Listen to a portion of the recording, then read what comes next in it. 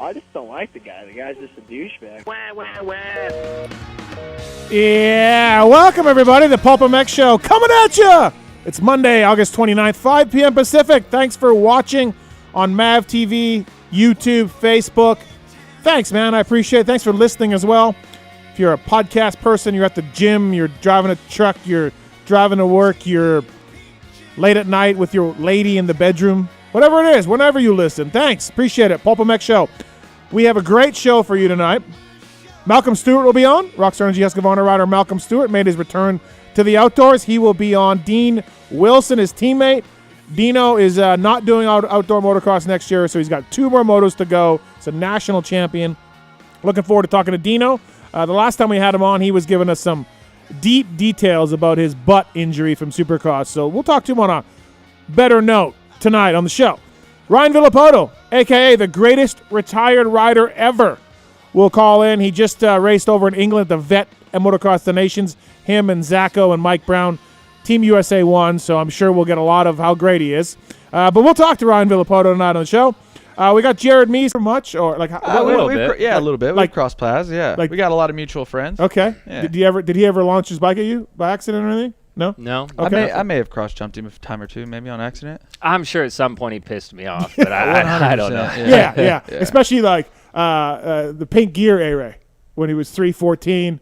Yeah. A little heavier. No, I wasn't even in anyone's way because I wasn't even making the night show at that point. Oh, okay. You know what I mean? You weren't making night shows even? No, I was making night shows. I was a one-lap wonder there for a bit. Yeah. He was all about the hot laps. Hot laps. Do you remember Hanny taking him out? Do you know that was him? No, do you remember I Hanny? can put a lap together. I've sent you some Instagram videos. It's so good. Oh, dude, I have to show you these videos later. Just there's some good I ones. posted it on Instagram, I don't know, a month or so ago. Yeah. But I texted him first. I'm like, hey, are you going to get mad if I post this? What is it? Dude, it's just me in like It's just third gear wide open in the whoops. I'm going to call second, but I'll give it to you. Yeah. It's so good. You know, if you have some time with Hymus, there's another gentleman that he could use your help. That's right. Villoman just gave up. Villoman just, worked with him for a day and said he was done. So. Yeah, I can't help you. Yeah. But, we'll get into your situation, what you're doing next year, of course, and more. Recent surgery on your wrist. Got to go back in again. Yes. It's scheduled for September 14th, but after that, within like a week, I think I should be good. Yeah. How many operations is that? The one coming up will be number 7 on this wrist hand. Yeah. Damn. Yeah, it's not good. There's really not much left of it. But we're making the best of it. Hopefully this next one, with everything that the doctor has done, I think it's a step in the right direction. I think it'll be good. Okay. All right. Well, I told you can call Red Dog. I think he had a lot of wrist problems. Yeah, we talked a little bit about it at Ironman there. Now, I got my wrist. I did that 4-corner fusion on my wrist. And then before the season, the thing was bulletproof. Yeah. It felt really good. You're riding well. Yep. But whenever I crashed in Oakland, I shook the ground whenever I crashed. I hit the ground so you do that a lot. Hard. Yeah, exactly. Yeah. So ended up injuring it. We're getting better. You were at Ironman as well. Yes. So we'll talk about that and more. Again, 702-586-7857. Got a question for Jake Weimer, Alex Ray, or myself? Go ahead and do that. Call in. And again, thanks for watching, man. Thank you for the MAV TV folks and love as well. We see those on Instagram, so really appreciate that. Taking your calls over there in the corner, holding things down. He's back for another week. Producer Pete. This is a long haul, just so you know. Last week, Thursday, Yeah. this week, It's Thursday, a and then lot next for you. week, and Yeah. I'm going to retire. Yeah, actually, it's at a the lot end of for that. you. I feel for you. Yes. Yeah, I understand. Please contact HR for overtime and overtime and termination papers and exit pay. interviews. the whole all thing. of that. Okay, Yeah. got it. His name is Augie. He runs the HR department. Okay. Also, directing the show over there, working the cameras, the Travis Marks. What's up, Marks Dog? Hi. How are you, Marks? I'm okay. Yeah, you all right? What's wrong? My OBS crashed.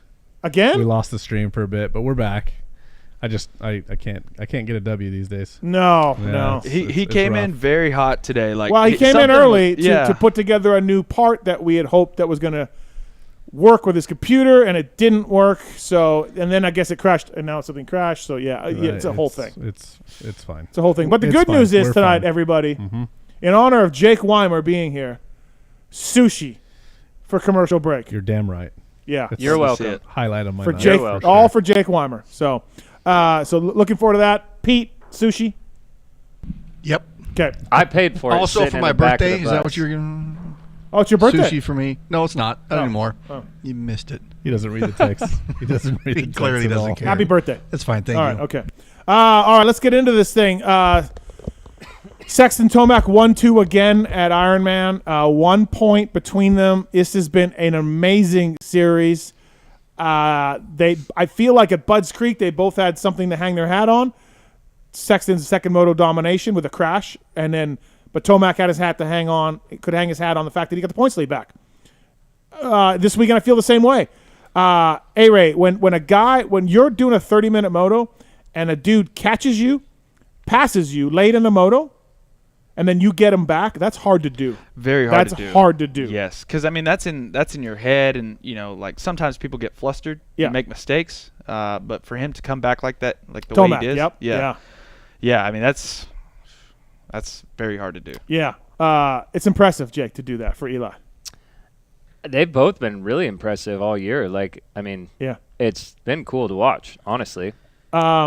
It's and they have such a dichotomy of styles. Like Tomac's like a bulldog, like attacking it, angry, I know. revving, and Sexton is just He's hopping over bumps. Yeah. He's light on the pegs. dude, standing he's- up. You know, I was watching Iron Man, and I think it was the second moto, and literally just watching that because you're like, Tomac's going so much faster because Chase is just so much lighter on the throttle, and he's kind of standing up, but not like hanging off the back of the bike, just standing straight up and just burp, burp, burp, burp, and you're like, it's cool to see two that are so close, that are so very different. Did anybody have? So they go 1-2, 2-1. Jake, did either guy get the win technically at Ironman? The edge, the mental edge, the anything edge going into the last round? Like, I don't know. I would say that it's definitely good for Sexton as far as like Eli's like, dang, he ain't going anywhere. Yeah. Like, so I would say that for sure. I don't know how Chase. I mean, there's going to be a lot of pressure coming this weekend. So I don't know as far as Chase, but like if I'm Eli, I'm thinking like, dang, the kid ain't breaking. Like he's still there. Right. What about you? Do you think anybody has the edge? I think Sexton does. To be honest, he knows that he's good at Paula. He's won the last 4 motos there. Is that right? I don't think the last 4. No. Last 4. Maybe Well, 3? I mean, he went. Yeah, he went 1-1 there Yeah, at the beginning of the season. I think he does really well there. I think his bike works well there. I think that, although Eli got him back in the first moto, the second moto, Sexton was able to stay out in front of him the whole moto, and then even with that last push there for a little bit, it's kind of like Sexton sort of broke him in that second moto. Yeah, Tomac said he saw him with some lappers, decided to go for it. He closed up to 1 second and then couldn't make it happen, then made that mistake near the end, right? Yeah. That kind of derailed his momentum a little bit. But it's pretty cool to watch these guys. It's great. Like they said it on the broadcast. When was the last time that we had something that went down to 1 point to the last race? I think we have had outdoors something. I want to say they said something like the 70s or something. Really? Yeah, I could be wrong. No. But they said something. It was a long time. It might have just been. It's been for 1 point, 2 motos to go. It's a long time. Yeah. I mean, it is a big gap to third, but I mean, for us to have this type of racing in the 450 class with 2 guys going down to the last moto, I think I love it. Yeah, Yeah. it's great. So if they go to a tie break, Tomac has the more moto wins, right? So he's got that. That's the tie break. In your guys' eyes, and this is the first time I've had you in since for the outdoors, is there one guy that deserves this title more than the other? Is there any reason that either one of you can think of a guy that he deserves this one? I mean, Tomac's won more motos. I mean, I get that, but at the same time, I feel like Sexton has what he's overcame. Like, when with all the people talking about like the last lap, falls and mistakes and stuff like that, I feel like he's overcame that, and he's very strong with pressure now. I feel like he's a little bit more deserving. I guess is like a hard word to say, but I would like for Sexton to win over Eli because Sexton hasn't been there in the 450 class as much as he has this year, right? In this position. Yep. So I'm gonna go Sexton. My answer. All right. I don't even comment of who deserves it more one of the other, but I agree. Like it is really because we've watched Chase on a 450 for 2 years now. Yep. And man, he was starting to get a bit of a stigma of like, when's he gonna do the stupid mistake and have a dumb crash? And he did some of that again in Supercross this year. So for him to be able to wrangle that in and do what he's done this summer, I think is very, very cool. Like, does he deserve it more than Eli? I don't know. They probably both work hard and they both deserve it. But deserves probably a wrong word for me to use. But I guess what I wanted to see was, is there a guy that should win this over the other one for whatever reason? You know what I mean? That's I guess maybe I know. I know. But I mean, you know what I'm saying, right? Even too, like if you want to talk about Eli, I mean, it was a completely new bike for him this year. For him to do what he did in Supercross and then come to outdoors on a brand new bike that he hasn't performed on, like I think that's big as well. It's his last outdoor season. You know, I didn't know that. Yeah, he's doing Supercross only next year. Oh, okay. So like for Eli, that's let's go out with a bang type deal, right? Yeah. So I don't know. It's been great though, man. It's been great to watch him. Don't forget, Sexton threw away the moto win at Lakewood. Yep, I was gonna say that. Like with it a was tip about over. to, it was about to start going the way it was for him, like he was doing in Supercross, but then he sort of turned it around. He lost those 3 points, and then he was penalized 1 point at Lakewood for jumping on a yellow or a red cross or whatever. So he would still have a little bit of a cushion if 4 points that are just gone, you know. So ifs, buts. I mean, Jake, you've been in championship battles, so it all counts. It all adds up, right? No, it really does. Yeah, because you can look back and be like, oh, that race, like, yeah. But I already said it, but I just think it's really nice to see Chase kind of get that under control because then he's a competitor. We already knew he was, but he just was kind of in a bad, I don't want to say a habit, but just little mistake, unnecessary crashes. So for him to get that under control, I think, it's just nice to see that. It'd be nice to see if Adam Cianciarillo can get that under control. I was staring at that jersey behind you. Yeah. You know, see all the mud on it? Oh, that one. No. You got 2 of them right here. Yeah, that one with the mud. He was leading that moto, and then that happened. So, that's another topic for another day, but you wonder if AC can have it turn on. I've had some people tell me, like, if Sexton doesn't get this one, he'll get next year. You know what I mean? He's unbelievable. And I'm like, well, you can't say that. Yeah. Like, you got to grab these chances when you can. Yeah. You never know. There's going to be a Jet Lawrence in the class. Ferrandos will be back, right? Like, and 2 Supercross is a long season, too. You got to make it 2 outdoors. Right. You just can't be like, he's crushing everybody this year, which he is. He'll get it next year. Like, it's a different deal. Oh, the slate's wiped, and you start over. And it starts 3 weeks after outdoors ends because then you're testing and you're doing – there's just so much time in between all that to sprain your ankle or like there's so many variables to be competitive in a title fight. Like you can have good races or but to be competitive after a whole summer of racing 24 35-minute motos, like a lot of things got to go right. You can appreciate that too because like I said, you've been in that. It's such a grind. Like the 450 guys, whenever these guys jump at the 450s, they're like, dude.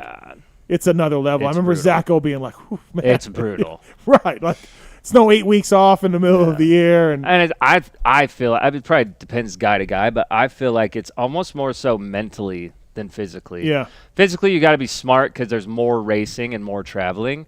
But it's just the mental toll to show up and race on a Saturday is 100% different than showing up racing for a championship. That pressure just because you got to eliminate mistakes and the starts have to be that just you can't afford to have a bad weekend. Yeah. If you're out of the title fight, it's like Hail Mary. I'm going to go for it. If I win, great. If I get 8th, whatever. Well, like, do you remember when you and Andrew Short were locked in a battle for 5th overall for the outdoors or whatever? 3rd. Was it 3rd? Yeah. And I asked both of you, and you're like, I don't care. I cared. Oh, did you? Yeah, okay. I cared. Did you get it? Yeah. Oh, you did get it? Yeah. Okay, all right. I'm all out on the whole championship like mental side of things. Well, right? Like I haven't been there. I mean, now I don't know if this like the third going into the last moto at the Tampere Supercross, I was doing pretty good for the overall. And what do? I fucking cartwheeled myself. Well, yeah. I mean, I use even me speaking about it lightly because I really fought for a title twice. I won one. I lost the other one to Dunge, but it was close. Yeah. So I have limited experience with it, but it definitely made me respect a guy like Dungy or RV or Ricky or Chad, guys that won many titles. Because the stress level is so much different. I think we don't appreciate it now, and Tomac's on the verge of, he could win both titles this year, but we haven't had a guy like Dunge and RV that just went indoors and out and won both and 29 races, 450. We kind of thought, oh, yeah, that's just going to happen. Well, we've seen it hasn't happened for a number of years. It may happen this year. So then you look back at Dunge and RV winning both championships or even being right in the fight for both, right? Yeah. For many years, 5 years in a row, whatever those two went at it, right? However long it was. And you're just like, holy shit. Like, you begin to appreciate that a little bit. You're like, that is so gnarly. It's almost like within the past few years, we haven't seen that dominance that you've seen like with James, with RV, with Dunge. You haven't had that. You have a lot of different winners nowadays. And I think a lot of that is due to everyone's doing the same stuff now. Everyone's doing the same thing. They all got facilities. They all know what the trainers are doing. They all, like everyone's riding together now. Not everyone, but a lot of people ride together now, which is stuff that you guys at Alden were doing. You had to jump on everybody for a number of years when when you guys were just pushing each other, right? Yep. Now it's like that's just common. That's just normal. We're just all doing this. The 83 compounds having battle royales every day, the Sandbox battle royales, Alden Baker's battle royales, right? So I think that's why we're seeing a tighter competition. Tomac's really the lone guy out by himself doing his own thing. I mean, even him too. Like, do you know how much he goes to the goat farm to help test with the team? No, not much. No, not much. No, he does all of his own stuff. I think he goes there once. He's gone there once for outdoors, once for Supercross. And then I think that's about it. Jake Weimer, Alex Ray on the show. Jake Weimer brought to you by the folks at Decal Works. You ever use Decal Works for anything? They're in Illinois. I don't know. Not far from Idaho. Really? Yeah. Illinois is close to Idaho. That's like 7 states over. Yeah. Decal Works, they led the industry in quality and customer service by offering the best custom motocross graphics around. And they're officially licensed with all the OEMs. What does Let's Ride carry? What do you guys carry? Yamaha? Everything but Husky. Really? Mm-hmm. You have every brand? Yeah. Even like we have Rayu. I've seen that brand over in Singapore whenever I was over there. And it's like kind of like a KTM type-ish or no? It's the old Gas. Oh, okay. So when KTM bought Gas, oh, yeah. I guess don't quote. This is what I was told. Okay. So don't quote me. But I mean, you are the owner of the dealership, one of the owners. So, So from what I was told, it's the old Gas. Okay. So it's all trail riding stuff. Well, listen, at your Let's Ride, everything but Husky, you can get Decal Works because they're licensed with all the OEMs that you sell. Perfect. The expert staff will go above and beyond to make sure your questions are answered. Quality, service, and knowledge. DecalMX.com. Use the code PulpMX to get 20% off your custom graphics. Of course, they do the Rockstar NG Husqvarna off-road team. They do the Red Bull KTM factory team as well. Thank you to the folks at DecalMX. And speaking of DecalMX, Anthony, you there? Yes, I am. You use Decal Works lately? I have, and that's why I was calling to thank you, man. I appreciate a lot of people give you a hard time, but I just wanted to call and thank you for the hookup. Thanks, man. Yeah, good guys at Decal Works. They handle you pretty well, right? Yep, shout out to Justin. He took care of me. Nice. Good to hear. Thanks for the call, man. I appreciate it. Thank you. Thank you. I just got a note from Decal Works. Jake Weimer ran Decal Works Team Tedder. Oh, okay. Yeah, when you were on Ted Tedder. Those are that. So there you go. Well, thank you. Because Sean from Decal Works lived in Idaho when you were kicking ass. I know who Sean is. Oh. Yeah. Well, he works at Decal Works. I think I knew that. Okay. All right. Moving on. Jake Weimer brought to you by Decal Works. Alex Ray brought to you by Wiseco. These are pistons you used in your straight rhythm builds. Yeah, I have a CR250 2004 right now with the nice Wiseco piston in it, and I'm doing a straight rhythm build right now with the Wiseco products. I don't know if we should promote Wiseco because there was a song that you got an RM250 and you blew it up on the same day. That was with a different piston. Oh, it was? Yeah, that was with completely different piston. Oh. Yep. Well, there we go. Yeah. All right. Wiseco Pistons have been supporting teams, whether it's Club MX guys, whether it's Factory Honda, the SGB Honda team as well. Whether you ride a 2-stroke or 4-stroke, Wiseco has a variety of pistons from reliable forged replacements to the performance-focused Racer Elite Series. If you want a deal from the folks at Wiseco, there's a code on PulpMXShow.com. Order a 2-stroke, order a 4-stroke piston. They got Garage Buddy rebuild kits, clutch and valve trim components. Go to Wiseco.com to find your local dealer or use the code to save. Wiseco.com, 2-stroke, 4-stroke pistons, bringing you Alex Ray tonight on the PulpMX Show. Mookie, Dean, RV, Jared Mees, Harlan, all calling in. Got voicemails tonight. We are jam-packed. I'm going to look ahead to Paula in a little bit here. So save your predictions for who wins this thing for that part. All right, don't drop it beforehand. But I'm asking you both who's going to win this thing. Okay. And we know and we know Jet's going to win the 250 class. So not that one. Aaron Plessinger, he loves Ironman. He third overall. Jason went off the track. Jason went 6-3. Anderson, and then he got penalized for going off the track. According to MX Reference on Twitter, that's 9 times he's been penalized I seen for that going earlier. off the track. Hey, but good ride for him in that first moto. I mean, he was dead last off the start with that crash. And like I was watching, I wasn't paying attention to him per se, like the first 5 minutes of the moto, and then like I see him come by. I'm like, did he crash again? Or did he get lapped? Because he was already in like 10th. Dude, he can pass guy. I don't know how he makes so many passes so fast. I mean, I know he's going multiple seconds quicker, so that's the obvious way. But it helps. It helps. But he finds ways like around groups of guys. Like, there's no following by him. He does not follow. Like if it's slower, he's still taking that line because he's not going to follow. I mean, I feel like 9 times he's chosen the water truck lane. But I mean, hell. But AP does get third overall at Ironman. That's amazing. That's JT good. will be on here in a little bit. JT said he was out of hand with the fans. He was drinking from I saw the video from a glass boot or something. I don't know. He was AP, dude. I mean, he got a 450 podium. This year. I mean, it hasn't been a year I would say that he would want to remember. He's so hot and cold. He is, right? Southwick, great. High Point, before he went off the track, he passed like 6 guys in 3 laps. This weekend, he's so hot and cold. Do you think? I mean, there's been a lot of, I would say, negatives on this new bike. Do you think that has to play a factor in any of it? Or? Well, he went back to the old forks, right? Just standard 48.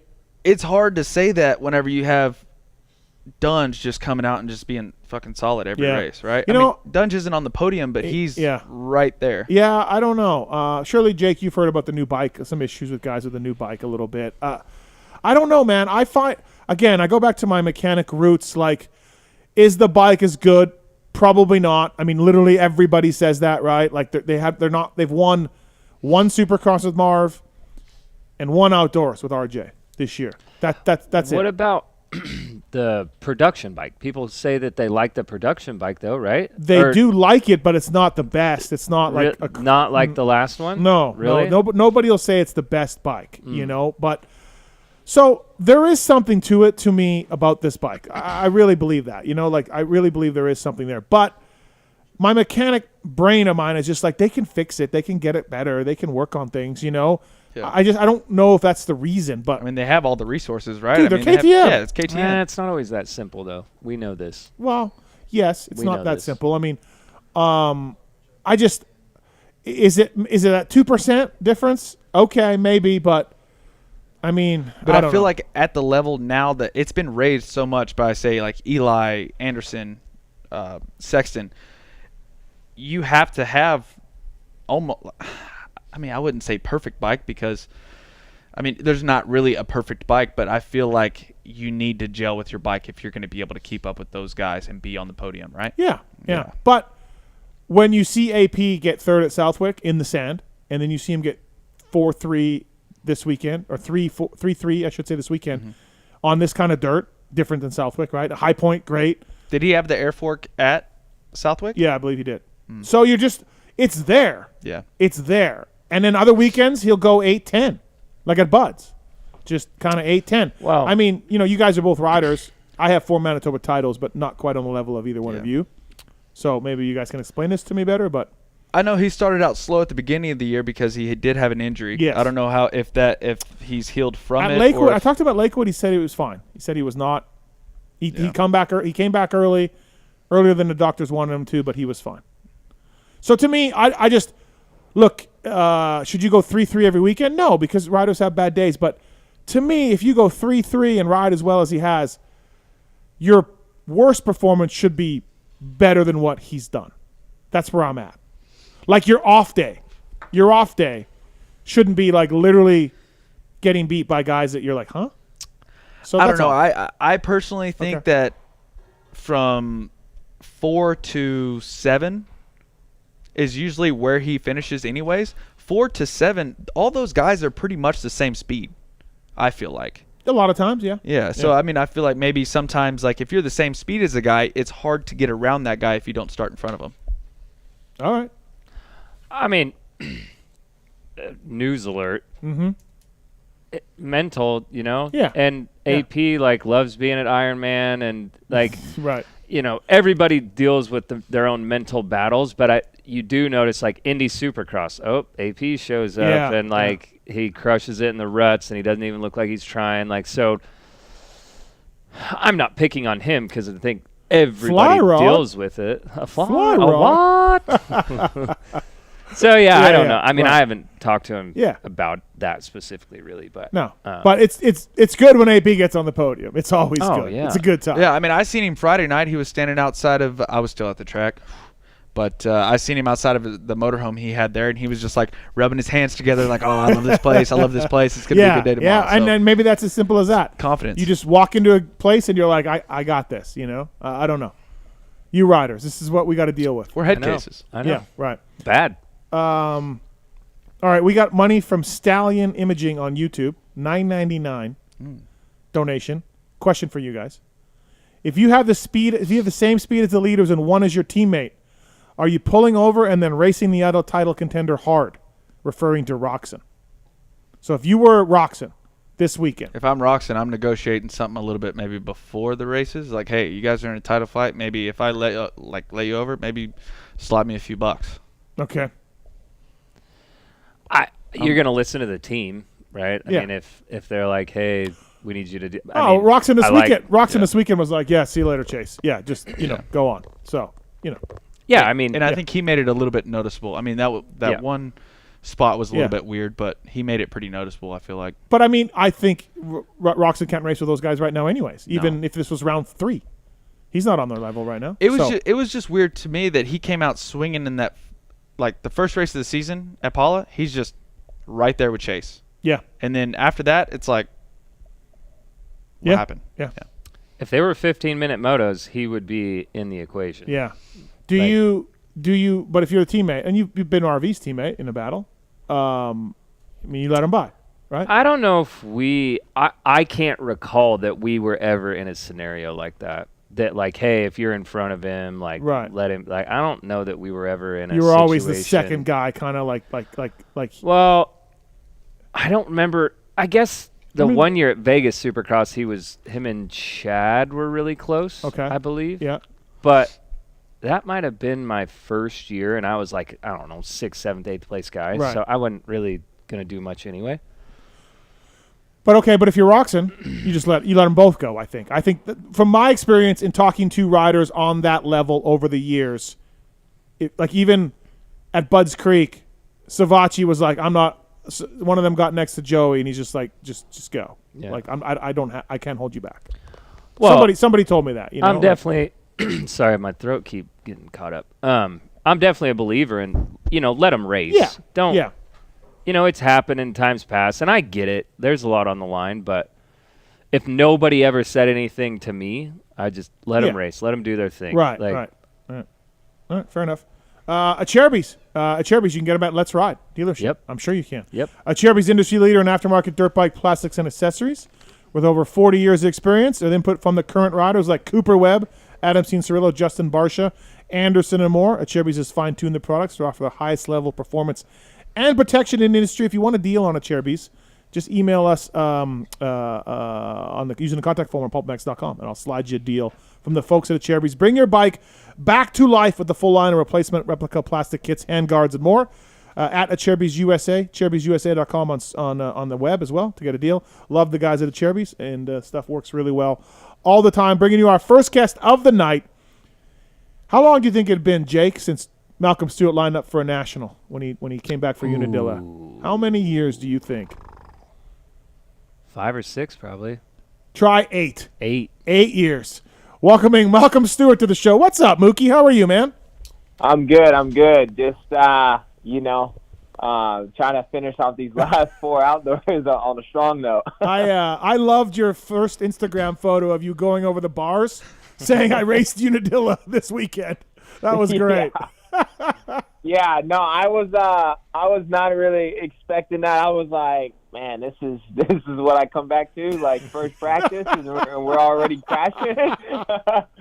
But I honestly, everybody that I talked to that was down there, they're all like, man, usually Unadilla's not really like that. Of course, all the years I've watched, it's usually really ruddy and stuff like that. The track was really dry, hard packed, so it obviously the prep job was a little different, but I really wasn't complaining because I'd rather not just go down like the typical Unadilla, like it was all ruddy and stuff. So if anything, it was more of the safe side for my side, Yeah. But I still somehow managed to blow it up. So, but overall, I had fun there though. 8 years, Jake, between outdoor races. That's a long time. It's a long time. That's a long time. Malcolm, I was going to say, I think I wrote this or said this. I'm guessing, you hurt yourself in Supercross, right?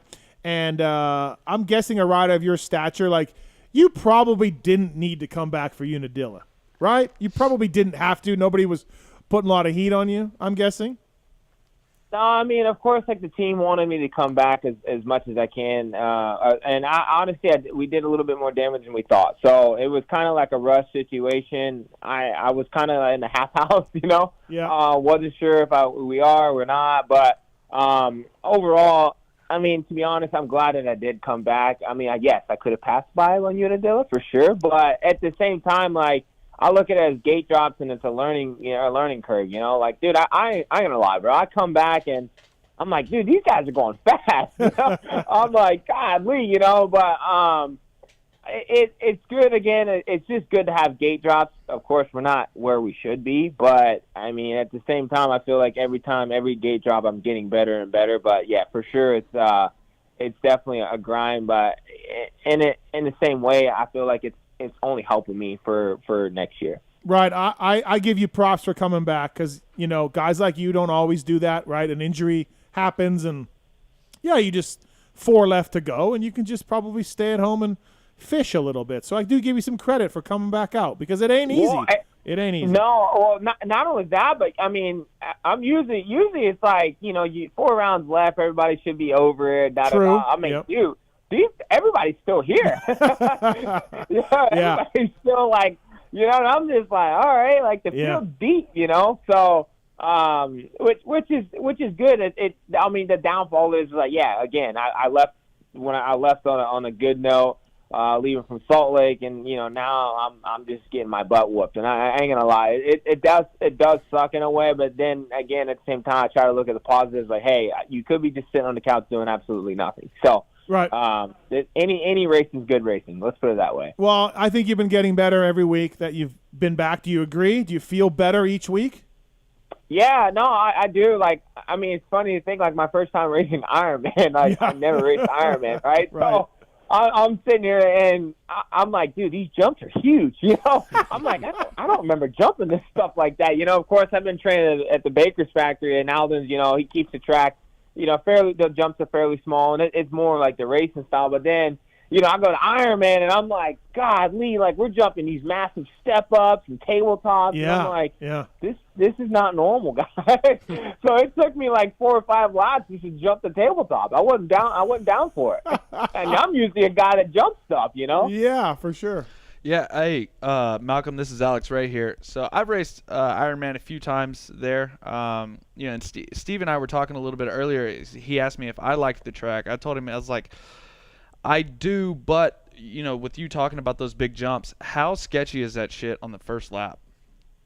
If you're asking me, did I jump them? Absolutely not. I was like a fish out of water out there. It was pretty scary for me, but what the crazy thing to me is I will say, usually Supercross, everybody, goes out there to take their time. These guys are going wide open right off the rip, and I'm like, they must really know where they're going because I have no idea, you know. And I felt like as soon as I've gotten back, every practice it's been that way, like wide open. I'm so not used to that, you know. But again, I guess like you think about it, outdoors, you know, you're around 2-minute lap time, so you got to do as many laps as you can. Where Supercross, it's like you get around, you know, obviously 10 minutes, you're like, all right, I'm ready. When's the checker flag coming out? More like, you know. Yeah. So it's totally different tactics. But again, I'm definitely enjoying it in a way. It's just like I said, it's good racing no matter how you look at it. The results aren't there, but again, it's better than sitting on the couch. Yeah, like how far is that center uphill triple thing? How far is that? Dude, is that? It's got to be like 150. Is it 100? Right? Not 150, but it's got to be 100 feet.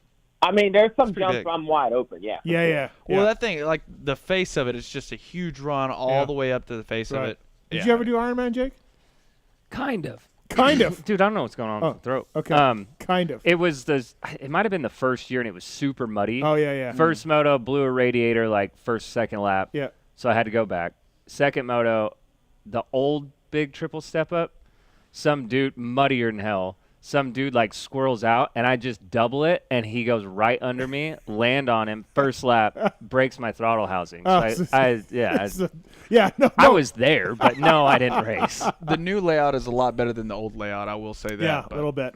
Malcolm, what's been the biggest surprise for you? I mean, look, you've raced a lot of outdoor nationals a long time ago, but you've raced a lot of them, and you keep up with the sport, but I guess maybe you said it, maybe you answered it. The amount that everybody's going for it, but what has been the biggest surprise?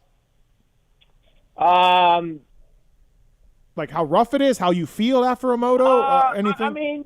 I mean, honestly, I think it's just,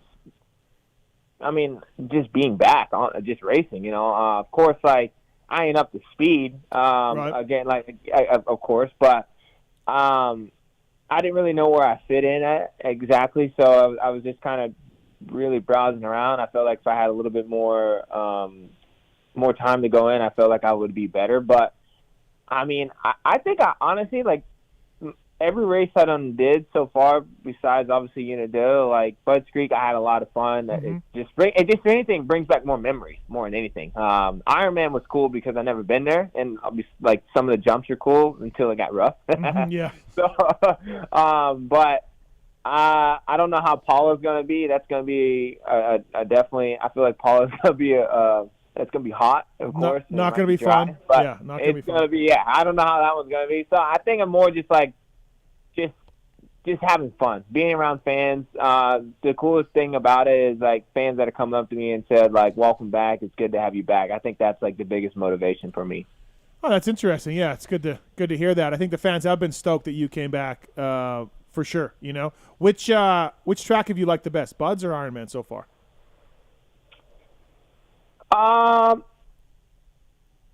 Ooh, that's a good question. Okay. I did like Ironman. I did like it, but everybody did say like it's usually muddy and really more ruddy and stuff like that. So next year I may hate it. I don't know. I would say Bud's more consistent. You know, I do like I said, Henry Hill. It's always been really consistent. It's fun. Yeah, I don't know. I've always been a Bud's fan, but I definitely like Ironman too. So. But, of course, next year I'll have a lot more races to pick from. Right, yeah. How is Roger enjoying being back at the Nationals? I know he's a huge National fan, so, I know Roger's probably just loving this. He's just smiling away. The biggest thing, the biggest thing he just says is it's hot. It's hot. That's all he keeps telling me. It's hot. We ain't used to racing in the daytime, Bob. That's what he keeps saying. Where's the lights at? Where's the stadium light? 8 years. I just can't believe it had been that long. Has anybody ever done that?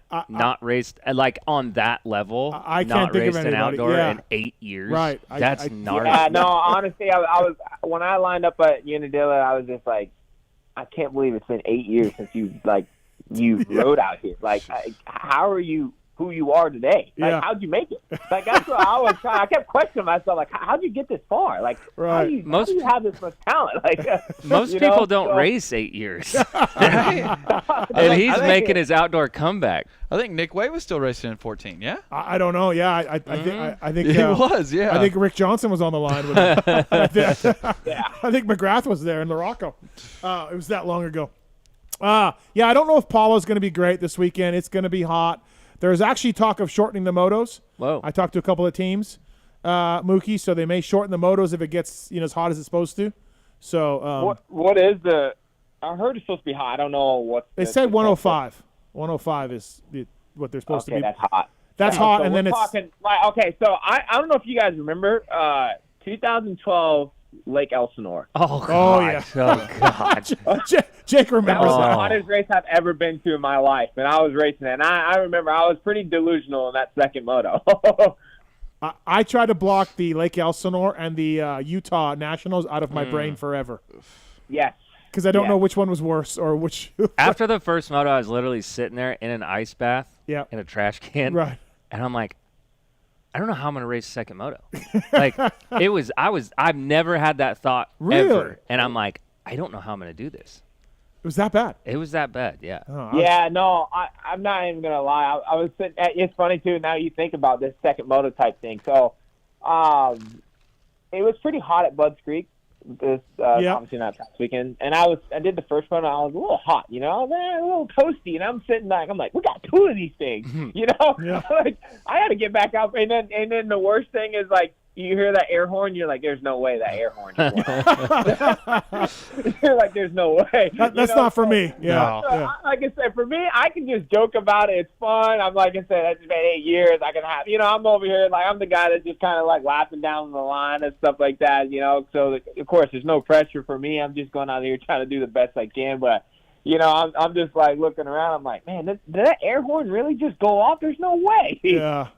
So, but no, it's definitely been a fun one. But yeah, like I said, that 2012 Elsinore was probably the hottest race I ever been. And just a garbage track too. Not even a fun track or nothing fun about that national. No shade either. There's no shade on that track either. No. I did not hang out after the race. I went straight home.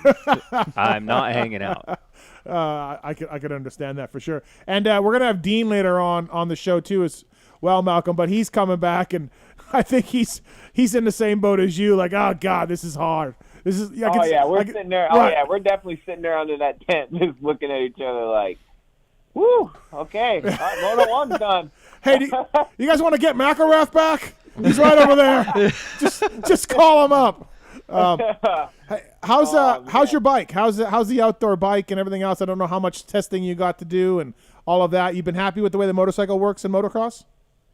To be quite fair, Steve, I don't think I'm going fast enough to really just go out there and say what I need. I don't even pull in the mechanics area while I'm out there. I was really more time just trying to get around the racetrack. So, right. Yeah, it's a little bit more different tactics over here, man. Right. Yeah, you're just like. But we make it click here and there, but nothing too crazy. We're not doing anything too internal. Like, there's no need for that. So.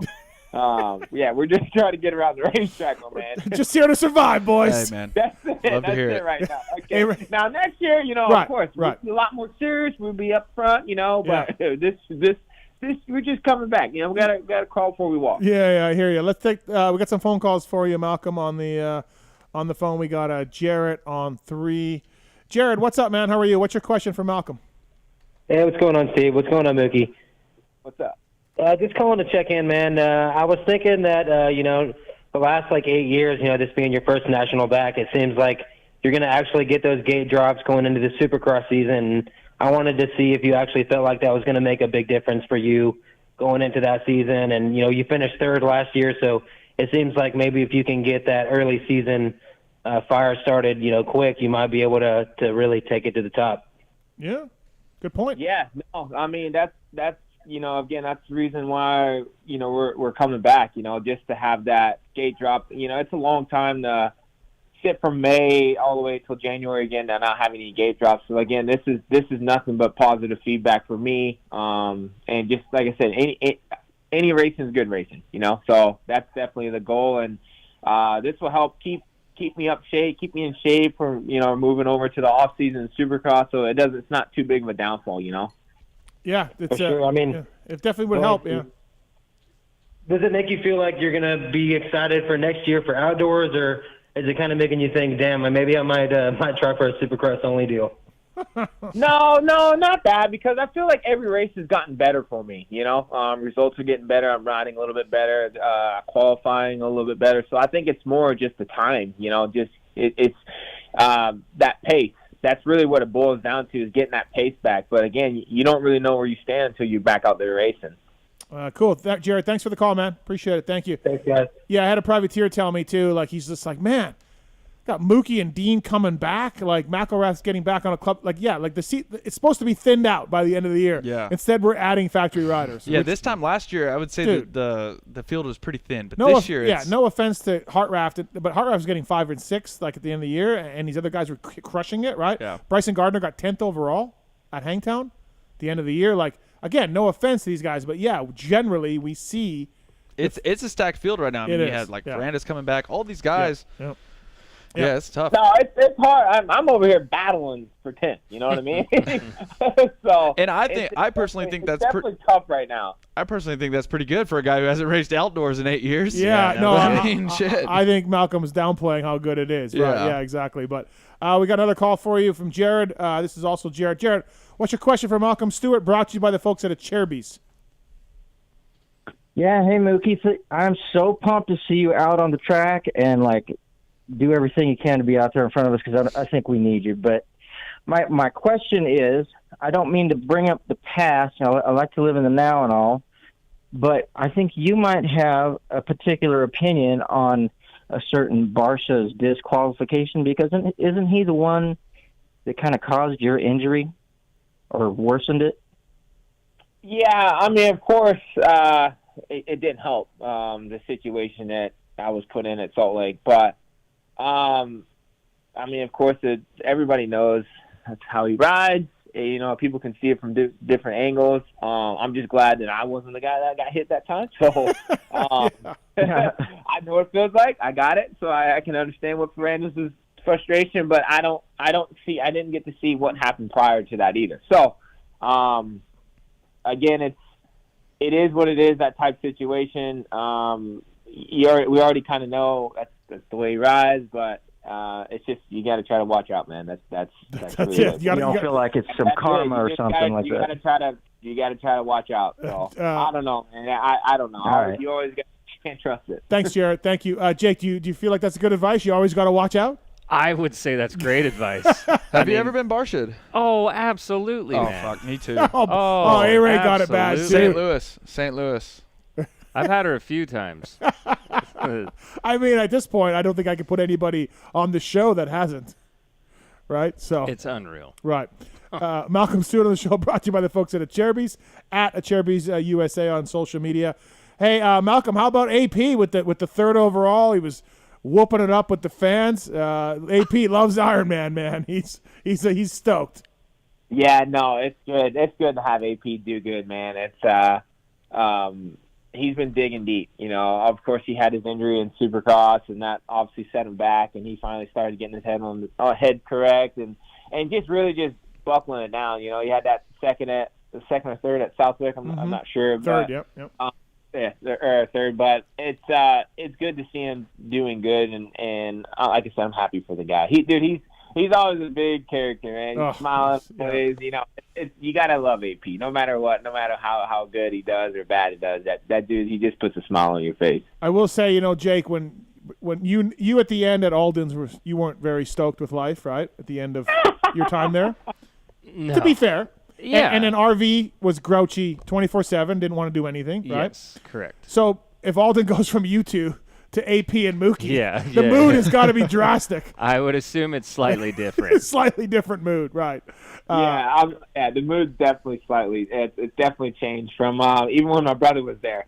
Good point. Yeah, no, it's definitely, he's got Alvin can't do nothing but smile when he's got me and AP. He can't help it. And then you look at Anderson and Marvin were fighting for a while, and Osborne and like all of that. Those guys weren't happy. Yeah. Oh, to be fair too, it's not like I was grouchy because I was grouchy because I sucked. Right. And I'm like, what the fuck is going on? Yeah. Yes, I don't mean at all. Your situation in life. Yes. Right. I mean, we talked about, since we're on the topic of AP, I was wondering, Malcolm, if there was a meeting today about AP's festivities after the podium or on the podium.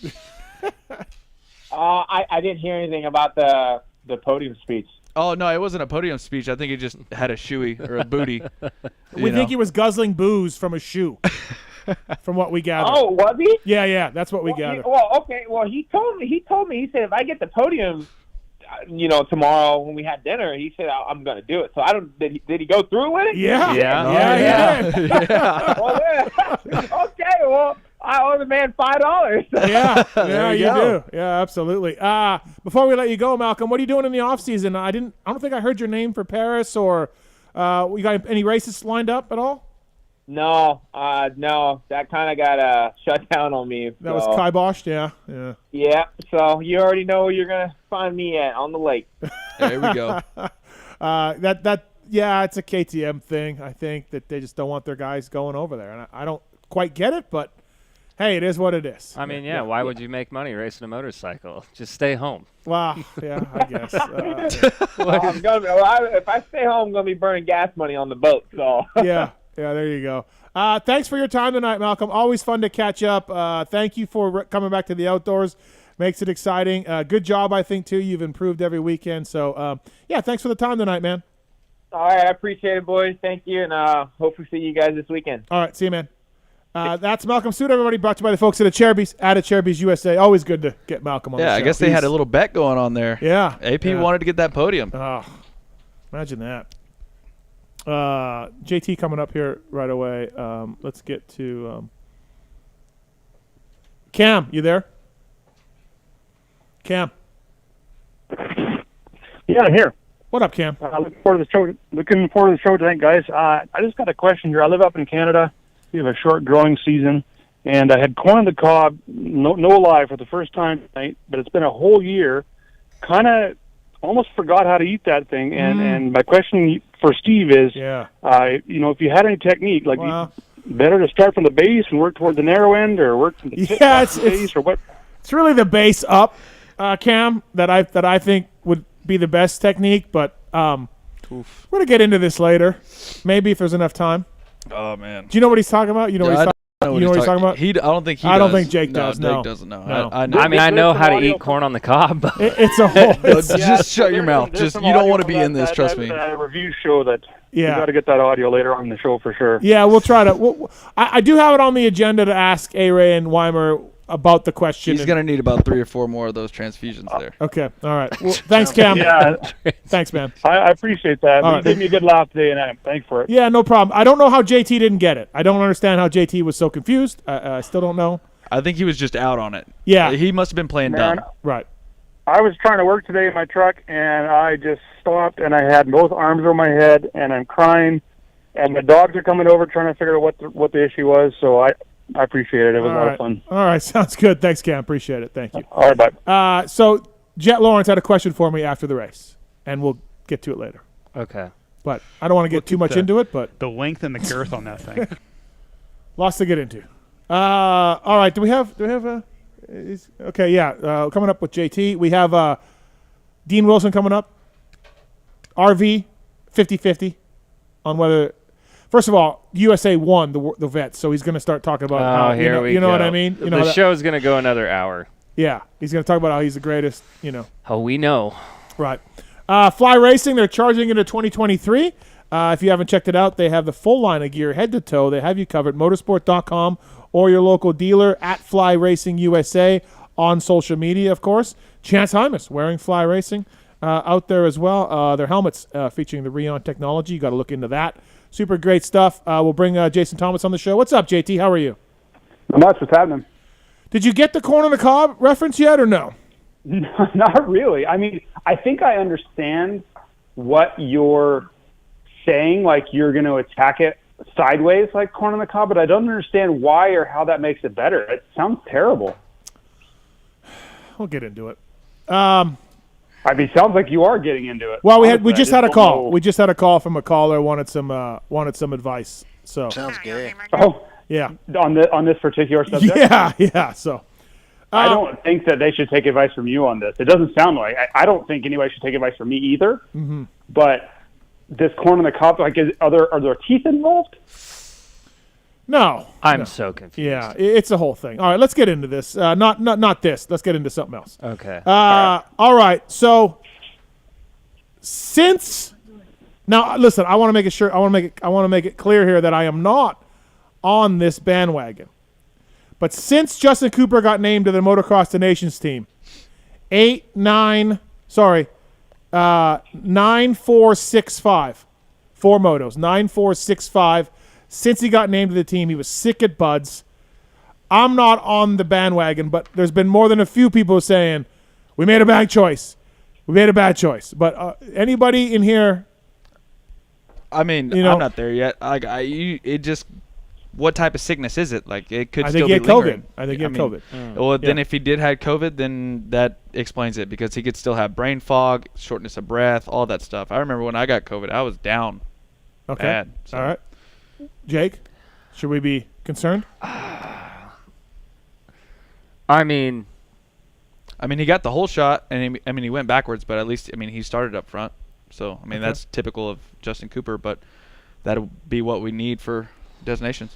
As long as he shows up for designations, I think we're fine. I don't think anyone questions if he's fast enough or if he gets good enough starts. We'll see. I'm not super panicked. All right. Some fans are on social media. So this just. Well, who do they think should have went? Well, not Justin Cooper. It doesn't matter. Yeah, it doesn't matter because that's not the point. JT, what about you? Certainly not panicked. I would like for him to be doing better. But if you really take a step back and look at it, Christian Craig's been okay, but he hasn't been phenomenal either. So I don't think you could say, well, we clearly made the wrong choice. Christian Craig is excelling and putting in his best rides of the season. That's not necessarily the truth. So it's kind of 6 in one, half a dozen the other. I would love for both of them to be doing better, and then we have two great choices. If one guy has a problem, we have another guy that's ready to step in, and vice versa. But yeah, I would love for him to be winning motos versus going, 6.5, if that's the question. But if he, so this weekend at Paula, if he does another 6.5 or something, we just roll with it. Yeah, I think what's done is done. Okay. What's going to be tough, I think there's a potential, those fans that are calling in are probably going to have a real weekend because they are going to watch Christian Craig probably have a great weekend. This is arguably his best track. And if there is a narrative that Christian was the right pick, he's probably going to bolster that because he's probably going to do really well. And I don't know how Justin Cooper, he had a horrible opening weekend at this racetrack. Yeah. So if you're on that bandwagon and you're wanting to make a point that we made the wrong choice, this is probably going to be the weekend for you. Yeah, I think I'm totally with you. Just you got to let it roll and go, and it's done. Assume that he's done, back. right? Yeah. Like I'm not. Yeah. I thought Justin Cooper was the right choice. He hasn't ridden that well the last 2 weekends. That's not enough for me to change my mind.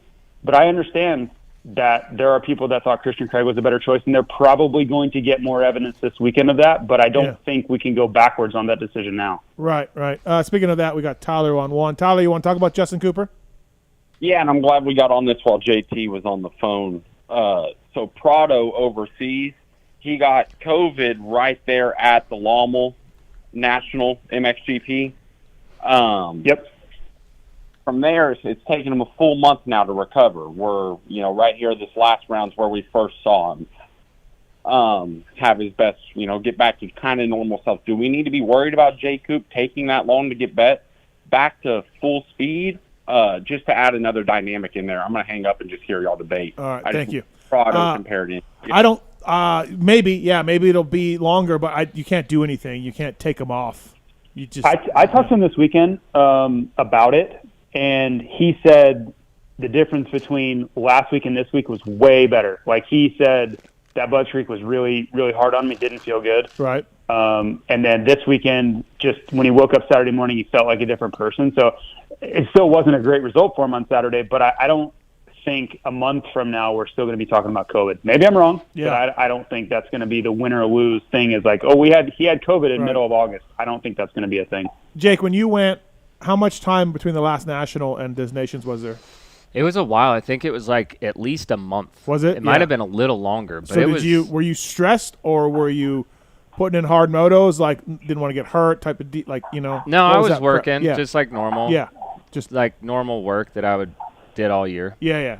No, like worried about getting hurt and getting yanked off the team or whatever. Right. No. Who was your trainer back then at RL? Yeah, Randy Lawrence. Yeah. Well, I mean, I don't. If it was COVID, which we heard it was from somebody who talked to Bobby Reagan, then it's hot as balls this weekend. Then probably not going to be great this weekend either. Going to linger a little bit, right? So maybe we shouldn't expect the world to be turned on this end. How long do they have this year? It's October. It's a month from now. Yeah, a month. Oh, okay. Yeah. A month from last weekend. So they'll have like 3 weeks after Paula? Yeah. Ish? Yeah, 3 weeks. Gotcha. Yep, 3 weekends. JT, so word is they may shorten the motos this weekend if it gets to triple digits. Oh, really? Yeah. Oh, wow. Well, it's definitely going to be triple digits. I mean, they're saying 105. So I think we're going to be there. 25 minutes. What do you think of that? I think it's fine. I mean, I think it's totally a great okay. idea. It seems like the teams are all okay with that, including the championship contending teams. I think it's okay. I personally, if I was racing, I would hate it because I felt like that was a big advantage for me.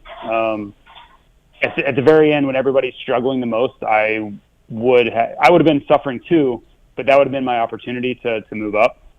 So on a safety level, yes, it's the right thing to do. As a racer, I probably would have been bummed, but yeah, I've also been dizzy and almost pulled off and thrown up and all those things too. Like I get it. Like it's not a good time. Right. And it's different being at Paula too. You're in a valley. It's hot. Like it's no wind. Yeah. There's nothing. Yeah, they're saying 105 in Temecula. Paula may be higher. Paula could be be higher. hotter than that. Oh, really? Yeah. I would think so. Okay. Yeah. I mean, because there's no shade there. There's nothing. It's just sun straight down on you. Yeah. It gets hot as balls there in the summertime. Okay. That's what I'm thinking too. Like if it's 105, Paula seems like it's always a little warmer, so we could be pushing 108, something like that. So Jet told me after the race it was a bummer he didn't clinch at Ironman because he was looking forward to the 450 at the last round. So that's not going to happen. But let's just say it was going to happen. Where does he jump into? Where does he finish if Jet jumps on a 450 for Paula? Third. Yeah, Third? I was going to say that 35 area. What do you think, JT? Yeah, I would say the same. It would be interesting to see him and Jason Anderson go at it because Anderson's going to be good this weekend, and he's pretty strong. True. I don't think he should be expected to go with Sexton and Tomac right now. That's just not fair. But he would be in the podium battle, especially on this racetrack. He's really good here. I think he'd be right there. I don't think it would be easy. Like he wouldn't have any gap to third, but I think he'd be in the mix. Be interesting to see how much he would help Sexton or hurt Eli or whatever, Yeah. Yeah. I think he could get in there in the mix. I mean, I think if he were to race a 450, I think he could get a good start and get in between the guys and sort of help. Think about getting a whole shot and leading, and he just lets Sexton goes by, and then he just fights Eli. And maybe Eli gets by him, but it takes a long time. Yeah. It'll be interesting this weekend, too, to see what Kenny can do, right? Because Kenny's starts are amazing. He's incredibly good on the first lap, and he's very good at this racetrack. And if he holds up Eli for 2 laps, 3 laps, 4 laps, he doesn't have to be strong for 30 minutes. But if he can hold Eli back for a little bit, that could be all it takes. Yeah. I mean, it's 1 point, right? So one moto, one time where Kenny can hold Eli off for 10 minutes could be the difference. Fly Racing's Jason Thomas on the PulpMX show here with Jake Weimer and Alex Ray. What about AP's podium behavior, JT? How out of hand was that? It was the highlight of my weekend. It really was. His celebrations on and off camera were... That's amazing. There's no one that has that personality at the races. No one else. He is a very unique individual, and to see him embrace what was going on, we need more of that. We do. It's definitely not my personality. I've never been that guy. So to me, I'm just awestruck by it. The way he just got cowboy hats out and his mullet going, and he's chugging. He doesn't know what are in these things. He's grabbing things from fans and drinking them. It could be anything. It could be straight vodka. He's just chugging it.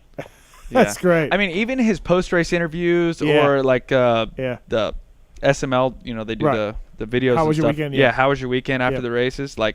He's just so electric whenever you talk to him. Yeah. he's never really in a bad mood, and if he is in a bad mood, he's still going to give you like his personality. Yeah. No, it's great. Can we talk about him pushing back against Chad Reed's Instagram post? Sure. I like that. Yeah. Is there anything new? Is there anything new on that since then? I haven't looked lately, but I can't imagine that's the end of it. Because it's knowing Chad. the participants. Knowing the participants, this isn't right. Look. So Chad posted a photo that said, "Oh, they say the new KT." I'm telling you, I saw that. I didn't read into. I saw Muskin post something like, "Oh, those whoops look really tough." Yeah, and an something. AP said, "How about you take him through some big whoops?" Yeah, that looks like the first run through those whoops. Those are freshly groomed. It is. Let me a see. little bit silly on those whoops. Like I haven't ridden in a while. I can blitz those whoops no problem, right? Like to take a cheap shot. Oh about the my! KTM. Take me back to 2012. Put me in second gear, dude. Oh wow! So Yeah. saying, did you see it? Did you see the whoops? Yeah, I saw it. Yeah, it's a little bit of a cheap shot, right? Like those whoops are not anything. At the same at time, all. though, it's kind of hard to come at Chad Reed about the whoops. I know, it's right? like, but like, it's also on him. Like, isn't it don't hard? Take cheap shots. Yeah, isn't it hard for Chad? There's Why no isn't it? need. Sorry. We all know Chad how said, great like you are, your Chad. test You don't track need to go. with the- You don't need to go in hard like that. Why would Chad do that and basically discredit Marvin and AP and anybody else who said the bikes? It's You know. Chad shot a That's what he fireback does. though. maybe I don't know enough about this whole He said, situation. he like your tested- test track, he hold my beer. He has been doing some testing for KTM, right? Yeah. On the 450, and he probably felt like those guys weren't making the most of what the chassis was capable of. This is all me assuming, right? Yeah. It's probably wrong, but I'm assuming he felt like those guys could be doing better and shouldn't be complaining as much about the chassis. And I just don't think that video was really indicative of like, hey, look, I can crush it on this thing, right? I think Marvin AP's response is appropriate for those whoops. Yeah. Right. Well, I do too. and then AP even commented back, said, test track is cake. LL, even I could hit those. Yeah. Yeah. Well, and I think that what really needs to happen here is we need to see footage of Chad on really tough loops at KTM Test Track or somewhere that are really difficult. And then he can say, well, okay, you wanted hard ones, here you go. Because Chad is capable of that. We've all watched it for 20 years. Like, So he told Marv they weren't jumpers. So Marv says, those whoops look super tough. A guy says, yeah, shut up, Marv. Another guy says, Chad says, not jumpers, Marv. Oh boy. It's just, but like, why I does can tell you who won't be commenting is me. Yeah, I'm not there. I will not be commenting. I'm with you. Like, hey, Chad, like, yeah, like, back it down. But this is who he is. He's always been this guy. If I'm AP, I'm like, yeah, man, last time I saw you, you were in the LCQs. I don't know. Chad has never backed away from confrontation, ever. Yeah. Like, ever. Yeah, he won't now. So if we're expecting anything different, we're looking for the wrong thing. Just jab, right? Jab. Yes. Yeah, that's who he is. Right. And that's not wrong. Right. But you have to be willing to take some pushback, too, which I think he's probably okay with. Yeah. Yeah, maybe. I don't know. Yeah. I think it'll all be all right. It's all fine? I think we'll all be okay. Right. Well, you're not going to talk Chad out of it. Yeah. I can promise you that. Like, it's not like you're going to have some breakthrough with him. He's like, you know what? You're right. But like, that's not happening. He knows those whoops aren't tough in that video. He knows that. No, that's where I was going with the assuming thing is like, yeah. I'm assuming he doesn't think the chassis is as bad as those guys were showing it to be at times, or guys complaining about it or whatever. Listen, I just don't think that video on those whoops is really what you want to show as evidence. No, and Marv won a race this year. Marv had a good season, won a race. He did. Yeah. I mean, but everybody knows the KTM chassis has been talked, indoor and outdoor. Yeah. Everybody's been talking about it, right? So I think he's probably like, it's not that bad. And I think we also have to say that if Chad was racing and it wasn't very good, he would be leading the charge on how bad the chassis was. Yes. This is the gentleman who has his front end off in between practice sessions all the time. Yeah. Also a guy who changed internals open. Yeah. 3 different brands on his own team throughout a year in Supercross. Yeah. This is the guy who has Showa stuff on, WP, it just... Yeah. Didn't he have a mix of Showa Loas and WP uppers or something? Oh, God. Right? Wasn't there some sort of Frankenfork? Yeah. I think there was a Frankenfork at some point. One side Showa, one side KYB. No. WP shock. Something like that. Olin's on backup. But I, you know what? Yeah, I'm here for it, JT. I'm with you. I'm here for it. Oh yeah, I'll soak it in. Right. Entertainment value is incredibly high. Yeah, soak it in. Absolutely. Lots to get into, but this gentleman on the line here, Kenny Taco Bell. Oh God. We're here. What's up, Kenny? Nothing. I asked Alex. I said, should I call in? He said, absolutely not. Yeah, no. Why not? Why? Because you never know what Kenny Taco Bell is gonna say. You never know. He's just a loose cannon. He's Kenny Taco Bell. Yeah. I mean, like I thought we were best friends. You know. I mean, yeah. I mean, we're pretty close. You're going home tomorrow. I am. Yeah. I will be home tomorrow. Right. Yeah. I haven't seen J-Lo in a hot minute. Kenny Taco Bell and my other roommate have been looking after him. That Instagram video of Kenny Bell by the pool? Do you think that your dog even knows you? No, not anymore. So, pretty much my dog is just like Kenny Taco Bell's son now. What, JT, what were you saying? Can we talk about that majestic video of Kenny drinking a beer next to the pool? Every Sunday. Phenomenal. It was phenomenal. It was like it needed like slow-mo and some sort of like angelic music behind it. Or the L'Oreal or like the shampoo commercial. Like it was that's all you need. like shake and then shake his hair. Oh yeah. It would have been amazing. Very majestic. I don't understand how I made it this far in my whole entire life and I never got one shampoo deal. Like how did I not get a shampoo deal? I don't know, man. Yeah. The guy hasn't cut his hair since '98. No, fuck you. Hey, well, no, I just think. And Palomalo. Do you put it in a pony ever, Kenny? Oh yeah. No, when it's hot. Yeah. Yeah, he'll put it up. I mean, you understand me. Like this thing runs hot. Like it doesn't. Oh yeah. Oh yeah, no, it's good. But like whenever it comes out, it's like it's luscious and just long and like you know, whenever he puts his hair down and he puts his hat on, you know he's prowling for bitches. Kenny, true or false? A-Ray has posters of himself on his walls in his room. Not only does he have posters of himself on his wall, he has a 12 by 8 on his wall. Oh, it's big. Himself. Of yourself. Oh yeah, it's big. Jake, is this something you ever did? But I am posters. Look, I just rent a room, right? So whenever I moved in, it's a pink room. He needed some decorations. The walls are pink, so like I'm trying to like cover up a little bit of the pink to make it not look. Jake, so you girly. ever hang posters of yourself on the wall?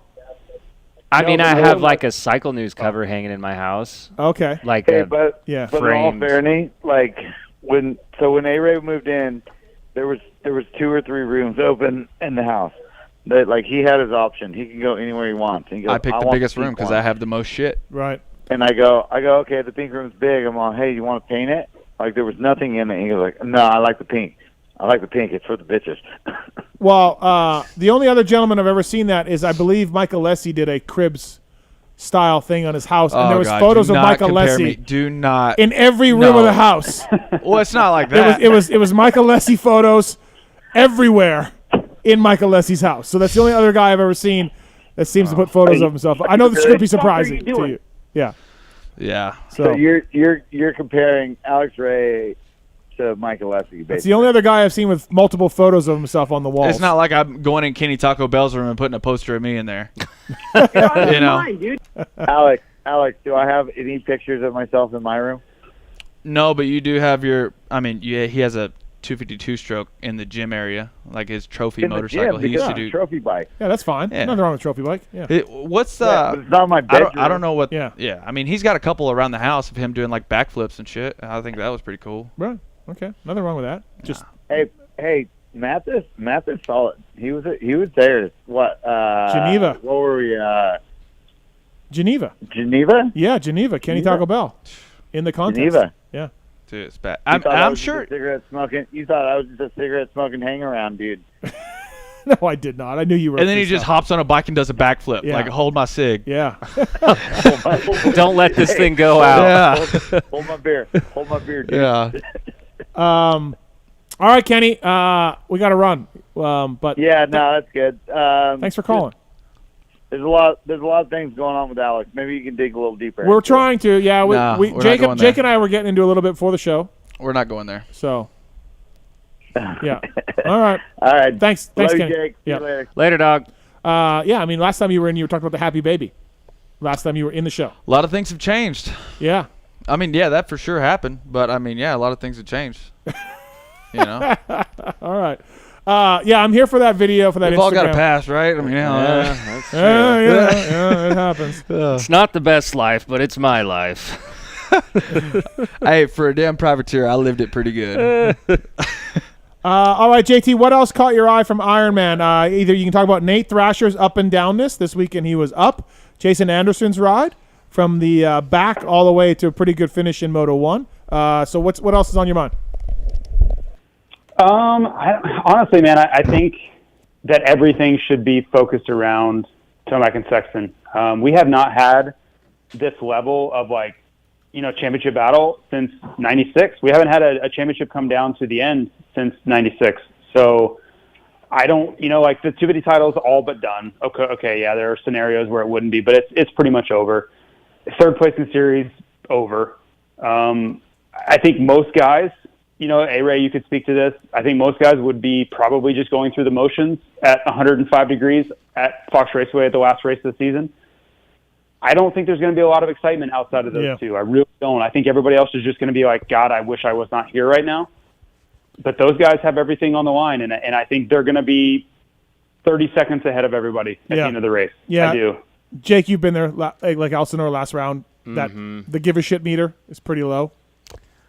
If it's unless if you're a 6th, 10th place guy, probably you're trying to get third in the championship. Like I was looking. Well, Hunter needs a few points on. Hunter probably wants to get second. So Jet. He's got a tough job ahead of him though. Yeah. To get Shimoda, it's going to be tough, and Shimoda's really good at this track, so it won't be easy. And I feel like Shimoda can just ride behind him too and be fine. Yeah. Well, I think Shimoda's going to try to win. He rides this track all the time. Yeah. He rides here all the time. All right. Yeah, I don't know. Maybe see a little fight in the first moto and then see how that goes. Is outside of Chase and Eli, but second moto, maybe we wind her down a little bit. Yeah, I'm not going to get Weimer's prediction. We're going to do that later, but JT thinks Sexton's going to get it done at Paula. So, honestly, and for me, I got asked today by a few people on a text. I'm like, flip a coin. I mean, I think Tomac does it, but whatever, flip a coin. Yeah, I would not be surprised. I do. I think it's 55-45 at best. I really do. Yeah. And we're lucky that it's like that, because usually if you get it this tight, it's like somebody's coming back from injury and they just got it to even, and now we don't, it's tight, but we know which guy is much better. But that's not the case this year. Like those guys, if you told me that they went 1-2-2-1, 1-1-2-2, I'd be like, yeah, okay. Yeah. Like all that makes sense. Like I have no idea. I've been asked, I work at a huge motorcycle distribution company, right, with WPS, and all we talk about is dirt bikes all day, right? Why?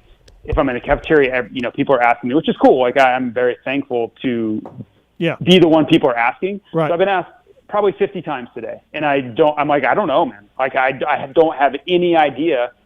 I think maybe Sexton, because he's been so good at this track. Mm-hmm. But how could you ever pick? Like how could you have any real conviction about who's going to win between those two guys going in this weekend? Yeah. I don't think you can. Like they're too good. I'm with you. I flip a coin. It should be great though. Look, if this race was 105 and both titles were wrapped up and this was round 11, I'm not going. But I don't blame you. But it's the last round and I need to watch these titles and I'm going. But we're lucky. Like we're lucky that because everybody would be mailing it in this weekend. Yes, absolutely. It would be one of the all-time, dramaless races, if that's a word. I don't even know if it is. All right, JT, thanks for calling in. Appreciate it. Fly Racing, flyracing.com. And, thanks, buddy. Thanks for calling. Okay, guys. All right, see you. That's Jason Thomas, everybody. Check out Fly Racing from motorsport.com if you can. And, let's go to Brian's on 3. Brian, we had the great Billy Grotto on last week, and you have an update.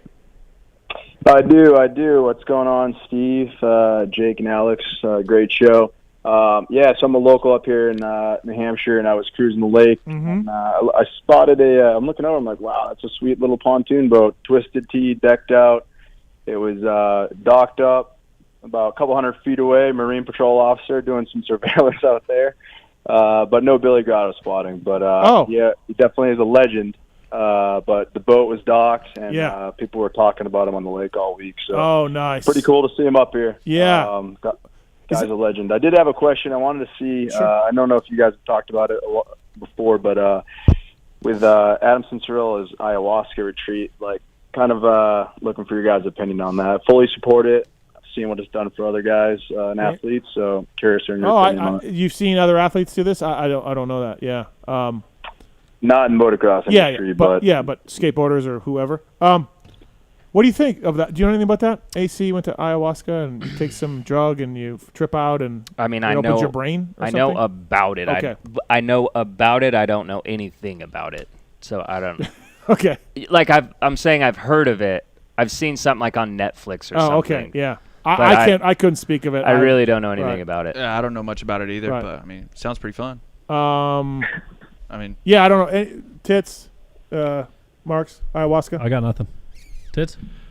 My only experience with that is Robin Quivers from Howard Stern show. So yeah, okay. Yeah, I guess we're all out, man. We got no idea. If it helps them, great, right? I mean, yeah.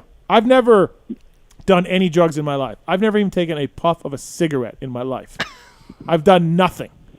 Solid. You know, yeah. Pookie's the one. Pookie's the mushroom taking drug addict. Mushroom Molly taking, weed smoking girl from the past. Okay, yeah. I have nothing, so no expanding my mind, quote unquote. And I will fucking kill you. Any. So I can't speak. Yeah, I have no idea. So yeah. Well, sweet. Hopefully, I'm interested to see what it does for his mental game. But great show. And hope you guys have a good night. Thank you, man. Appreciate it. Thanks. Jake Weimer, Alex Ray. Let's do one thing on that mental side is just like you've said 100 times. Me, Jake, we're all fucking mental cases, right? We're just right. Yeah, it's really tough as a media guy to you watch a rider and you're like, oh, he's on it, he's really good, and then the next weekend, he's not as good, and you're just like, well, why can't you do it again? You're that talented, like you've done it before, like AP, and then like you said, just mental vibes. So it makes reporting on the sport hard because I can look at Tom Brady and be like, dude, he never had an incompletion. He just threw every ball, every receiver caught the ball, right? And you're just like, that's why they won. This team, the Tom Brady had 12 seconds to throw, receivers got open, and they were the better team. I can analyze that. In motocross, I can't analyze why a guy went 3-3 this weekend and then 10-8. Yeah. Like it's tough because you do it once, you should be able to do it again. But so many variables. And I'll say this, like there's so many different thoughts that go through my head on, say, like race day from, dude, if I put the wrong glove on, like I gotta fucking start over. See, I never like I never let myself get there. See, like I'm a bit superstitious, but at the same time it's like, oh, if I don't qualify good, that's gonna give me a bad gate pick, and then I'm like, oh, like it's like a whole thing. And then too, like, AC, he's had a lot of injuries, and whenever you have a lot of injuries like that, you have a lot of downtime. And in our sport, sometimes if you get back on the bike a little bit too soon, we all go stir crazy. We end up making things worse. So that time that we have alone at our home, it's kind of scary. A lot of stuff like goes through our heads, whenever we're there, we're by ourselves. It's like, do you ever think of dying? Like crashing and dying, or in a wheelchair? Like, is that the stuff? I mean, sometimes. I mean, it always goes through your head, right? So especially you, Jesus. Yeah, I know. So honestly, I got to the point. This gentleman's had some. Like, I was always like, at the beginning of my Supercross deal, like whenever I started, making night shows and stuff like that, I was scared to do some of the jumps. And then one day, I just had to tell myself, I was like, "Fuck it, what's the worst that could happen? I die." And then I was like, oh well, like I'm racing Supercross. How bad could it be, right? So I just had to send it. Yeah. No, it's a lot of stuff sitting on the line. But I think I think the main thing is we all, it's like the mental health thing is like a very, very like touch and go, right? So I think, when you have someone who's been hurt a lot, who's had a lot of time at home alone, sometimes that could get in your own head, and I feel like maybe something like this could help. Or some guys, Carmichael had the most hellacious crashes and never got hurt. Like literally just would get up from a massive cartwheel. Other guys, like, would tip over, collarbone, shoulder, whatever. What is involved in that? Why? You know what I mean? You never know. You have no idea. And then you have like a guy like Pastrana who's made of glass almost, right? Like every time you hit the ground, it's like, oh. it makes it tough for a guy like me to analyze the sport. Like I said, because there's so many variables, so many mental health things going on. Yeah. You never know. I think a lot of it can be too. Like I was just thinking, just from my experience, was like I'd show up to certain tracks and always like really do my best to have an open mind. But like for example, if Seattle wasn't really really soft and ruddy, if it was more of a dry and it was kind of rocky and gravelly, I struggled getting off the line there when the dirt was like that. Yep. And so then that's already in my head that once I was out, like I was better when it was softer and super, not because I was super fast, but just because I could do the same thing every lap and I could get off the line. So that's just one example of like showing up there. I'm like, God, I got to get off the gate. Like I got to figure out start. Yeah. Got to figure out how to get off the gate. And and I mean, there's most guys are going to have multiple places like that. Like, oh, I'm liking this one. I like the area. I like the flight, the venue, there's just, you try your best not to be that way. Mine was always Indy, right? Because it's so rutted. I'm like, what jump am I just going to freaking drag my pegs over and take a trip and to you literally Indonesia. did. Oh, no, I did, yeah. Numerous times. Pro filter, there's a better way for riders to avoid cleaning an air filter ever again. Did you know that, Jake? Nobody likes cleaning air filters. No. Nobody. If you haven't heard of Pro Filter, maybe you've been roosted too many times. They've been active in the industry for the last decade. Yeah. And the manufacturer's top quality air and oil filters for dirt bikes, street bikes, side-by-sides, and everything in between. Sold through power sports dealers nationwide. You can pick up a pre-oiled, ready-to-use premium air filter, oil filter for your next service. Pulp 20 at checkout. Thank you to Pro Filter. Maxima USA as well. Pulp 20 to save at MaximaUSA.com. They have the four-stroke oil, of course, that Monster Energy Pro Circuit and Monster Energy Kawasaki use. They got the 927. That's still the number one selling performance two-stroke oil in most markets around the world. FFL is amazing. Foam filter oil. Also the SC1. Love the SC1. I got an SC1 air freshener in my truck right now. Yeah. That's nice. It's great. I like that. Contact cleaner. All the stuff at Maxima is amazing. All the oil is great. Please use the code PULP20 when checking out at MaximaUSA.com. A lot of teams have won a lot of championships with Maxima over the years. So if you use Maxima, you'll probably win a championship. All right, time for the X-Brand goggle tear-offs. I should have used Maxima whenever I went to 10th Air. It was Supercross. It's the X-Brand tear-off segment. 15-second rapid fire. X-Brand goggles. Choice of champions everywhere. A-Ray wore X-Brand at one time. Freddie Norn. I had the best Supercross season of my career right there. Clip that. Thank you. Noted. Pulp Show 20 is code to save with Pulp Show 22. Pulp 22. Pulp. I don't know. EKSbrand.com. Freddie Noren's been using X-Brand and getting top 10. I mean, is there any other better indication of X-Brand? You know who else uses X-Brand, Jake? Chiz. Still crushing it. Podium. Dude. 34 in Supercross, right? He didn't get the podium. He missed it that race. I thought on the lights bike he got on the podium. No, I think he missed it. No, I don't think so. Yeah, Chiz didn't make the Chiz got passed near the end. I think he missed it. That race. I think Chiz got a podium. Give me my phone. No, don't give him his phone. He's been on it all day. No, I have not. Yes, you have been. You idiot. Yes, you have been. Please don't call me an idiot. As soon as it came out of my mouth, I was laughing at myself. I mean, I feel like you don't really. That was pretty brutal. Thank you. Thank you. Yeah, no podium for Chiz. Are you sure? Yeah, I'm just looking at the points right now. 19 points. He got fourth. I thought he got was close. He was third until late in the race. Yeah, somebody got him. Yeah. Really? Forgot who it was. And he was bummed because he only had a podium bonuses, right? Pulp 2022, Dakota Save at xbrand.com. He won a heat race. Yes, he did. Yeah. Yes, he did. He won a heat race. Anyways, Chiz, where's X-Brand? Could never make an X-Brand deal with you. You were too difficult to deal with, but we tried. No, you were too cheap. He never pulled a tear off from me roosting him. I know that. You said, fuck, he was always in front of me. I pulled plenty of them from his rear tire, but fucking Chiz, dude. Yeah. All right. These questions are submitted by Corey Moser. Are you guys familiar with him? Yes. I mean, we got some mutual friends. I don't know if I don't claim him. 30 seconds on the clock. Here we go, Marks. Steve, when you eat corn on the cob, do you start with the tip or the base? Oh boy. I'm gonna go the base.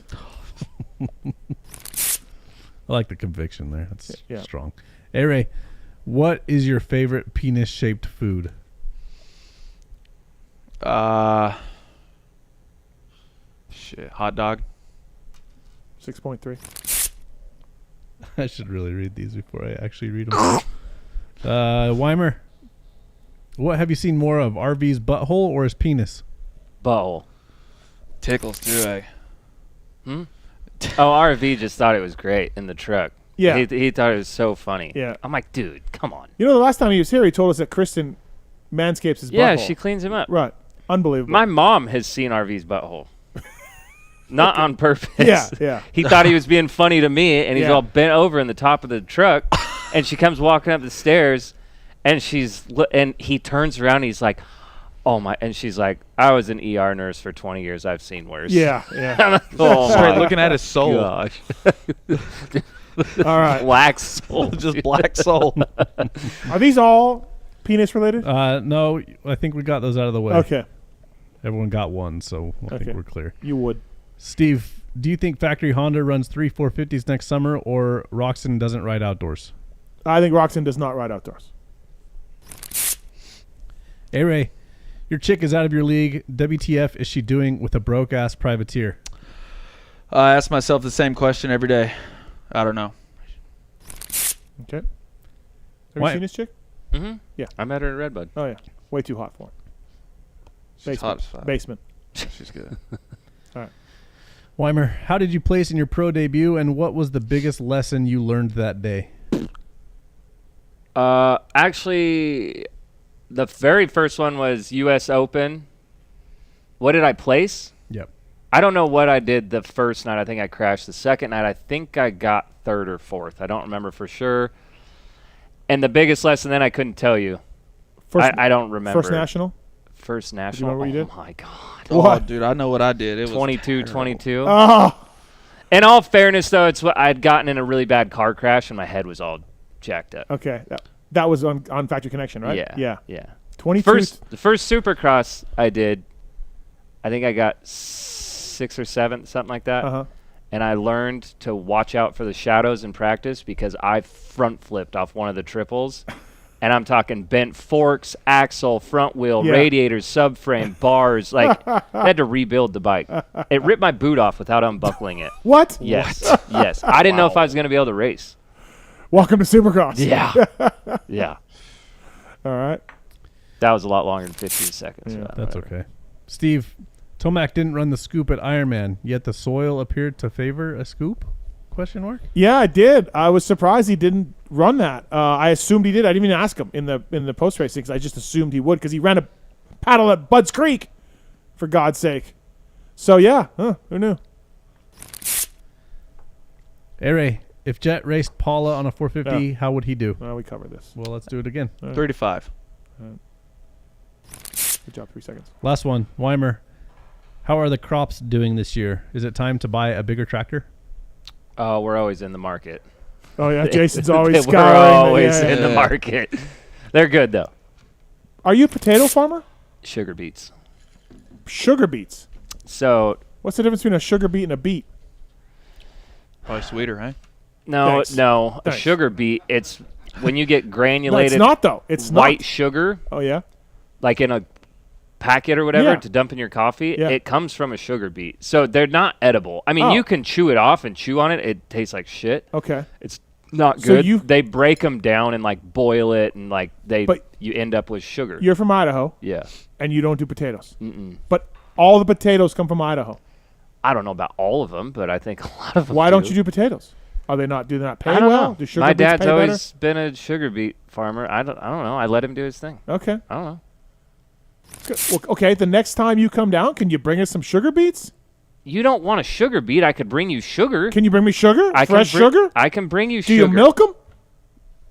No. Okay. Yeah. No. How do you get the sugar out of them? I don't. They have some process. I don't know. They boil them. Can I crush it and just get white sugar out of it? No. Okay. No. All right. No. Huh. Who knew? Yeah. Yeah. All right, that's been the X-Men Gargle Teros. It's been the X-Men Gargle Teros. All right, let's get Jarrett Mees on the show if we can. Talk some flat track and some AFT. These guys are gnarly. Right? Dude, I'm not doing that. Do they do like half mile or what? They do all of it. Yeah, some tracks are half mile. Some do they are do full mile? Yeah. God. Yeah, it's all over the place. How fast are they going? Well, I guess we can ask him. We can ask him. Yeah. We've had him on the show before, and looking forward to having Jarrett Mees back on the show. Coming up here. Mees is Skosh. Skosh.com. Yeah. Pulp 2022 is a code to save with folks at Skosh. Thank you to those guys for coming on board the show. And phone mounts, cables, power sport clamps, mounts, power jumpers, and more. Discount code Pulp 2022 at Skosh, SCOSCHE. Skosh.com to unlock your discounts on accessories for life. Over 40 years in the business. We have a trivia game coming up later. I hope we get enough time. I have trivia questions for both of you, and the winner will get something from Skosh. So I don't know if you guys are ready for this. Oh, yeah. I want one of these. I have one of those up for grabs. Did you have one of those? No. Base mount charging system. Is that what we're up for? Sure. I don't think I got the Skosh boom bottle. Nope, I lost that one. I got the goes in your truck. It's like the battery with the jumper cables. Oh yeah. I think it's pretty dope. Did you win a contest for that? Did you play a game? Yeah, but I don't remember. Was it Cade? No, I haven't been good at these trivia. I probably things. beat RV because he's dumbass and don't know. Right, I don't remember who. We've been friends for 20 years and he doesn't know shit about Right. It was probably something like that. Thanks to the folks at Skosh. We're going to have a game later on for these guys to win. But for now, let's get Jared Mees on the show. He's been on before. He's an AFT flat track guy, and he's got a big race coming up this weekend as well. Jared, what's up, man? Welcome to the show. How are you? I'm doing good, guys. How are you? Thanks for coming on. Appreciate it. So I don't know if you heard our questions before we got you on, but you do miles, and how fast are you going in these miles? Miles, we're averaging top speed's about 128, 140-ish. Average speed's probably around 110. Hey, boy. How gnarly is that? You're just throwing it in sideways. Well, and they got jumps too, don't they? Some of them they do, yeah. Oh, that's sketchy. Yeah, the TTs is one right-hander and usually a jump, but on those we're not really up around 140, but that's pretty easy, just YouTube it. There you go. I like that. Oh, that's funny. This anything on YouTube, right? Yeah, exactly. You got a race in Springfield, the Springfield Mile, Springfield, Illinois, coming up this weekend. You guys will be hauling ass there. SpringfieldMile.com. It's the world's fastest mile and one of the flat track's longest running races. Jared? That's correct. Of close to 40 years now. It's basically like our Daytona 500. It's our crown jewel. Anaheim, maybe like a little bit of that too. Yeah, I guess I don't know what's bigger, Anaheim or everybody I've ever asked, racer wise, what is the one race you want to win, and they all say Daytona. No, I think it's Anaheim. Jake, what do you think? I would prefer Anaheim. Daytona's cool. A big deal for sure. Yes, it really is. But it probably just wasn't ever realistic for me to win it. So I was like, I don't care about. It wasn't realistic for Justin Brayton to win either, though. So he pulled it off. Yeah. When the finals were in Vegas, I always thought that was a big deal. Yeah, that's true too. So Jared, you got a 9-point lead. Yeah, I do. How do we feel about Four this? races to go. Yeah. 4 races to go. So this weekend's a doubleheader, obviously. We get past this weekend. We got 2. They're spread out kind of far. The next one after that's in Wisconsin, and then we finish the season down in Daytona area during Biketoberfest. So hopefully we can hold all. How much do you practice during the week for this? I don't know. Moto guys get out, twice a week or whatever. There's moto tracks all over the place. But what about you guys? Yeah, flat track wise, I don't really actually do a whole lot of flat tracking during the week. I usually moto 1 to 2 days a week, just depending on the schedule. So I just cross train on a moto bike, honestly, and that's my, it's basically my ride. And when I'm down in Florida, I got a little TT track set out in Florida there that I ride a little bit on my Indian, but for the most part, man, it's really tough to practice flat track. It's just the tracks are so big, and right. Unless you have a private guy or a track locally or something that lets you spin some laps, it's pretty tough. Are you good at these miles? Is this one of your specialties, or how do we feel about this? Yeah, I feel like I'm pretty good. He's got a 9-point lead. Yeah. No, but they're different. Tracks are different lengths. Oh, I got you. Some are miles, right, Jared? Take us through the different lengths of tracks. Yeah, so the miles are obviously, 1 mile around. They're the biggest track. They're kind of like the cream of the crop with flat track. Like anybody that ever thinks about flat track, they always think of the Springfield Mile. And then, like, we have the half miles, which makes up the majority of the schedule. We mainly go to a lot of half miles. There's usually one or two TTs tracks on the Yep. See, on the circuit. I'm just waiting for him to say when's the Knobby race, Knobby night. Well, we got one of those races. I don't know, Jared. You got a Knobby night coming up for A-Ray? Yeah. And then the last one is the short track, which is like a 3/8 to a quarter mile-ish size. Pretty small. I mean, it's not tiny, but it's pretty small. So what are you best at out of all those disciplines, all those different lengths? Probably the half miles and the miles. Yeah. The TTs are probably I'm not the worst at them, but they're probably my least forte. They're kind of like a younger kid's deal now, and I'm 36, so I'm kind of like the old guy in the sport, you know. Right. You're the Tomac's 29. So, Yeah. I guess it'd be like the Brayton, right? Right. Springfield, Illinois, September 3rd. Springfield-mile.com for tickets. Should be interesting. The AFT, I've watched some of the races over the years, and, it's scary.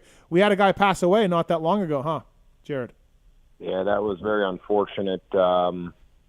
Ryan Barnes, he actually grew up in my hometown, and I was really, really, really actually close with his grandfather, and his father used to race Kevin. So yeah, it was very, very unfortunate. You know, it's man, flat track is. I mean, I know moto is gnarly, but like flat track is just so dangerous with the amount of speed that we're carrying, and you know, our suspensions are like half the travel of a motocross bike, and you know, the bikes are 100 horsepower, 320 pounds. So. Yep.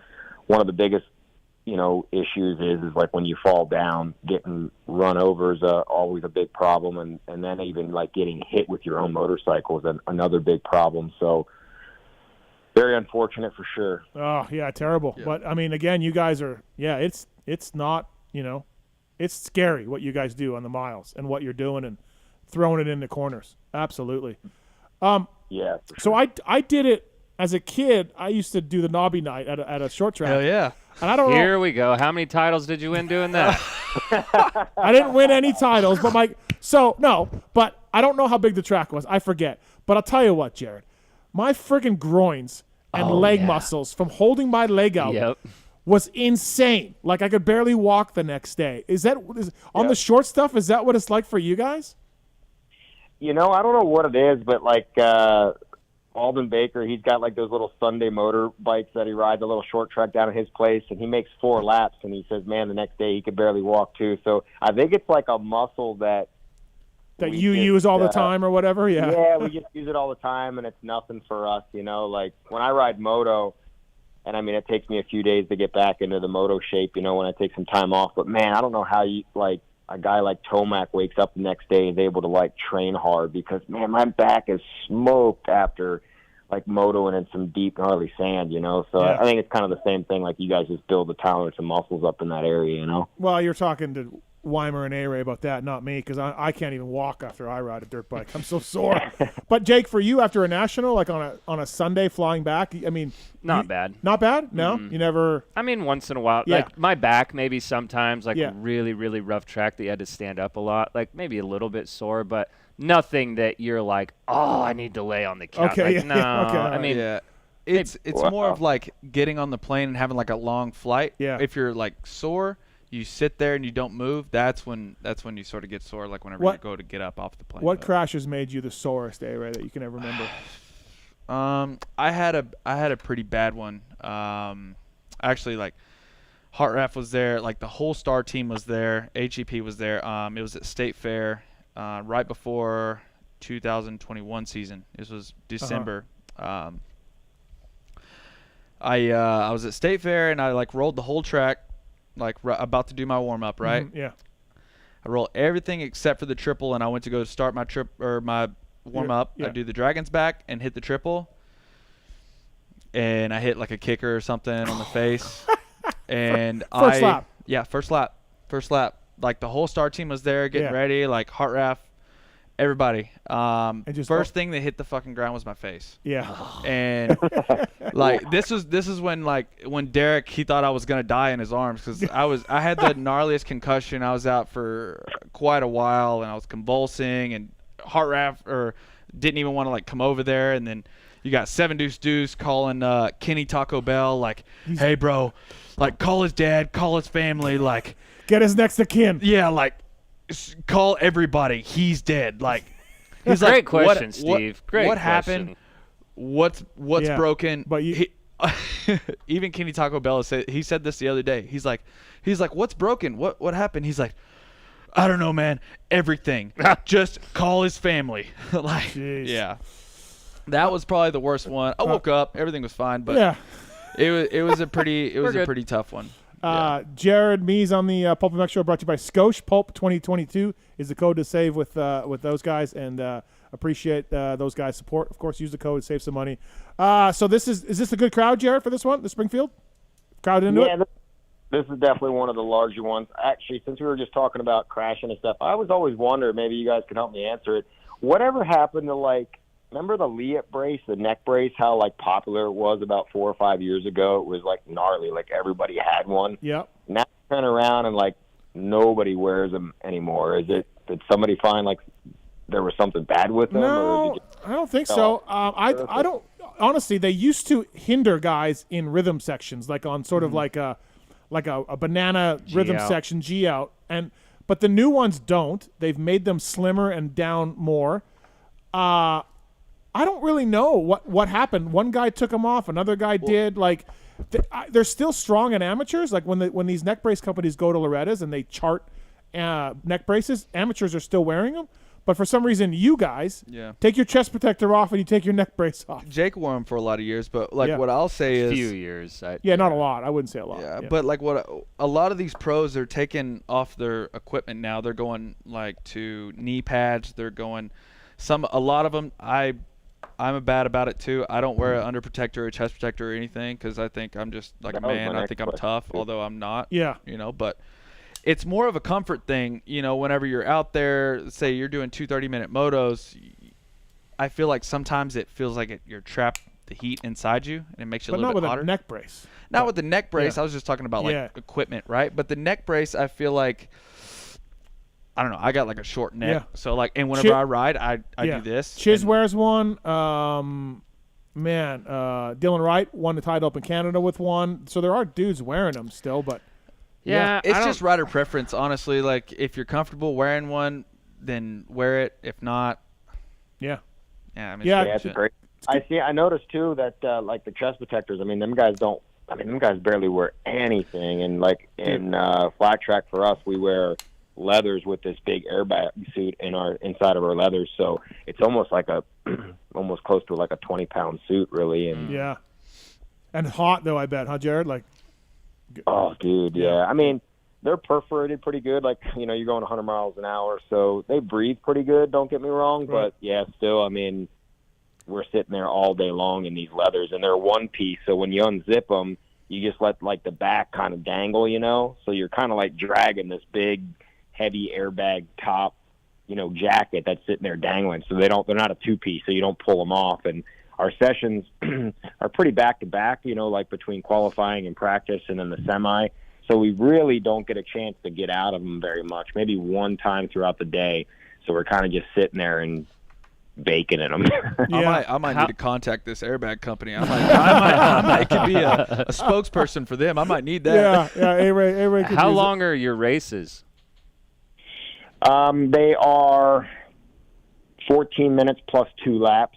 I know it sounds like nothing compared to like moto guys, but it's kind of, it's definitely physical. Don't get me wrong. Like Springfield's more like mindset and like picking your battles, and it's kind of like a chess match. It's not very physical demanding. It's like more mentally challenging. But then we have another race like the Lima half mile, super, super demanding. Like the motorcycle is just sliding out from underneath you, and it's just like you're death gripping the whole time. I can't imagine the arm pump. It just because of the dirt? Is that the difference?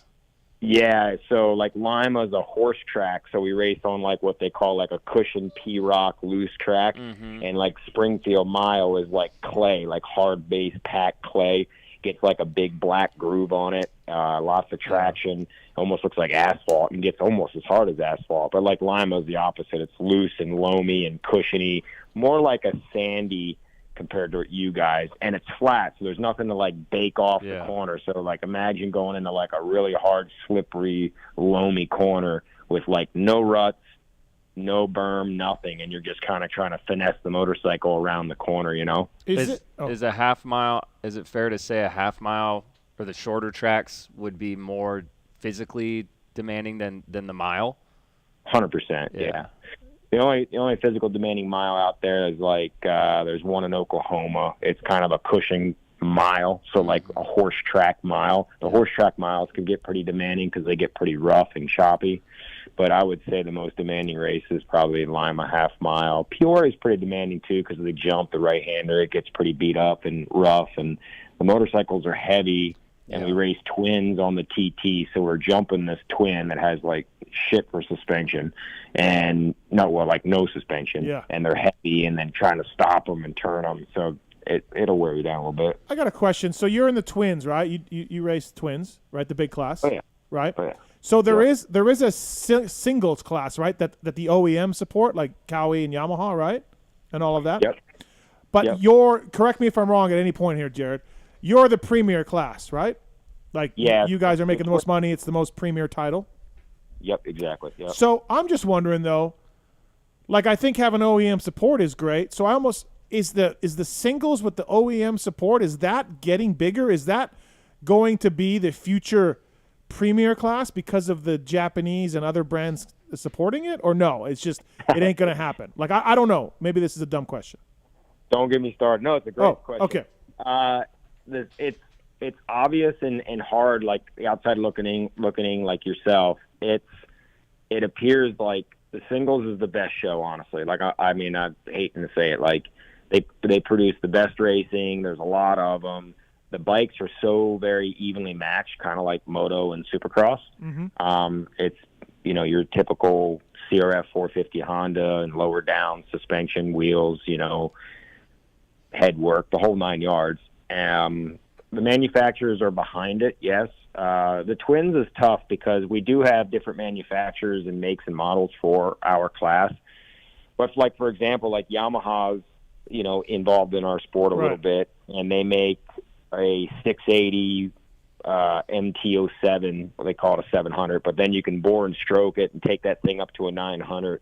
KTM has a motorcycle in the class, and it's already a 900. I race the Indian. It's a 750. Harley makes a bike, and it's just they're kind of like all over the map. Like each manufacturer and brand are like going after a different demographic with their twin on the street, and we're trying to bring them in to flat track and make them all comparable. And it's probably one of the hardest things to do. Where like the singles, it's cut and dry and easy. It's got to be an OEM frame. You can do whatever you want. The suspension, you got to have 19-inch wheels. We got to pass sound, and basically just where your class is wide open, and you can put 750s, 900s, whatever you want, and then so that seems tough to compete with. It's a little bit more complicated than that. Like for example, like the Indian, because it's a race designed engine, they applied like restrictors in our motorcycle, so we've got to run a restricted 750 against an unrestricted 900, which you're going to be like, what in the hell does that mean? Like, it doesn't make any sense, and it really doesn't. So, but does it favor Blue Crew? Because if so, I'm all about it, Jared. Oh yeah, it favors everyone. Oh, good rule, good rule. Keep it up. Good rule. Good rule. Love to see it. Blue Crew, love to see it. Give us 900 cc's. That's what I'm saying. Hey, I guess that's what it takes to beat the old little restricted Indian. Here we go. Yeah. Hey, so in our sport, you can't throw a dead cat. You can't swing a dead cat in our pits without hitting some old retired, washed-up pro like Weimer here, or Ricky, or Tedesco's around. Like a lot of, and I'm joking, obviously, but a lot of great old pros are around our sport in various capacities, right? Announcers, coaches, trainers, all of that. Is it the same for you guys? Like, is Springsteen around and all these greats, like all these flat track greats from over the years? Are these dudes still involved? No, I mean Springer still comes to some races. He was actually at Sacramento, which was the last race we ran at. So was Parker. they come to a few races more or less to spectate and hang out. Oh, okay. They're not really involved at like a team level or like a team owner level or anything. My buddy Brian Smith, who retired last year, he actually works for the series right now.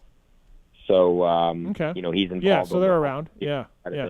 So and Kenny Coolbeth, he's a mechanic for a team. They kind of are involved right after they retire, but Springer's been retired for 10 years now. I went to Daytona Flat Track 04, 05, and Springer was there, still riding, and he was smoking a cig. And I'm holy shit, like there's the legend. The guy was on, I think the guy was on in Any Sunday, you know? Yeah. And he's smoking a cig, and I'm just like, wow, legend. Ain't nothing like smoking a dart and hitting a quarter mile. Gotta open up them lungs, baby. Yeah, it was awesome. Jared Mees on the PulpMX show, brought to you by Scotia. Please check it out. Pulp 2022 is the code to save with Scotia. And again, Springfield Mile, super old race, super packed race full of fans coming up this weekend. And it's a doubleheader, springfield-mile.com. Check it out. Illinois people. Mees said it's a good crowd, so I'll trust you on that. I rode a flat track bike not that long ago. Oh, yeah? Yeah. So my granddad, he used to race flat Did you track. Crash? No, almost. Okay, good. Almost. Good. Valid question. So, this is what I'm getting to. I did almost crash, and it was in my yard in Tennessee. So my granddad, he used to race flat track, so he had this old BSA. I don't know what it is. It's just BSA he raced flat track on, right? And the shift lever, let's see, is on the right side, and the rear brake is on the left side. Okay. So I thought I got a wild hair going up the driveway, gave it a bunch of gas, and then I went for the rear brake, and I was on the shift lever. But the shifter on the thing, like if you press down on the if you press down on it, it freaking So I shifted up but down, and I fucking took off. Dude, I almost took off into the pond, man. Like freaking. It was crazy, yeah. Mees, don't get A-Ray out at one of your Springfield miles. Get all sketchy in the front yard. Sounds like I need to. It'd be good a show. Hey, I'm available. Hey, give me a little show up money. I'll put on a show. Me and Kenny Taco Bella show up, dude. So are we? How do we feel? Briar Bauman is second. How do we feel about this, Jared? 9 points. We got him covered. Don't let him get in your head, dude. Yeah. Yeah. No, I'm good. I'm good. I like the confidence. Okay, but I just want to point out, Jared, I know you're on the show, and I don't want to talk shit on you, but you haven't won in 7 races. Golly, who the hell is texting you these stats? Nobody. I'm looking at AFT.com. I'm looking at the point standings in front of me, and you haven't won in 7 weeks, so I'm just pointing it out. Are we going to break the streak at Springfield? We're getting back on top? Dude, I need to. I know. Yes. Springfield's my race. I won that race the last 5 times out of 7 races. So it's all mental. It's all mental. Okay. It's all mental. Well, listen, man. Yeah, we just got to get some wins. Hey, man. We got to get some wins. Just don't get too cocky. Yeah, I thought you were on the blue crew, dude. Hey, I got too cocky at a European Supercross one time in Finland. Right. I went out a little bit after I had a good night. Still had a race the next day. Had maybe a little bit too much fun. Came out swinging. Was smoking Cade, and then my bike ended up in the stands. Yeah. So don't get too cocky. Right. No. Jared, how much longer you want to do this? What's your contract up? Like, you want to keep going? You're like you said, you're 36, getting up there. What are you thinking? Yeah, my contract's up with Indian at the end of this year, and they're actually, unfortunately, they're kind of leaving the sport. Perfect. You can get one of them Yamaha 900s. Yeah, get a Yamaha Blue Crew. This guy's got jokes tonight. Oh yeah.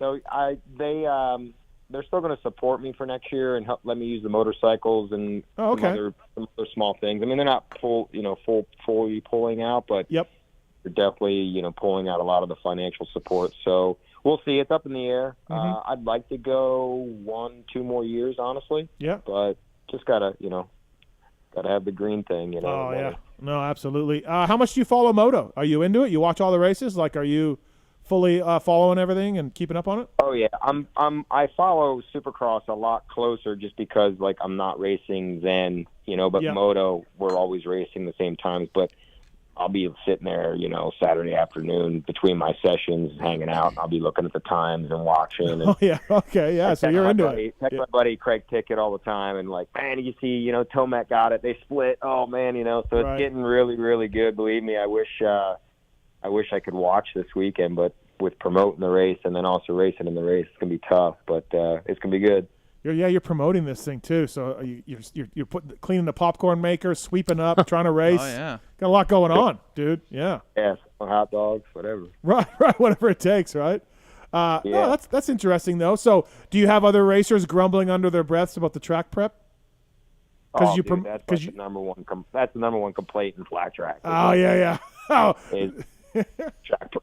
I mean, it's like it's crazy. Does the motocross guys complain about track prep? Oh, they complain about everything, dude. Don't worry. Yeah, they complain about everything. Too wet, too dry, too one line. There's too many lines. Yeah. If you talk to the winner, he's always happy, but everyone else is complaining. So yeah. Yeah, that's the same in our sport, dude. Same exact same. Racers, dude. Hey man, thanks for the time tonight, Jared. Appreciate it. Good luck this weekend, Springfield Mile. Please check it out. Get some tickets if you're in the Illinois area. Like Jared said, it's one of the granddaddies of the crown jewel of the AFT series. The best one. Let's bring this thing home. Yeah, let's bring it home. Let's get some wins. Appreciate it. Appreciate all the time, guys. Before who you guys got for the championship? Well, we can't. We're waiting till later in the show. I can't reveal it right now. But so I gotta listen. But is the series much better off without Weigandt? I got a feeling like it probably is. Just feeling Yeah, I mean, I love the Burst's bubble, but honestly, that guy's one of the best. You got to give him to him. Come on. He really is. He really is. He's one of the best. Last question. Do you get an unlimited supply of Mission tortilla chips? I do. You guys want some? Because Mission's a title sponsor for the AFT. So good. Really? Yeah. Yeah. I could use some Mission tortillas for sure. Dude, I'll sell them to you really cheap. Jeez. Do you really get Mission tortillas? Of course. Because Weege said he got like one bag. He was very angry with his amount of Mission tortillas he got. So who was? Weege. Oh really? Yeah. He was thinking he was going to get a lot and go on eBay and sell them. So, All right, I'll get you some coming. Thanks, man. I appreciate it. Thanks for coming on. Thanks for calling. Good luck the rest of the series. Good luck at Springfield and all of that, man. Thank you. All right, thanks, guys. I really appreciate it. No problem. Thanks, man. See you, Jared. That's Jared Mees. Everybody brought to you by the folks at Scotia. Yeah, I can't imagine just backing a 900 into a corner. You know what I mean? Like, they don't have a front brake on there. I don't think. No, they don't. They just fist it. Can we just talk about though? They give her gas to get her slowed down. Yeah. Can we just talk about how Yamaha's 900s and he's got an Indian with 750 and it's restricted? I'm very confused. Hey man, I don't know, man. That sounds like was that bad that I said you haven't won in 7 races and he? He seemed like a chill guy. Okay. You got to be real with it. All right. Yeah. I think you're right. Racetech Rant of the Night. Racetech.com. Pulp22 is the code to save with Racetech. Racetech Seminars. Suspension Seminar, November 5th to 11th in Corona, California. Over halfway sold out already. Engines, November 12th to 13th for mid to advanced engine builders. For more info on the seminars, Racetech.com. Pulp22 is the code to save with Racetech. Racetech Rant of the Night. A-Ray, what's your rant? I'm just gonna step back, bite my tongue. We're good. I don't have a rant. I thought you were. No, I'm good. I'm good. Okay. Wow, that ruins the pre-show prep we did. Jake Weimer, Racetech Rant of the Night. What's been grabbing your gears lately? We already talked about this. I'm in a pretty calm place. I don't really. All right. And no, are you angry about sugar beets or anything? Or? No. No. Price of sugar beets? Could we come back to this if something pops in my head? Yeah, absolutely. Yeah, okay. It's a Racetech Rant. It's up to you. My Racetech Rant of the night. I'm a little bit pissed that you make me sit in the back of the damn airplane every time I come here. 22F for me. No, I was 28 and 32 or something. Don't you have status with Delta to get a better seat? Yeah, but I don't even know how you book these things because it's not even an option for me. It's called Delta.com. It wouldn't even give me a seat number until I got. How'd that work? But you have status, so I don't know. Okay. I was confused too. Tight ass. Racetech Rant of the Night. Jake Weimer calling me a tight ass. That's my Racetech Rant of the Night. No, my Racetech Rant of the Night is this guy, this PulpMX fantasy guy. Marks, I don't know if you want to give out his name or not, but so Oh, so now it's all on me. Everybody's gonna point fingers at me. No. Oh, okay. It's got nothing to do with you. Okay. All right. Cool. No. So what are we talking about? Dan Truman is helping out Cullen Park. Cullen Park's had a lot of bike problems lately, right? Oh boy. And he can't seem to finish a race. Cullen Park can't. So, he's been having problems. Dan's been helping him.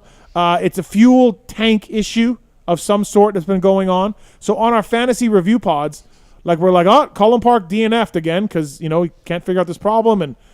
And obviously he's a great rider and he's going to do well. So this weekend, they have an issue.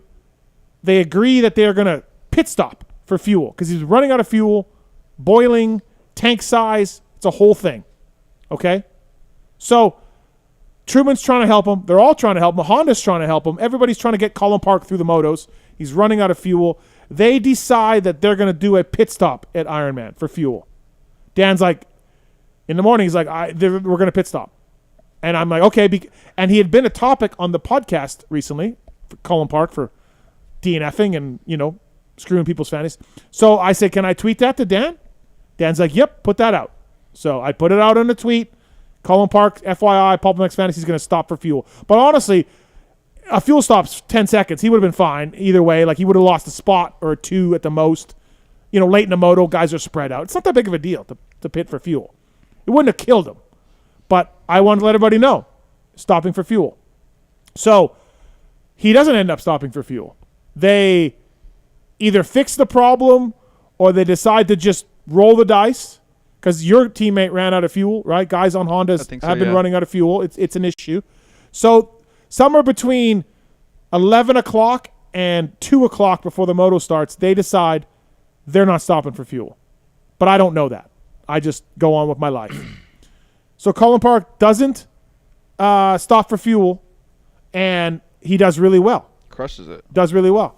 This guy is up our ass about my tweet.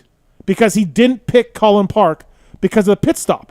And then Cullen Park maxed out at 100 points on PulpMX Fantasy. He did, right? 100? Yeah, 100 points. Yep. I had him, but he was the only good one. So this guy is like, bullshit move, Mathis. I swerved the guy due to the fuel pit stop tweet. Okay. I'm trying to give you the best information I have. I didn't make that up. Things change. I could tweet Alex Ray is in for tonight after that hellacious practice crash. And then your shoulder could swell up and you're not racing the night show. But at the time, when I texted you, you were like, I'm in. So I'm reporting on what I know when I know to affect the game. This jerk-off won't stop being angry. He's posted in PulpMX Fantasy thing. He's posted in emails. What social? I don't know. I didn't see social, but yeah, on the chat on the site. This guy's so fucking mad. But it's like, bro, even if he pits for fuel, he's missing a spot or two. It's not the end. It's not a fucking Daytona pit stop where he's changing wheels, changing plastic, and it's a minute long. It's literally pit stop, throwing a Gatorade bottle of fuel, go. So even if he pit stop, he's missing one or two spots off of what he did at Ironman. But this guy doesn't pick him because of my tweet, which was truthful and to the best of my knowledge at the time. And this guy is so angry. Do you feel like you did anything wrong? No. Then leave it alone. Why is this guy so angry? Why? Call him. I don't know.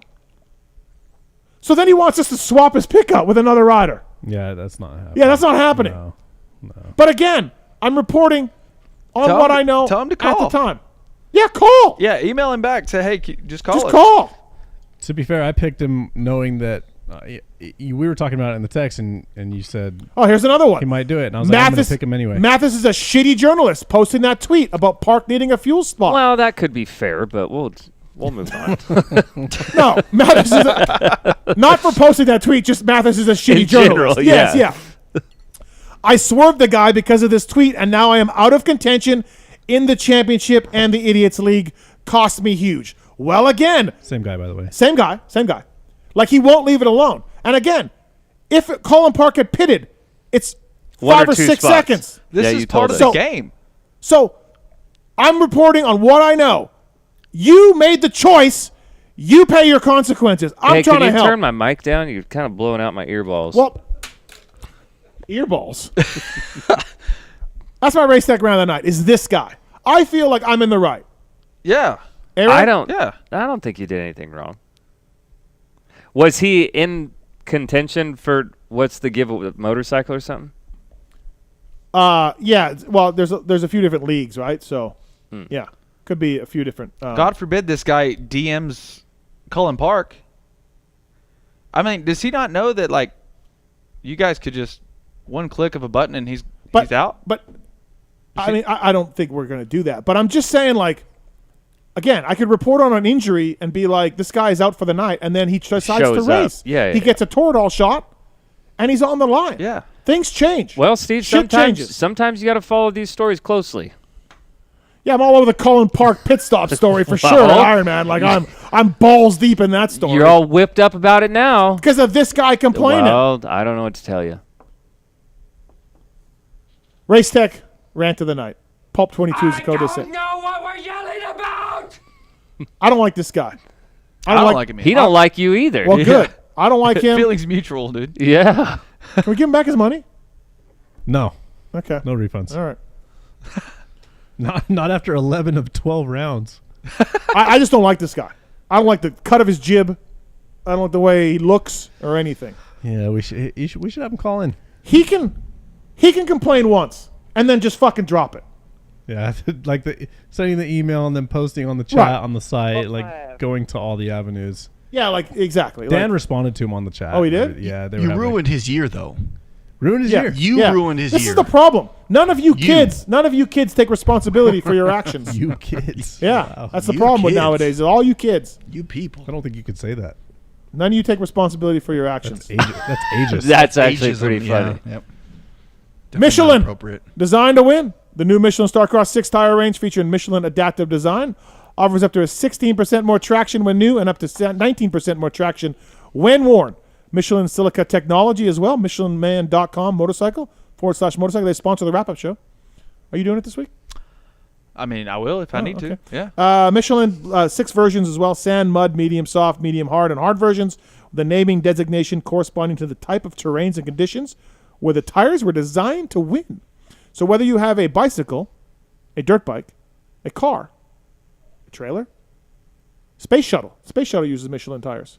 Really? Yeah.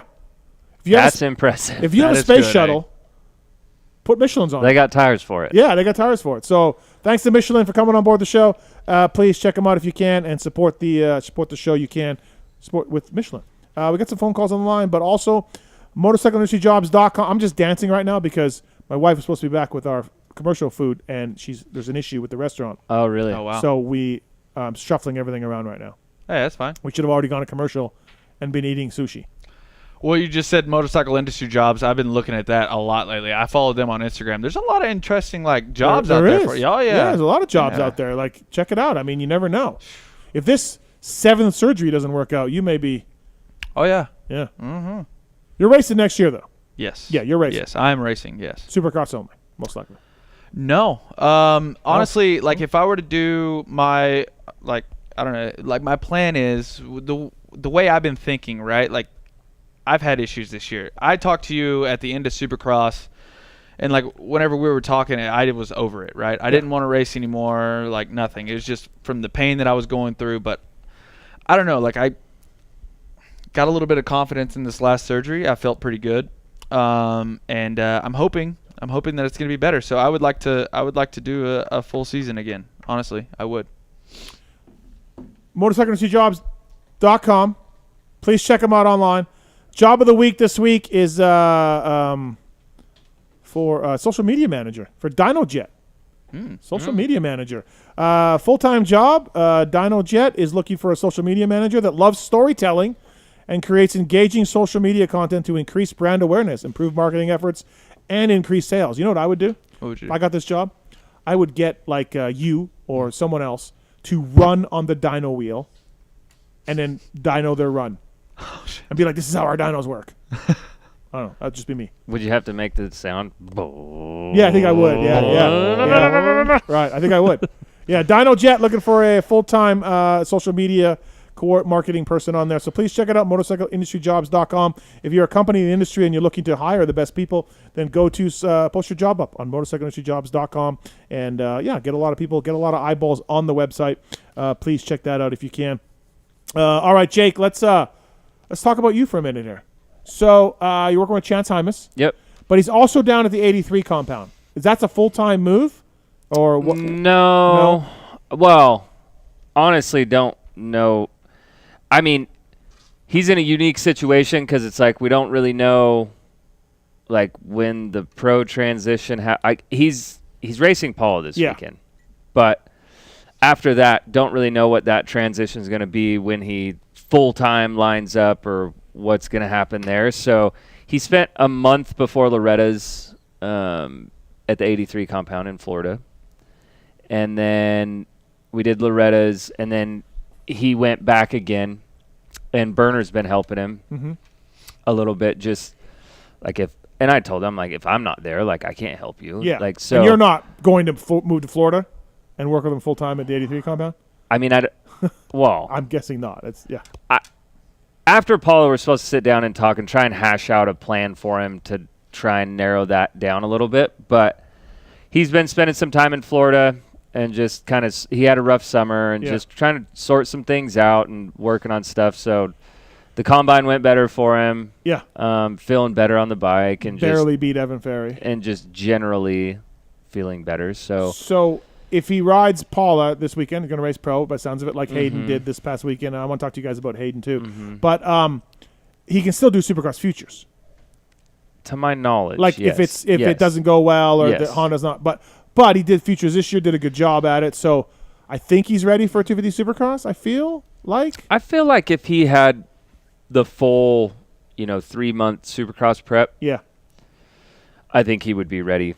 Right. That's not entirely up to him or there's circumstances. So, but I feel like if he had 3 months, like I feel like he'd be ready. So what happened at Loretta's? Obviously one of the favorites going in, and didn't go that well. No. What happened? It happened honestly much before that. Like, he's healthy, he's not hurt, he's not sick, he's fine. But it's funny. Weege was saying that he keeps waiting for a chance to be like, "Oh, I was sick." No, he said he's been making no excuses. No, he's fine. Yep. I mean, honestly, I feel like it kind of started clear back at Spring Nationals. He did win a couple titles, but it kind of just felt like salvage mode. And then got through that, and then goes home. You're riding by yourself. Oh, everything's good. Went to Mammoth. Was just messing around with bike setup and just trying to get more comfortable. So Mammoth wasn't great. Then we went to Redbud, and it was the same thing for the combine. Messing with the bike, and he just wasn't super comfortable. And then I think at that point, then getting ready for Loretta's, he went to Florida and kind of felt like, okay, I'm good, I'm fine. And then it was just more of the same. Like, he rode his bike 8 times, and we did something. Well, I didn't do anything, but something every time just to try. And he was just. But at that point, I just felt like he had a rough summer, and it was the results weren't. And you'd seen it coming a little bit, he wasn't just clicking off wins like everybody kind of thought that he was going to, and I just think it was, just mentally that's a big toll there, and just playing with his bike and trying to, just searching at that point. Like, what's going on? Something's off. So, it was just. At that point, as a trainer, you're more coach than trainer, I guess, right? You can't, things are going sideways on Tuesday. You're done, right? You can't recover. You're just like, oh boy. You just do the best you can at that point. I mean, once in a while, maybe you hit the nail on the head, and you get a whole shot, and things work out, and it can pull you right back up like that. Mm-hmm. But generally, I mean, if you're kind of having a tough time, it's the same thing. Like, if you start a Supercross season, 17 rounds, and the first 4 go bad, it's really hard to get that ship turned around. So I thought. Because originally after Loretta's, he was going to do the last 4. And so I was glad that the decision was made to not do that. Were you involved in that? I was in the conversations, yes. So just kind of let him hit the reset. He went home and did an off-road race and just kind of just try and get him back, like just let his brain rest, really. Yeah. And so even while all this was going on, I was never worried like, oh, my God, I don't know if the kid's going to be able to do this. Or No. Yeah. I'm not worried about the future. I mean, he's got a job. He's got a damn good job. He'll be fine. It's just as racers, we're, you know. You learn a lot about a racer. Look, Chance Hymas' stock has just been going up for the last year and a half. Yeah. I mean, just out of nowhere, all of this Honda ride. Yeah. Just can't be stopped, right? Futures. And you learn a lot about a guy when it goes south and doesn't work that well, and you got to fight through adversity. So how was he? Very good. Like and I'm not just saying that because I help him or know the kid. Like I like the family, the kid. Like it's really enjoyable for me. Mm-hmm. And I'm not just saying like it's actually pretty impressive to me because that's a really hard thing to do. Yeah. He's really good about. I mean, as soon as the helmet comes off, like he's frustrated and he's upset, but he's really good about 30, 45 minutes an hour. Yep. And okay, we're going to dinner. Yep. Let's figure out let's tomorrow. Drop it like he's actually really good about that. Yeah, like I said, you learn a lot about people when there's stress applied to them. Yep. So with him racing Paula this weekend, what bike will he be riding? Will he be riding his amateur bike with his amateur suspension, or will he be going to the race bike with, say, Showa stuff that they run? I believe it's supposed to be 100%. I just talked to him the other day. I guess I didn't ask that specifically, but I know he'll have. From what I understand, I guess that would have been a good question for me to ask, but I believe that he will be on a full 250. Full bike, yeah. Because it's quite a bit different, right? Like, so you have like Hunter and Jet. Yes, he's on factory Honda, but he has factory connection suspension versus the in-house Showa stuff. Yeah. So right, and like everything really. Everything. So this weekend, Hayden was 11th until he went spectacularly crashed. Mm-hmm. It looked like he was handling 11th, no problem. Good window for him. Times were good. Do you figure Chance will be 11 to 20, 11 to 15? Is that what you'd be happy with? Well, or better, obviously? I would like him to be better than that. I mean, 11th around, like, if we're in 20, like, no, like, or even 15, like, I expect more from him than that. Right. We're not hoping a Jake Weimer. 22. 22. We're not looking for that. That's not. I just know, I mean, I'm close to him. I've been around him a lot the last couple of years. I know what he's capable of. Mm-hmm. I don't know what he'll do at Paula. I know what he's capable of. I've seen him ride a lot. Definitely, I would be stoked. Like, I would like to see him, a lot better than 15. Do I think he's going to go win? No. Right. That's not what I'm saying. But he's capable of doing well. What'd you make of Deegan's performance? Obviously, no points in DNF 22 or whatever. But what'd you make of that until, I think he was fine. Like, honestly, I didn't get shocked either way. Like, the no points, whatever. Like, I don't even care about that. But I don't think it's a terrible idea to just get him in there and just, hey, this is what it is. Kind of open up take the blinders off a little bit because it is another level. The kid's good. He's fast. I mean, I saw that at Loretta's Spring Nationals. Like, obviously results-wise, he's better than that, which, he crashed, whatever. But, no, I think he's fine. I think he's good. I think he will be good. All right. Sounds good. Hey, I want to thank Tyler, Tony Moore, Muppet, Feedub. They all donate on the YouTube chat. I didn't know you could do this, but you could just donate. So if they like A-Ray and Jake Weimer, they can give us money. So thanks to those people for doing that. Appreciate it. All right, let's go to commercial break here on the show. Dean Wilson's coming up.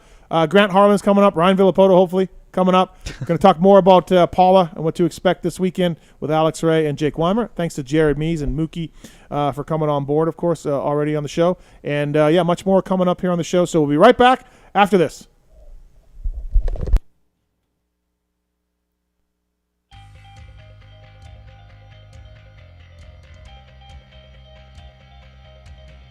At motorsport.com, our ride started in 1999 with a commitment to making your next ride your best ride. We take pride in having a huge selection of gear, accessories, and OEM parts for moto, street, off-road, ATV, and UTV. Riding is what connects us and makes us a family. From the track to the trail, tarmac to open roads, we're all connected because we ride. And that's what motorsport.com is all about. We've got your back. Our unrivaled and dedicated team of gearheads are willing to go that extra mile. No gimmicks, just high quality parts, the best customer service in the industry, and free shipping on all orders over $79. Our passion at motorsport.com is to ensure your next ride is your best ride. This is our invitation to you, from riders for riders. Visit us at motorsport.com.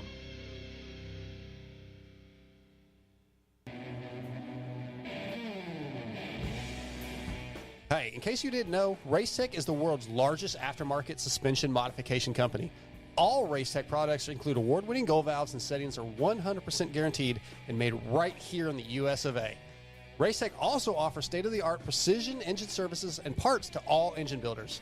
The staff has over 65 years of championship-winning experience. It's so good that many of the top privateer teams such as SGB Honda, Team Solitaire Nuclear Blast Yamaha, and Motul AJE Gas, as well as Jerry Robin, Kevin Moran's, and many more, choose Racetech for their superior performance, reliability, and their customer service. Hey guys, what's up? My name's Kate Clayson, and I choose Racetech because I love their desire to strive for perfection. I think we all know that perfection isn't possible, but getting to perfection is always the goal, and I think that is something that both myself and Racetech have always worked towards, and I think they can help you get there too.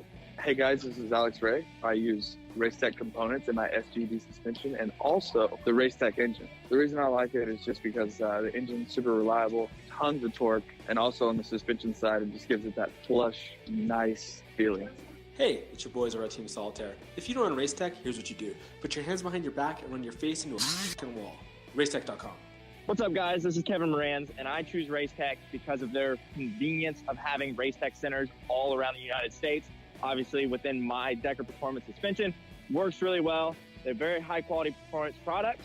Definitely check them out. Hey, guys, this is Jerry Robin, and I choose Racetech because the reliable motors, good power, good suspension, and obviously it's great people around, and I've been there for a long time, and they're awesome. Visit Racetech.com and use code PULP22 to save.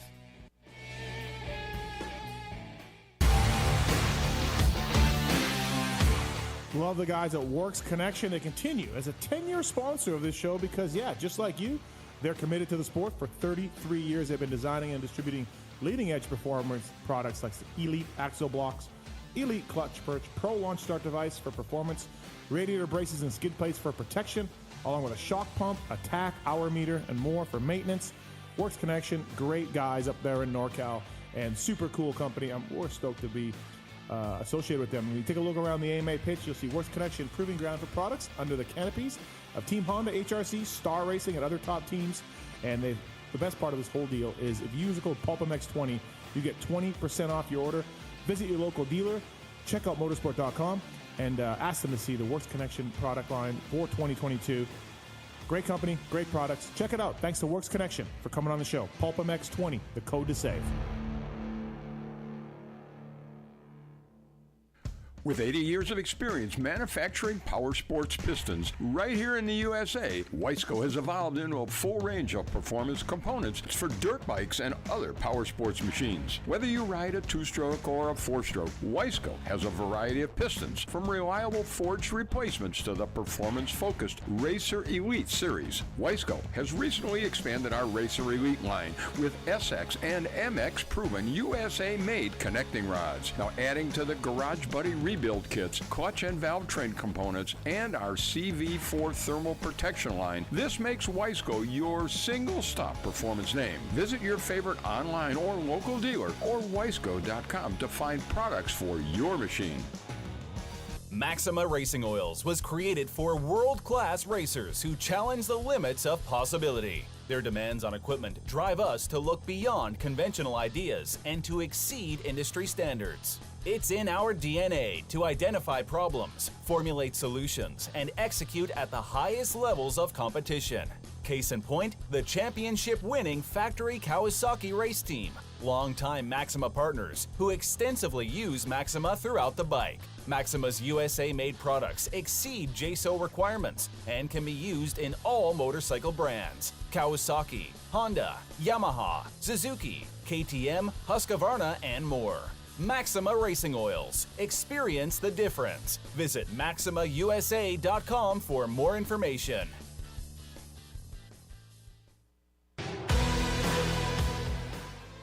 In 1990, my dad, Jamie Gregg, started Guts Racing. Guts stands for Gregg's Ultra Trick Seats, because I was just a little kid that wanted a trick seat. And if you're out there looking for a trick seat, go to gutsracing.com, your local dealer, or Motosport, and place your order. Support the people that support PulpMX. You can use Pulp 2022 for 20% off at gutsracing.com.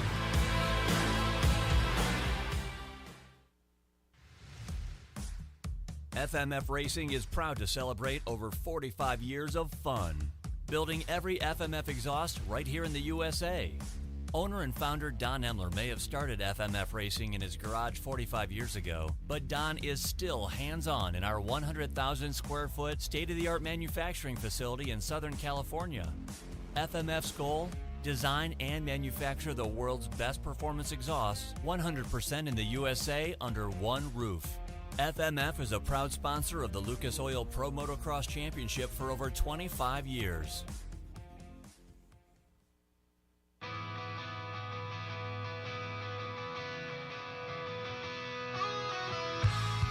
Hi, it's Tomax superfan Dylan here. The only thing I love more than seeing Eli win... Whoa, wait, Dylan. Sorry to cut you off like Steve does his callers and guests, but a lot has changed. Similar to your favorite rider being on a new team, the new Michelin Starcross 6 tire range provides significantly improved performance and durability. Designed to win, the new Michelin Starcross 6 tire range offers up to 16% more traction when new and up to 19% more traction when worn in comparison to the previous generation.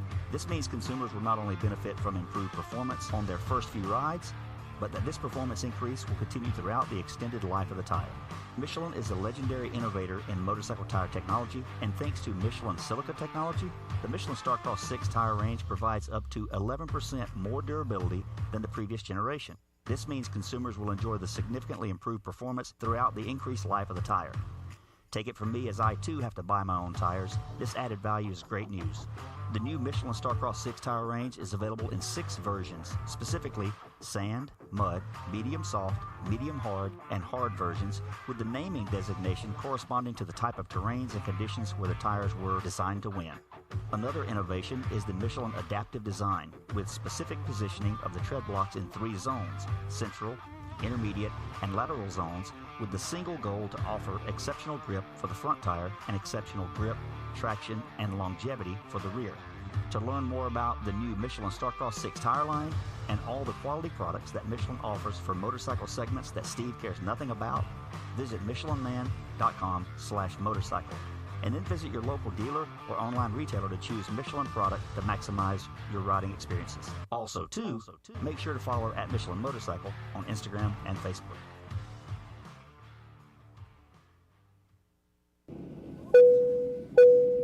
Attention riders! Welcome aboard the all-new Atlas Vision. We hope you enjoy the added mobility, quicker flight time, and additional views. Please follow along as we outline the safety features of this revolutionary device. The first thing you will notice is the added headroom. The fore and aft positions no longer come with annoying restrictions, so feel free to move about the cabin. Quicker flight times can be achieved by unmatched comforts and unencumbered movements. Yes, we're built for speed and comfort. And now available to all customers is a 360 panoramic view. Go ahead and look around the cabin. These new angles are available at no additional charge. Located on the underside of the frame is the gold standard of impact absorption, D3O. In the event we accidentally take a trip to Indonesia, we suggest that you remain with your neck in the underextended position and allow this proven material to do its job by reducing the forces over 50% better than ever before. Although the Atlas Vision will not be noticeable, it will be there when you need it. If you are riding with a child or someone who requires assistance, secure your vision first, and then assist the other person with a Prodigy, Tyke, or Brole. We ask that you keep your brace on until your moto is finished. We remind you that Atlas makes flexible neck protection. Tampering with, disabling, or destroying the product is prohibited by the limited lifetime warranty. You will find this and all other safety information in the user manual located online at atlasbrace.com. At this time, we ask that you remain standing with throttles in the wide open position with your elbows up and hips fully unlocked, whatever that means. On behalf of the captain and entire crew, thank you for flying Atlas Vision. Enjoy the views. For over 30 years, DecalWorks has led the industry in quality and customer service by offering the best custom motocross graphics, plastics, seat covers, and rider ID products. DecalWorks is officially licensed with Honda, Kawasaki, Yamaha, Suzuki, KTM, Husqvarna, and Gas. Their expert staff will go above and beyond to make sure your questions are answered. DecalWorks is a proud sponsor of Red Bull KTM Factory Racing and the Rockstar Energy Husqvarna Factory Off-Road Team. Visit decalmx.com and be sure to use promo code PulpMX at checkout. Quality, service, and knowledge is what makes DecalWorks stand out. DecalWorks, #1 for many reasons.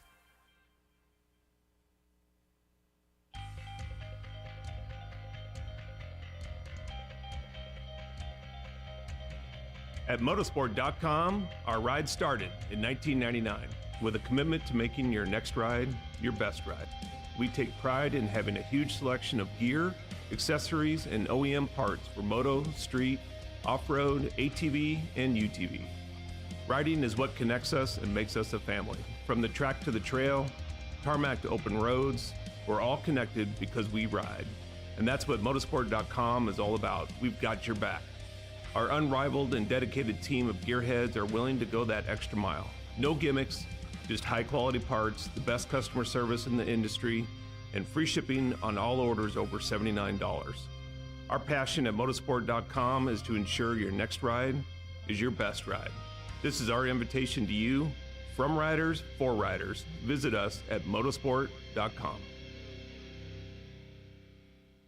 Maxima Racing Oils was created for world-class racers who challenge the limits of possibility. Their demands on equipment drive us to look beyond conventional ideas and to exceed industry standards. It's in our DNA to identify problems, formulate solutions, and execute at the highest levels of competition. Case in point, the championship-winning factory Kawasaki race team, longtime Maxima partners who extensively use Maxima throughout the bike. Maxima's USA-made products exceed JSO requirements and can be used in all motorcycle brands: Kawasaki, Honda, Yamaha, Suzuki, KTM, Husqvarna, and more. Maxima Racing Oils. Experience the difference. Visit MaximaUSA.com for more information.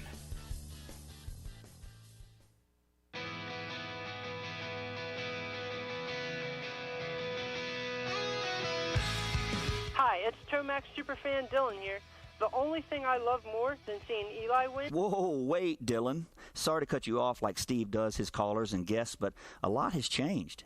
Similar to your favorite rider being on a new team, the new Michelin Starcross 6 tire range provides significantly improved performance and durability. Designed to win.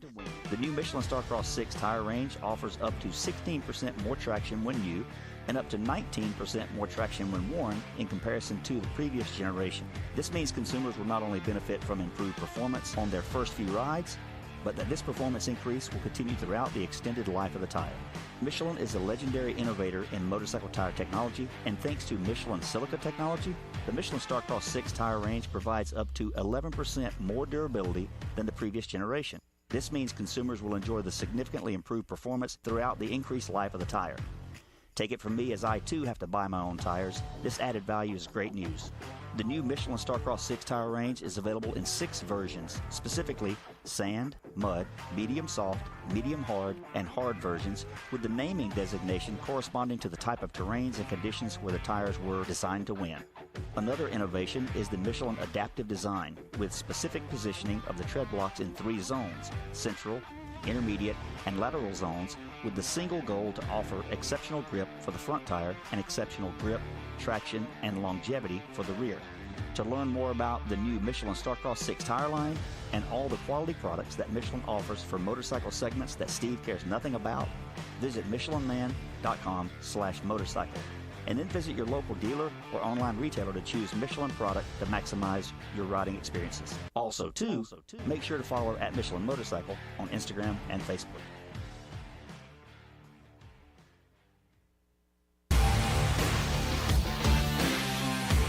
Love the guys at Works Connection. They continue as a 10-year sponsor of this show because, just like you, they're committed to the sport. For 33 years, they've been designing and distributing leading-edge performance products like Elite Axle Blocks, Elite Clutch Perch, Pro Launch Start Device for performance, radiator braces and skid plates for protection, along with a shock pump, a tack, hour meter, and more for maintenance.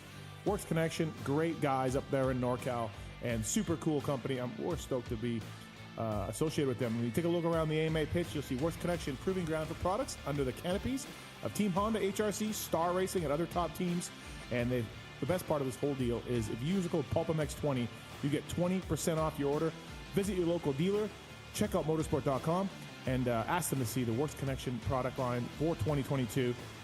Great company, great products. Check it out. Thanks to Works Connection for coming on the show. PulpMX20, the code to save.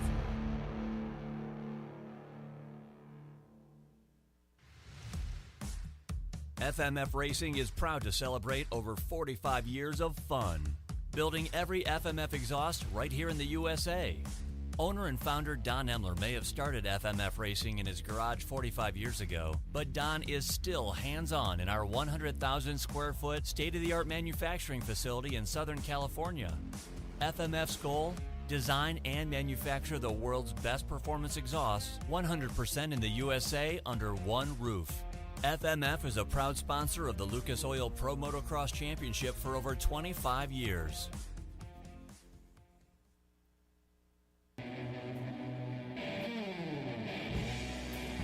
Hey, in case you didn't know, Racetech is the world's largest aftermarket suspension modification company. All Racetech products include award-winning gold valves and settings are 100% guaranteed and made right here in the US of A. Racetech also offers state-of-the-art precision engine services and parts to all engine builders. The staff has over 65 years of championship winning experience. It's so good that many of the top privateer teams such as SGB Honda, Team Solitaire Nuclear Blast Yamaha, and Motul AJE Gas, as well as Jerry Robin, Kevin Moran's, and many more, choose Racetech for their superior performance, reliability, and their customer service. Hey guys, what's up? My name's Kate Clayson, and I choose Racetech because I love their desire to strive for perfection. I think we all know that perfection isn't possible, but getting to perfection is always the goal, and I think that is something that both myself and Racetech have always worked towards, and I think they can help you get there too. Hey guys, this is Alex Ray. I use Racetech components in my SGD suspension and also the Racetech engine. The reason I like it is just because the engine's super reliable, tons of torque, and also on the suspension side, it just gives it that plush, nice feeling. Hey, it's your boys over at Team Solitaire. If you don't run Racetech, here's what you do. Put your hands behind your back and run your face into a wall. Racetech.com. What's up, guys? This is Kevin Moran's, and I choose Racetech because of their convenience of having Racetech centers all around the United States. Obviously, within my Decker Performance suspension, works really well. They're very high-quality performance products. Definitely check them out. Hey, guys, this is Jerry Robin, and I choose Racetech because the reliable motors, good power, good suspension, and obviously it's great people around, and I've been there for a long time, and they're awesome. Visit Racetech.com and use code PULP22 to save. With 80 years of experience manufacturing power sports pistons right here in the USA, Wiseco has evolved into a full range of performance components for dirt bikes and other power sports machines. Whether you ride a 2-stroke or a 4-stroke, Wiseco has a variety of pistons, from reliable forged replacements to the performance-focused Racer Elite series. Wiseco has recently expanded our Racer Elite line with SX and MX proven USA-made connecting rods. Now adding to the Garage Buddy rebuild kits, clutch and valve train components, and our CV4 thermal protection line, this makes Wiseco your single-stop performance name. Visit your favorite online or local dealer or wiseco.com to find products for your machine. For over 30 years, DecalWorks has led the industry in quality and customer service by offering the best custom motocross graphics, plastics, seat covers, and rider ID products. DecalWorks is officially licensed with Honda, Kawasaki, Yamaha, Suzuki, KTM, Husqvarna, and Gas. Their expert staff will go above and beyond to make sure your questions are answered. DecalWorks is a proud sponsor of Red Bull KTM Factory Racing and the Rockstar Energy Husqvarna Factory Off-Road Team. Visit decalmx.com and be sure to use promo code PulpMX at checkout. Quality, service, and knowledge is what makes DecalWorks stand out. DecalWorks, #1 for many reasons.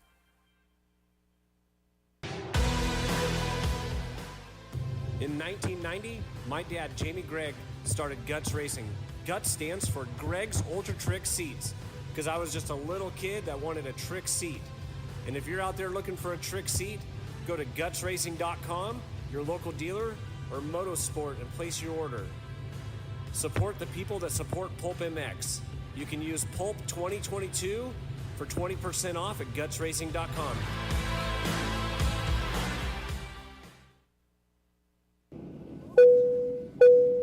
Attention riders, welcome aboard the all-new Atlas Vision. We hope you enjoy the added mobility. Welcome back, everybody. PulpMX Show presented by Motorsport.com. Folks at Fly Racing and DecalWorks.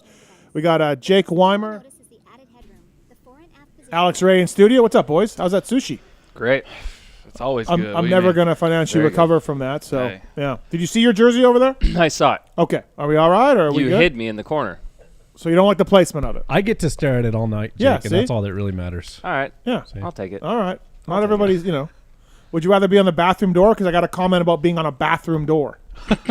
Like in a negative way. So there's a lot of O'Neal jerseys in here. That's all I got to say. Well, Tim Ferry wore O'Neal. Love to see it. Speaking of that, our next guest, also an O'Neal rider. Enjoy the ride. Brought to you by the folks at OGO Power Sports. It's Dean Wilson. What's up, Dino? Not too much. How's everyone doing? I apologize for pushing your time back. We had a sushi issue going on for commercial break and all this, so, No problem. All right, all right, I appreciate it. Dino, thanks for joining the show. OGO Power Sports bringing you Dean Wilson. What's your favorite OGO bag or product, Dino? Obviously you can't go wrong with the gear bags. Use those every day. Are you carry-on guy? OGO? Yeah, but then the carry-ons are also, carry-on backpacks. Everything they have is really useful and good stuff. So, yeah, right. I like it all. Fantastic. We had Malcolm on earlier, and he was talking about, racing the outdoors and how much of a grind it is and all of that. Last time we talked to you, you had your bad injury from Supercross coming on your back now too. It seems like you're not as happy though with how's it been going. I'm all right. Oh, okay. I'm making progress and getting better each mo. It's been tough. It's been really tough coming back from that injury and sitting on that Guts seat cover. Just shredding up my ass again. But no, it's all right. Like I got in the top 10 overall. Was happy with that.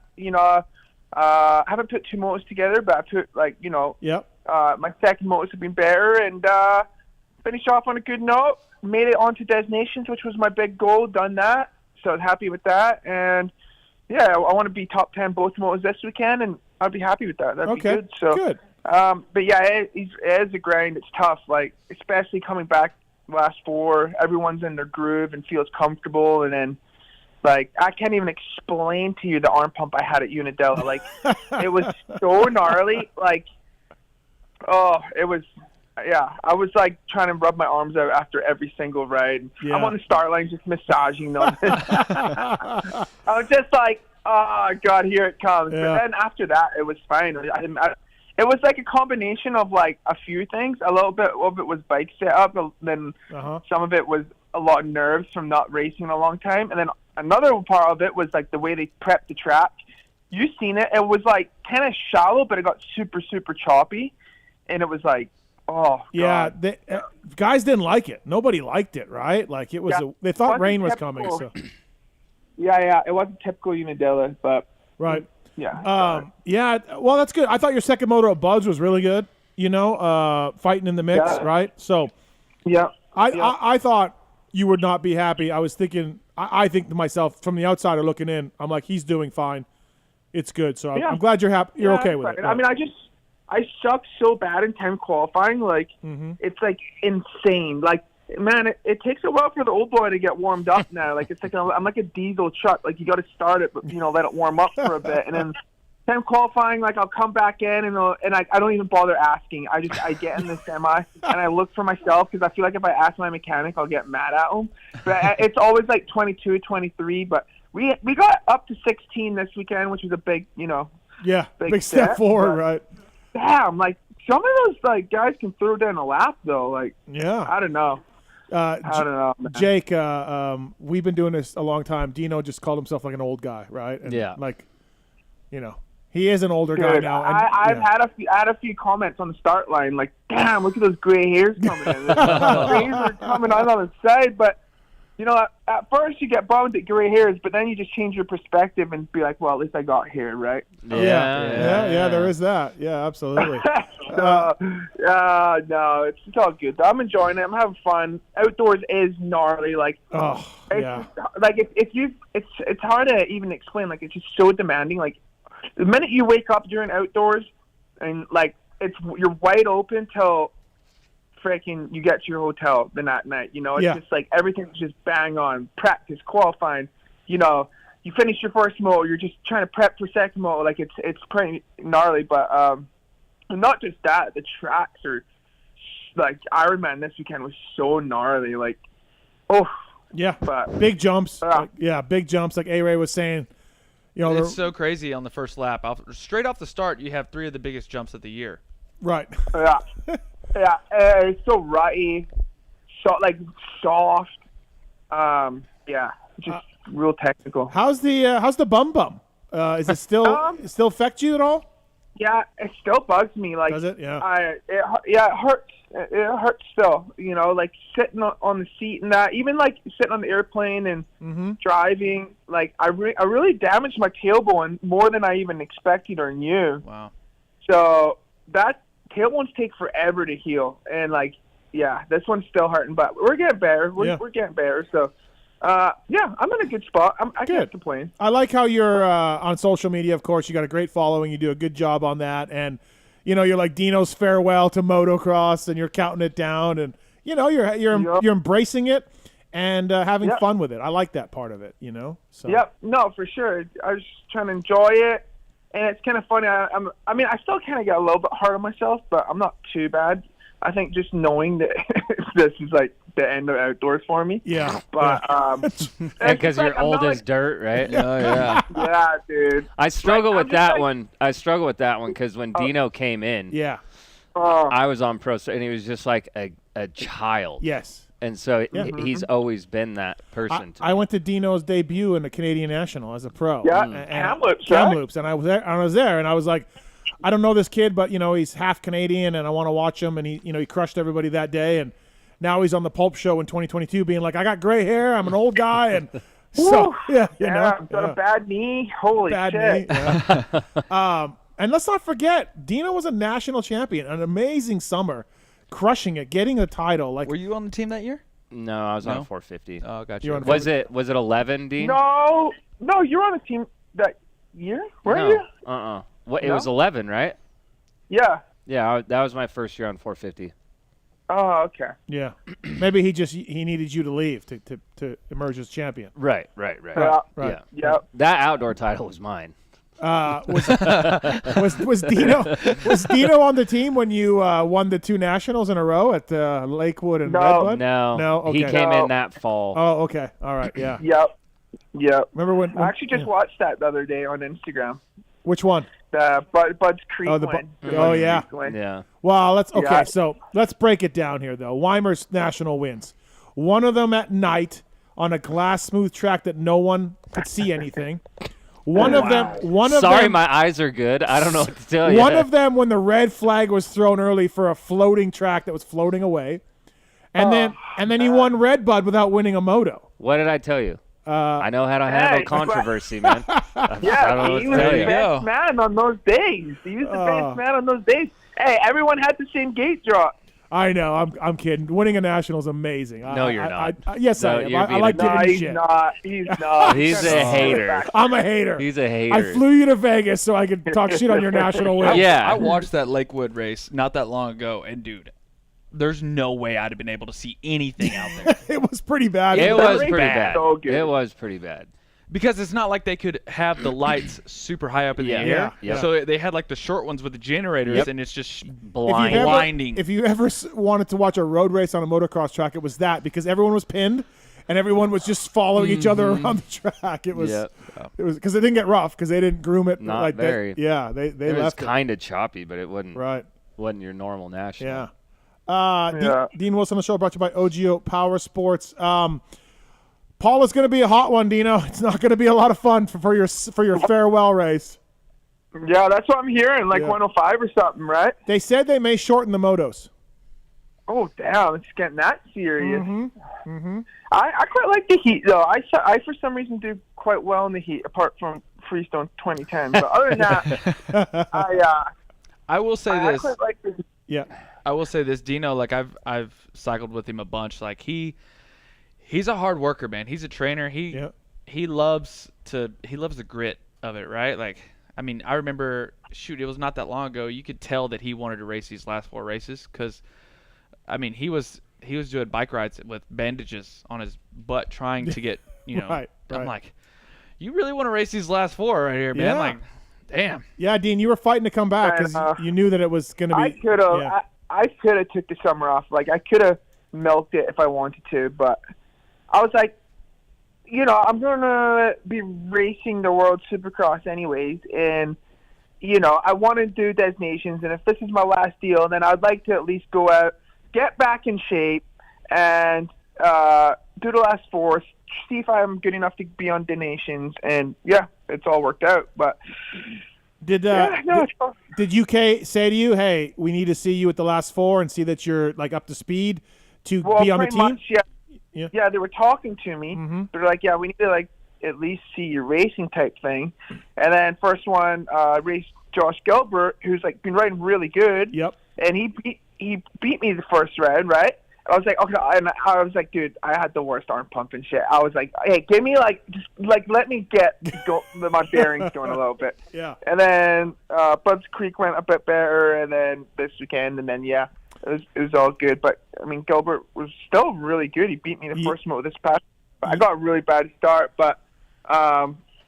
I'm glad that I was able to do decent, in the second motos and show that my fitness and everything's getting better, Yeah, Gilbert told me he's an alternate, so he's looking forward, if anything, looking forward to getting a chance if anything goes wrong or anybody he's going to have his chance plenty of times too, because he's really good and he's young and he's definitely like a little bit of a underrated, like a little bit of an underdog. So he'll have his time for sure. I feel like Jake, Anstey, Searle, and Dino, like underrated Destination sleeper maybe.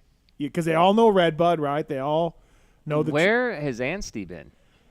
He rode 2 nationals for the Firepower Honda team. Yes. And then I think they just were bowing in and out of whichever races they wanted to do. Okay. But he showed speed outside of almost dying. He almost died at Millville. But besides that, Oh, he endoed down the hill. Yeah, he went down. Yeah. Oh, I know what you're talking about. AP said that he thought he was dead. It happened right in front of him, and he was like, but I feel like, Dino, that's a good. You guys got a shot at top 5, I think, maybe podium. Yeah. Things go right. Yeah. Never know. You never know with the nations, right? Especially like with all the calculations and like. Mm-hmm. Oh man, I remember like when we raced Saint Jean d'Angely, or however you say it, and it was me, Tommy, and Brad Anderson, and me and Tommy went out, and I was racing with a broken scaphoid, and I didn't know at the time, but I had it all taped up. We go out, dude. After the first race, Team GB's in first, and we're like, yes. Like, we're all getting hyped. And then after the 2 motos, I don't even know what we ended up. But you know how it shuffles so much, though. You know what I mean? Like, it's crazy. Like, one pass could bump you up 2 spots. It's like every pass counts. So it's cool like that, the team, the destination, how that works. But, yeah, I think we're we got the best team, and it'll be good at donations. Are you MX1 or MX3? I'm MX1, so I'll be running number 7. Yeah. I'm scrubbing hard. Scrubbing hard. Yeah, check me out, everybody. It was hyped on that too. And listen, as good as Gilbert has been, and we've talked about that, Searle's beating him over there. So Tom's riding real good. Right. He's just in a good spot right now. He's just, he likes his bike and he's happy, and he don't got the pressure of racing the GPs, and he's just doing his own thing and enjoying it, and he's just riding really good. He's training hard, but just like when you just find that perfect balance. I think that's what he's got right now. He's just got a good little deal going. Where he's racing his bike, he's enjoying it, he's making vlogs, and he don't got the pressure of being a GP guy. It's Chiz. Chiz is just in a good spot right now, and just can perform and likes his bike, and older guy, knows how to get it done. Yeah, you're absolutely right. I made a joke about 50-year-old Tommy Searle on one of my shows, and I was like, well, shit, he's probably gonna chew me out when I see him, but he's been riding really good. For reals, he's been good. So that's awesome for him. I think he bowed out of the Vet MXDN thing this weekend even. Oh yeah, he said Dave Thorpe didn't want him racing it. So oh, okay. So yeah. But, did you see old Brownie out there, though? I did. Brownie was ripping. Dude, Brownie. When does he get back from that? Is he on his way back? Who knows? He's probably still racing somewhere else in the he's world. already back. Okay. Oh, man. He beat RV? Yeah. Yeah. And Osborne. And Osborne. Well, I mean, I don't know if Osborne was on the best bike, right? Right. But still. Still, though. I mean, Brownie, I was watching some How YouTube old is videos. Brownie? 52? Brownie's 50 on the dot. Oh, 50 on the dot. Okay. Yeah, I mean, I was watching some videos of him on YouTube today at that event. He was battling, taking Roost in the face, doesn't care, just a warrior out there, right? No, yeah. Did you race with him ever? Jake, Dean, did you guys race Brownie?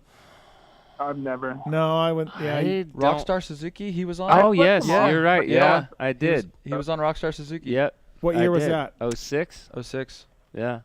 With J-Law and Hamblin? Yep. Yeah. Was Hamblin on there? I think don't so. know. Either way. Either way. Yeah, you did race him. Mills was on there. Yeah. What a team. J-Law, Mills, Mike Brown. Yeah. That's funny. Yeah. Wow. What? Yeah. He's such a just a hard-headed bastard. Everything he does, the gym, when he takes us to the gym, when he goes cycling, the guy's just doesn't sit still. He's just even when he's working at Alden's, and he works with us all day, and then after that he's out on the lawnmower. He's freaking trim trees, and dude, he's just a workhorse. He's gnarly. He's for 50 years old, he would whip anybody's ass in the gym for sure. Yeah, that's he's a legend for sure. Kick Kiefer's ass all over Loretta's, as I like to remind Kiefer. Freaking Tennessee tough, every man. day. The dude is Dino, have we announced what you're doing next year? Do we know? I know, but do people know?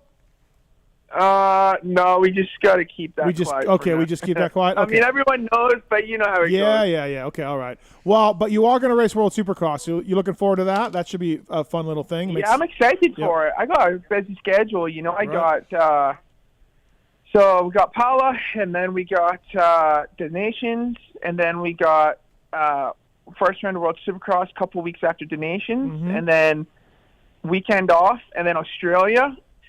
And then next weekend is when the baby's supposed to be born. Oh, yeah. That's right. Yeah, so kind of gnarly next couple months, but that's good. Keeping me busy. So I'm looking forward to it, though.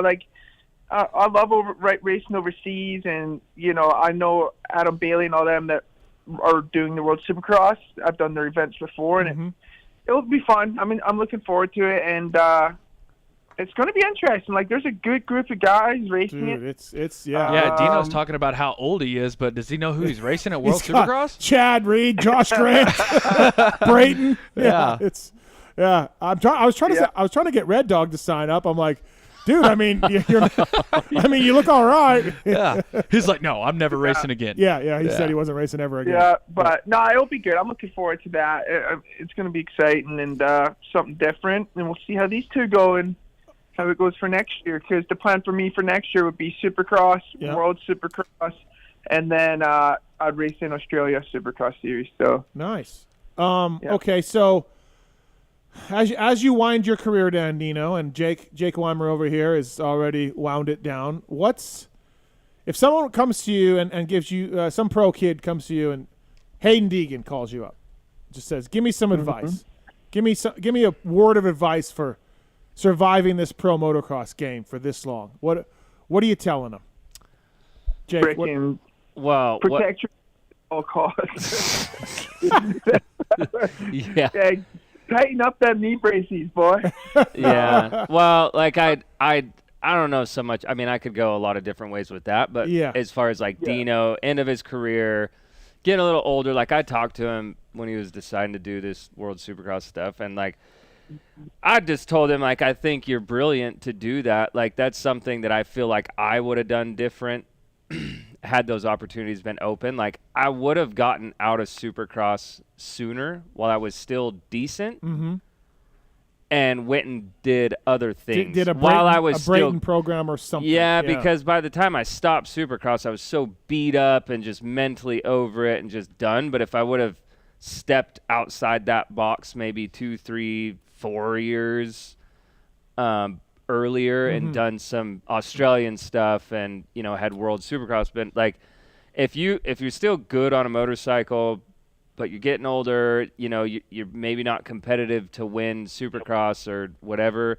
go do other things that you can make money and be competitive at to keep that fire going and keep it fun. Okay, but that's a good answer. But I asked you what you would tell an up and coming motocrosser. I know. I just felt that was more relevant to the conversations we were having. Okay, circle back around. Okay. Dean says, tighten up your knee braces. Tighten up your knee braces. No, I was just joking on that. But, Dino, would you ever? Hey, if you forgot your knee braces at home and you showed up to the track and someone had knee pads, would you ride or no? Or you're going Dude, I've done it. When we were PC days and we got rained out in California, I went all the way up to Hart and Huntington's track in Vegas, got there, get my gear on, forgot my knee braces.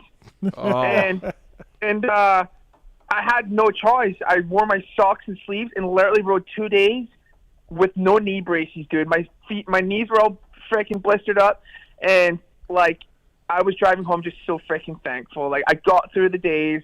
Holy, I could not believe that. Wow. So you didn't even have knee cups on? No. Some guy brought me some Oh. janky things, and I tried them on, and like I was like, you know what, I'm not even running anything, and I just ran it. Oh man, that's ballsy. Yeah. I mean, they have No, but- dealerships here in Vegas. You could have ran and grabbed something. I don't know, but that was that story, right? We went all the way up there and forgot my knee braces. Listen to this. Brock Tetko went all the way up to Oh, I can't wait to hear this. And didn't even have his bike. He thought the box fan was bringing his bike, and the box fan thought he was bringing his bike. No. Yes. So what'd he do? I think his old Messi's was brought up the bike. My God. He had to wait for her to bring it up. We went out with Villoman Yamaha days out to Beaumont area out there, and DV showed up with no gear, and he made his wife at the time, Erica, drive all the way out to deliver his gear. Oh man! So she came up with his gear bag. Could you imagine going to Vegas though, and like you don't even have your bike? You don't have a motorcycle. Yeah. Oh, dude, that's a far drive. You know what though? That sounds like Tick though. It kind of fits Tickle. Yeah. Kind of fits Tick. Hey boss, you got my bike? Yo boss. Oh my God. Oh, that's good. Good times. Well, Dino, yeah, man. Thanks for calling in. And I got something for Dino ahead. real quick. Sure. It's kind of a two-part question. I was just sort of curious, with your injury obviously coming into outdoors, and after doing a couple races, how was your preparation coming in? Like, did you do a lot of testing? And how close was your bike whenever you showed up after these last couple races? Wait, what was the beginning of the question? The beginning of the question was, is this a swap moto thing? Is this a swap moto question? Is that no? Okay. All right. No, I had a full-on hour conversation with him on the SML show not that long ago. All right. But no, I was just sort of curious coming in how your preparation was with your body.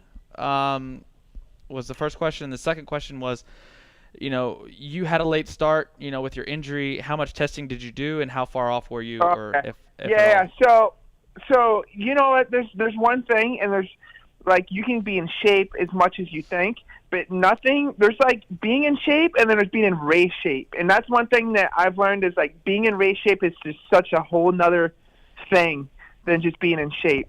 When I finished at Unadilla, I was damn, I thought I was coming in here feeling good and in shape, and I got my butt kicked in every direction, and so as the race is going, I feel so much better.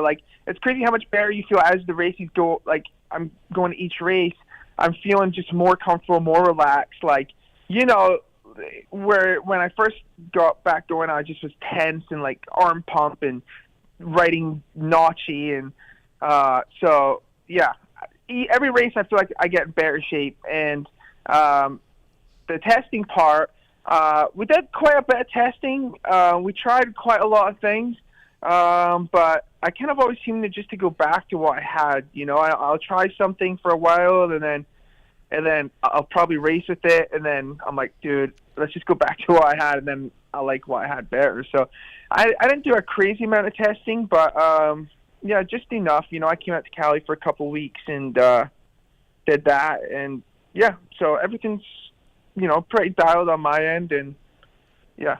Now, would a setting from the last year's Husqvarna, would it? No, work? It would. Because yeah. I told Todd after Unadilla, I was like, dude, just give me last year's set. And he's like, dude, the way the bike and the frame, everything, it's not the same. It's the geometry of the bike. So right. No, well, 2 more to go. So Dean after these last couple rounds, are you thinking maybe try and find another outdoor ride for next year, or are you thinking we're World Supercross? Man, I'll tell you. You think we're good?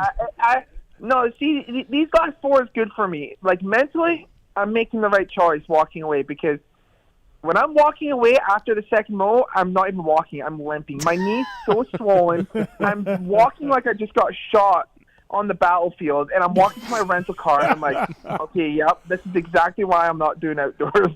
It's just, dude, it's especially at Ironman, there's so many flat-landed jumps like that. That's and that turning triple up there, and that turning triple too. I seen you frame case that on Instagram. And then where they were jumping the hole, where I did it a few years ago. Oh yeah. Well, you can't do that, but you just bomb in the hole. I'm like, you took out Doc Bodner. You took out John Tomac. I forgot about that. Yeah. I went off the track. There's banners everywhere, and I couldn't get back on, and there's 15 people standing up there. So I'm revving my bike, for these guys to hear me. They got their headsets on. Don't hear me. I'm trying to slice my way through these guys. I finally get to the end. Poor Bodner's at the end. It just gets collected. Falls to the ground. And I'm just in race mode. I get on the track. I'm sure I just dumped the clutch and roosted on while I was at it. I felt so bad. And and then that was the first incident in that second mode. The second one, I got bar shot all over me for 6 laps.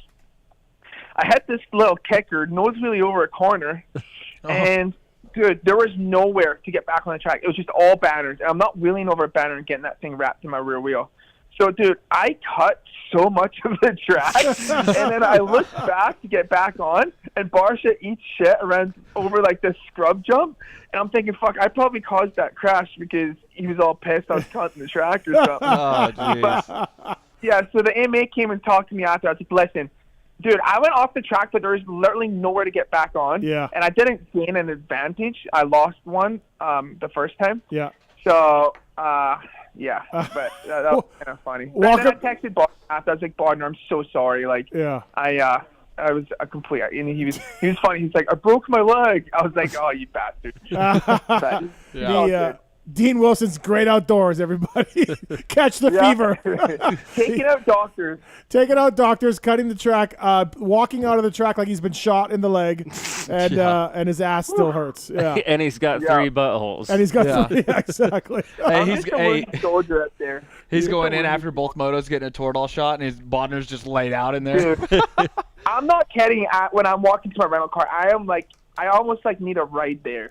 It's brutal, but... Oh, man. Right. Well, thanks for calling in, man. I appreciate it. Nice to see you back. 2 more to go. And then we will see you at the Destinations, of course. So, yeah, thanks for calling in, buddy. Thank you. Thank you. Have a good one, guys. Appreciate it. Thanks. Later. That's Cheers. Dean Wilson, brought to you by OGO Power Sports.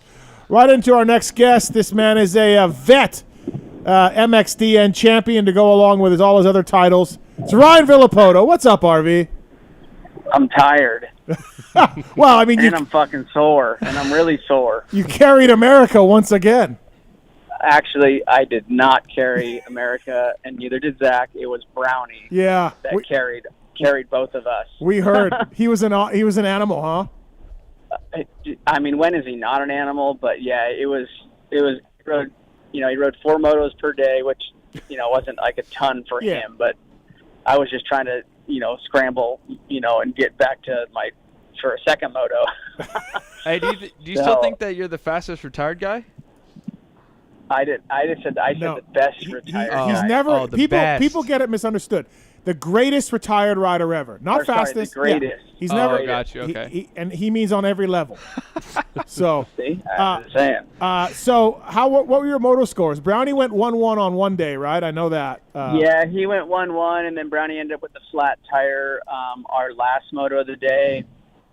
I pulled actually Brownie got a hell of a start the first moto, and I got a pretty good start, and it's a really sharp left-hander, so I was able to kind of get in front of Neville Bradshaw real quick right before the turn, and then Brownie kind of stood the bike up, so he was able to creep under the inside and pull the whole shot first moto, and I gave her the beans, and heart rate was through the roof, and then kind of luckily, because I don't know if I could have held Brownie off and Neville either, because I had blown my wad and my rear brake went out 2 laps through. So I rode the last 2 laps with, and I ended up 5th. So yeah. I think I went 5th, 4th moto, and then I had a really shit moto.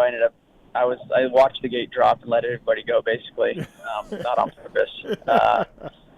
And then and then stalled it like a complete rookie. And that one, that one was 10th. So that was our throwaway. Oh, okay. My 10th was our throwaway. So yeah, everybody rode 4 motos, and you get to drop 1 moto. And Zacho's Husky looked really awesome. Yeah. All the bikes were, pretty cool. Like, I mean, his was a little strange when you look it over. The sprockets on the wrong side, and that's crazy. But no, it was good. And you rode, dude. It was. What year of Yamaha did you ride? It was a ton of fun. 2002 steel framer. Yeah, those were good bikes. Steel frame back then. Dude, it was good. Yeah. It was good. Did the water really to complain about? Did the water truck break? Well, I told Dave that the first day, dude, because our second moto was like not even dusty to where it's like you're just like scary and unsafe. I'm like, dude, if somebody goes down, they couldn't really. They don't have the right truck and watering, deal to do the hills, and that's where all like the dust came from, because it was more like there was more dirt over there instead of just hard packed rock on the other side. The track looks sick. Just needed some water. Yeah. It wasn't bad. It was pretty fun. Really, technical like Europe always is. Like, you'll have a really slippery wet spot, and then a really blue groove hard dry spot, and then multiple surfaces. So definitely technical and tricky to ride. Ryan Villopoto, vet MXDN champ. Jake. Congrats, man. Just add it to the resume. I'm super stoked for you. I mean, No, I'm talking trash. No, that is cool. I'm glad they won. Did you see the track? Did you see any videos? I only saw some stuff on Instagram. I haven't really watched. There's a YouTube video of Brownie. It's on YouTube. I texted him a little bit when he was there, but right. The bikes looked cool. The race looked cool. It was a fun time. No, it was. Yeah. Definitely, it's something to go over and check it out. Like for you, Steve, or like, because it was, or even like somebody that wants to ride it. Because the stress level and it's pretty low. I mean, obviously everybody wants to do good, but everybody also doesn't want to end up fucking mangled. So I mean, we're going really fast, but I mean for the track and the bikes and everything.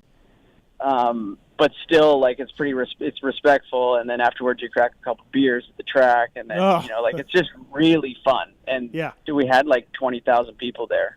Wow. 18 was recorded coming in on Saturday, and there were supposedly more on Sunday. Yeah, I was set to go, but I had to do this shows. Otherwise, I was set to go. I really Doc Walb and I have been talking. Next so year. Yeah, Next year. It looks good, and some of those bikes are right up my alley. Like I've built vintage bikes and stuff, and there were some amazing looking bikes there for sure. I'd like to look at those. I think Zacho's mechanic had Chiotti or whatever. Chiotti.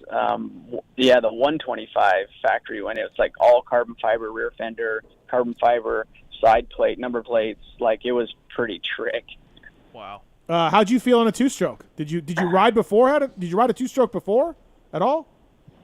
I mean, other than riding 5 laps up at in Washington when I tore the tendon off my pinky or something, did something to it.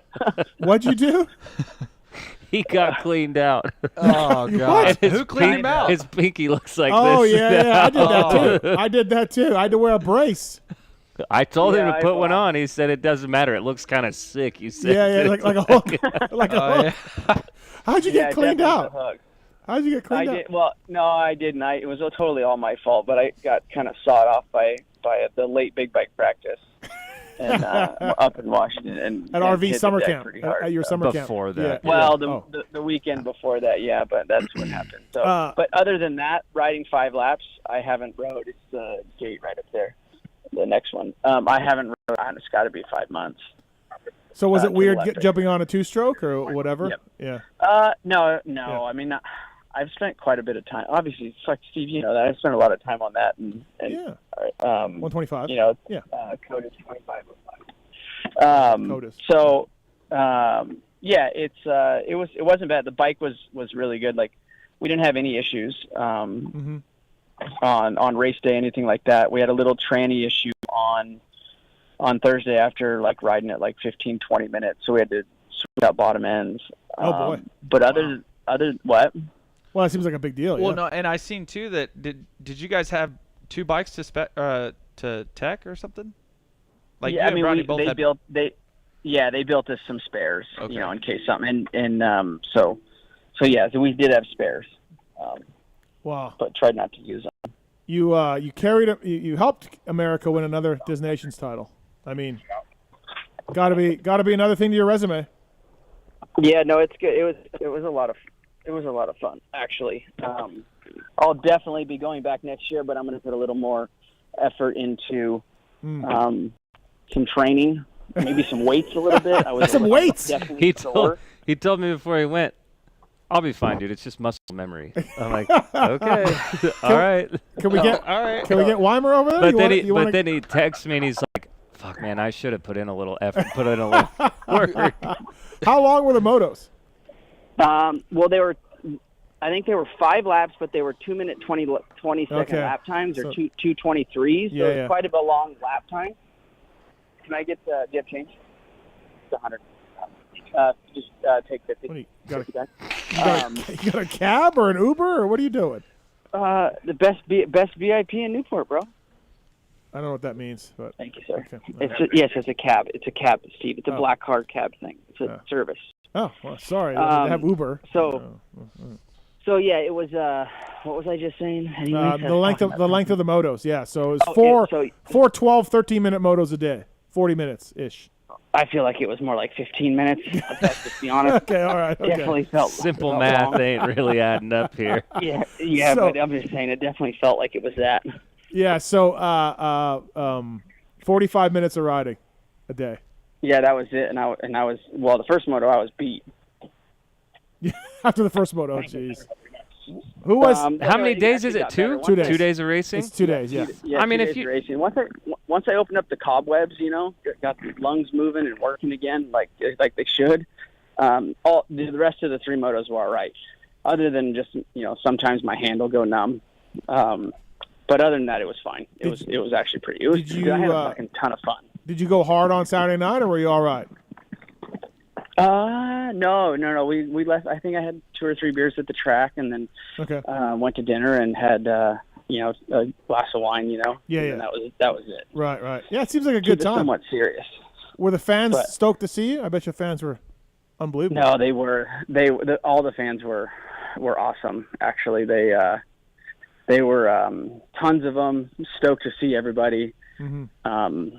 You know, and then being in the mindset of being there, and like I said, wanting to do good, but still the stress level being really low, and that, and having, you know, just everything being completely different than I'm used to. It just made it a lot of fun.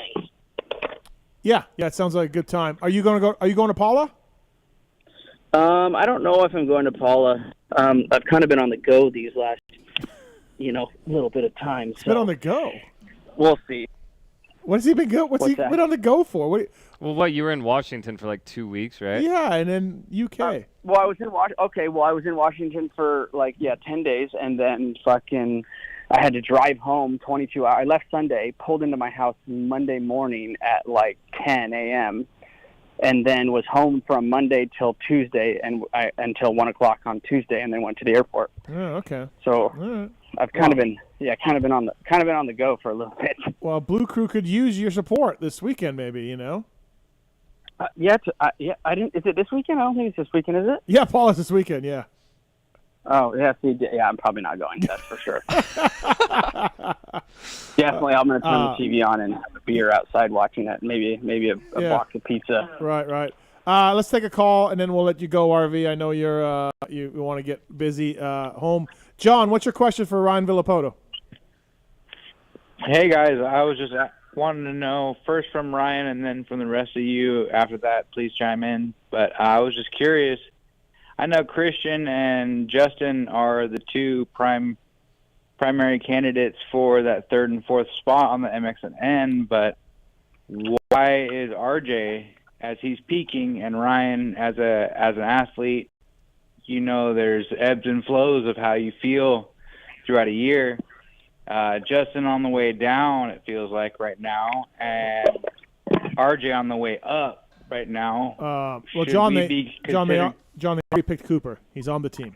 I know. As a fourth, if there is a reserve that they never announced, what if Justin contracts COVID right on that officially and can't go to MXON or something like that? Is there any way I think it would be RJ? Because RJ is peaking right now. He is. I think it's Craig. I think they'd put Craig on it, but maybe they'd put RJ. I don't know how the process of that works.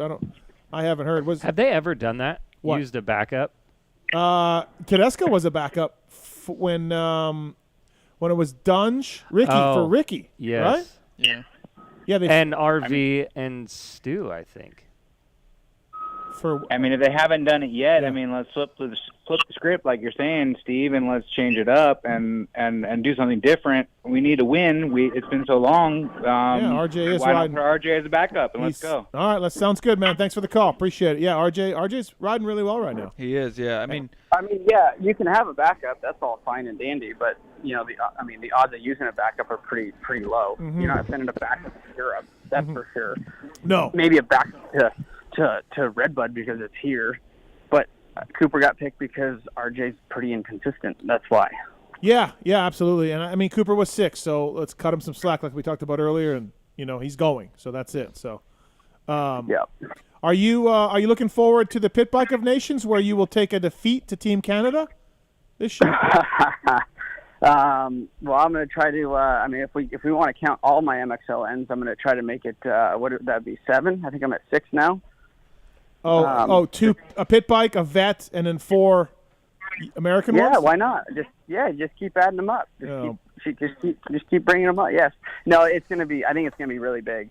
I've heard there's been meetings and they're actually making it part of the event Saturday night. So I'm assuming it's going to be massive. It was a massive one when we were there 2 years ago. Yeah, and Team Canada, we're looking to take you guys down. We got 3rd. A couple years back, looking to take that top step. Who's the team on Canada? I'm not ready to announce it yet, but we got some fast riders. We're keeping it on DL. It's Carson Brown, RV, and Willie Browning on their team. So that's pretty good. That's a pretty good team. Willie Browning is probably getting his old BBR cavi out of the attic. Wait till you see the Canada drop. Wait till you see that. So no, it's gonna be good. It's Willie Browning was like a factory pit bike racer, wasn't he? I don't know. Well, he was a good pro. He was a good pro. Like, Yeah. And rode the. I think he won. Did he win Minimoto? I think. I don't know. Your best rider is Carson Brown. Carson Brown's a bad dude. We got problems with him. Oh, but, for sure. For sure. Yeah. So. But I'm not too shabby on a pit bike myself, by the way. There it is. There it is. Go. Well, listen. Before I let you go, how's podcasting, guitar playing, photography? How's all that all going? None of that happening. You don't say. Really? I'm just trying to stay afloat at this point now. Okay. All right. Well, I'm looking forward to your next hobby. He's too busy winning titles. Yeah, he's too busy bringing America titles. Right. And having beers with the fans. Yeah. Greatest retired rider ever. That's it. No, but I will be honest. If anybody wants to go and into kind of vintage racing or anything like that, or just two-stroke racing in general, like I know the 125 Dream Race is going on, and there's all these things. But if you want to go and have an experience, and because you're into that type of era of race of bikes, there's nothing like it over. Like, I was shocked. I was shocked. I'm like, dude, this is nuts. Chainsaws, air horns, just like MX-09, but just smaller. Yeah, it looks awesome. I gotta make it. I'm into the old bikes too, so I gotta make it. Thanks for the time, RV. I know you're, like I said, you're fresh off a plane from England, so appreciate you calling in, man. Thank you. All right, guys. All right, see you later. All right, later, boys. That's Ryan Villopoto, everybody. Pit bike, a great of Nations champion. Now the vet MXON champion. I mean, where does it stop? It's only going up. Right? His stock is only going up. Stock's only going up. So I was hoping he'd get more into photography and everything, pit podcasting and guitar. I think he's tired. He sounds like he's shot. He does. He doesn't. He didn't bring the same energy. No. But no. He told me he'd been up since 8 a.m. UK time, so he was really wanted to get on with this interview. So I appreciate him calling in, though. Yeah, he's good. Thank you to the folks at Off-Road Warehouse bringing you the 8 o'clock hour on the show, offroadwarehouse.com. PulpMX code is to save the ClubMX guys. You see that ORW butt patch on the back of their bikes.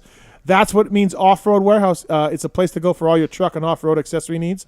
Offroadwarehouse.com. Use the code PulpMX to save. Stop in and check out the latest in truck, Jeep, Overland, UTV, and racing products from the industry's leading brands.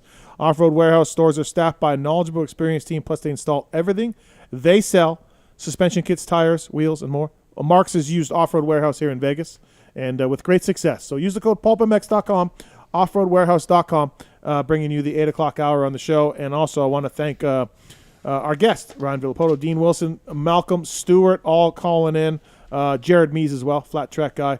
We're going to look ahead to Paula, but first let's get to our next guest here, Privateer Hero. He had one of his best races this past weekend in Ironman. It's Grant Harlan. What's up, man? How are you? Oh, not too bad. Just a little tired after the weekend, but we're back home. So get ready for Paula. That was a good race for you, 17:15. Good job. Yeah. For some reason, every time I show up to Ironman, just end up having a good weekend. Like the track. You on Twitter, you were saying like, where am I on the national numbers, and you were like, I don't know, like 80 something, right? And then you went out. I was like 98, 99. Yeah, okay. So you were like 98, 99. You go out to. Was that motivation for your kick-ass day at Ironman? Because then you moved into the 80s or whatever with your ride.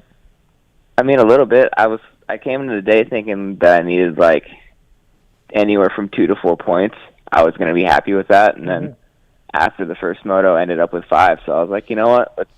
Let's see what we can do second moto, and it was even better. So I'm stoked on that. You seem to, and again, I wasn't like closely following both of your motos the whole day or nothing, but you seem to start in the top 20 and kind of stay there all motos, right? You had an eventful day late in the race. You picked up some spots, which you always normally do, but it was like decent starts and stay steady in both motos. It seemed. Yeah. So qualifying was, I think I tied it for my best of the year, which was 26, which is never normally that good. Mm-hmm. And I was actually able to get that far inside gate both motos, which I was stoked about because it was pretty dry and wasn't quite as deep. So, yep. Came around the first corner good both motos, and I was actually able to stay up front for those first couple laps which is where I normally struggle the most. So I thought that was an improvement. Yeah, you're in shape, and you can do the laps all moto long at the same lap time. That's your strength. But, yeah, maybe the sprint speed isn't where it always needs to be with you, huh? Yeah, trail training, but need to work on the sprint speed. Right. Always, but yeah. Right ahead of Cullen Park, both motos. Oh. How many fantasy points did you get? Do we know, Marks? I think 90. 90. Nice. That's good. Oh, I looked at him, too. Yeah. I looked at him. That guy that was pissed off about he should have just picked Harlan. I know. He'd have been fine. I know. I almost picked Harlan. It's funny enough because I took myself off my team for Park. Oh, you did? Yeah, but I should have took Benny off. Yeah, I was bummed about that after the fact. But yeah. Hey, so what does your program sort of look like? You're a privateer. I seen you this weekend. I was at the race. Took a close, look at things, right? And so just maybe, where do you ride during the week? Do you go to a training facility? You mentioned troll training. What type of program are we looking at here? So this summer's been a little bit interesting. It's the first time I've tried to do all 12 rounds, which I'm gonna do besides Southwick, but I still feel like that's pretty solid for the schedule. Hey, you skipped Southwick, right? You just skipped it. Yeah, I had a crash second motor at Redbud with Canning and decided to take a weekend off. So okay. I missed that one, which I'm not too bummed about, to be honest. But I would say I haven't ridden too much during the week. It's almost more difficult to, put the laps in somewhere, like in some state that, I haven't been to. Unload the van, do all the bike work, blah, blah, blah. It's almost easier just to drive to the race, stay wherever I'm going to stay, and, keep everything fresh. So the most I've ridden is really during those 2-3 week breaks every 4 rounds. And then, during the week between the back-to-back races, I just don't ride. Wow, that's gnarly. Crazy. Are you driving to Paula right now? No, luckily I'm gonna fly there. Kiefer's actually letting me race his Honda 450. So. Oh, nice. So no time on a Honda 450 because you've been racing at Cowie, right? Yeah. Hold on. Are we worried about this switch to a Honda from a Cowie? No, I've ridden a Honda for 4 years now. We're good. Okay, I guess. Yeah, true. Yeah. All right. Well, look at Kiefer. Are you staying at his house too? Because I heard a bunch of privateers are there. It's like a full island of privateers at his house in the high des. Yeah, I'll probably end up staying there. I'll sleep on the floor. Whatever. Yeah. Well, Kiefer opened up his doors to privateers, and they all took advantage of it. Yeah, nice guy. He's just going to take him out to the desert, like on a Thursday, and try to get him to ride his desert tracks. Yeah, turn left at the dishwasher and ride at the dead body, and it's a whole thing. Yeah, you going to get a chance to ride before Paula on the Honda, Grant? I'm hoping to hit Glen Helen Thursday. Hoping. Oh, okay. We'll see. Yeah. All right. Well, that should be. Yeah, because you need you got a van or who's taking you around? How's that working? I'm actually going to rent a truck. On this app. I don't know. My dad found it. Is it a Toro app? Yes, it is. Yep. Okay. Right. What is this? You just rent people's trucks? No, it's an app. Like whenever the rental cars went through the roof. Yeah. There was this app called Toro. I've read about it. Yeah. So I guess random people that have these vehicles, you can just rent their vehicle. And but it's weird because you got to meet up with them sometimes. Like you have to meet up with a random person. Yeah. Yeah. And be like, thanks for your keys. So the dude's gonna bring it to the airport. I'll get it from him there, and then I'll just drop it off when I fly out Sunday. It's a lot cheaper sometimes, though. Hey. Yeah, rental cars price is insane, dude. Yeah. Trust me, it's nuts. I don't know. You've been traveling a little bit. Rental cars. Yeah, but I haven't rented a car. Someone's picked me up. Oh, or whatever. They went from $10 a day to being $45-50 a day. Dude, my cars for some of these races are $360 for 2 nights for 2 days. Oh my goodness. Yeah, like Avis. I can't even rent a car, so. Yeah, but you're probably getting Bentleys and Mercedes. Oh yeah, for sure. Like, you know that. Yeah, absolutely. Yeah, no, I don't travel anything less than 70,000 retail price. Right. Grant Harlan on the PulpMX show, riding a Honda this weekend. I didn't expect to hear that. Man, So hope you brought your ice chest and everything as well, Harlan. It's gonna be a heater. So, you know. I mean, do we have a canopy? Like what's the setup what do this we got? weekend? Like, are we gonna be behind a semi? We got a gas can? No, we have nothing. We're showing up with 2 OGO gear bags and a lot of hope. I have well, I mean, let's see, what kind of gear do you wear? You wear FXR, right? FXR. Yeah. Oh, well, I have a very nice O'Neill Enjoy the Ride canopy that, I mean, I don't live too far from there. I'm about 20 minutes. I'm heading there anyways. I might could help you out a little bit with that. I ain't racing. I might take my chances with the sun. Okay. But, all right. No, he's FXR. He's not going to enjoy the ride with your canopy, you know? All right. Well, I guess he can just fucking melt then. I don't know what to tell you. That fucking shit. Harlan, Indiana or Ironman? Indiana or Washougal? Best national for you? Oh, man, that's tough. Yeah. But I'm going to have to go with Indiana. Yeah.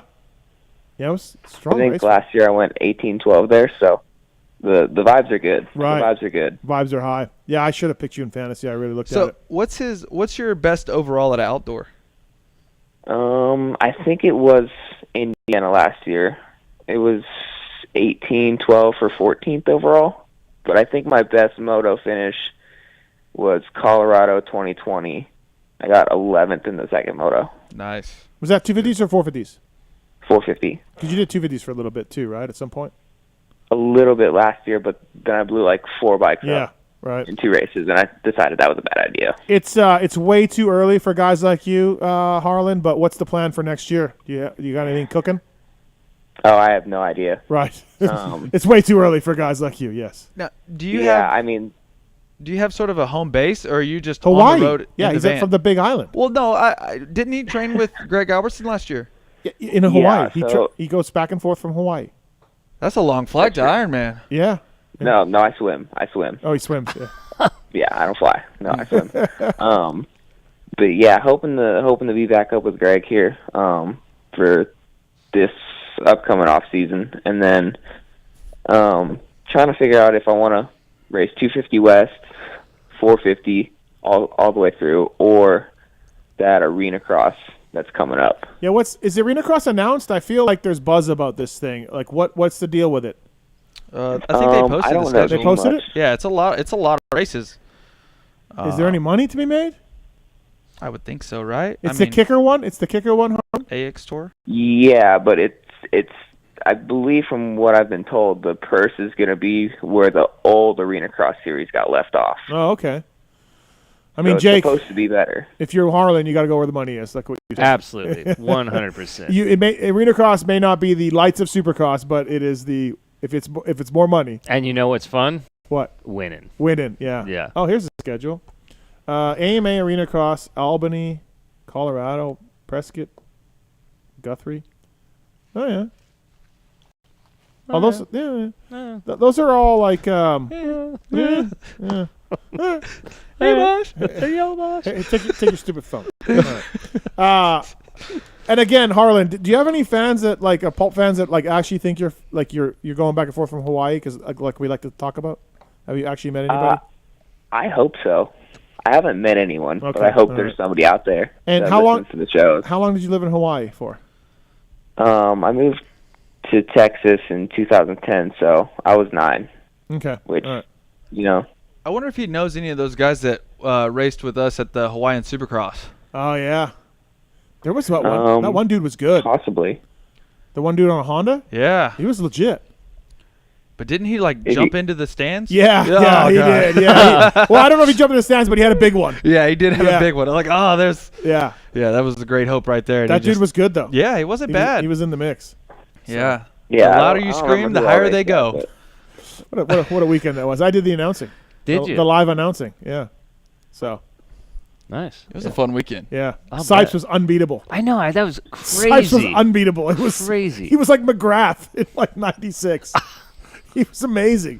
Oh, he was on a 350 just railing. And Wait, he beat JB that whole weekend. Caught past JB like twice. Yeah.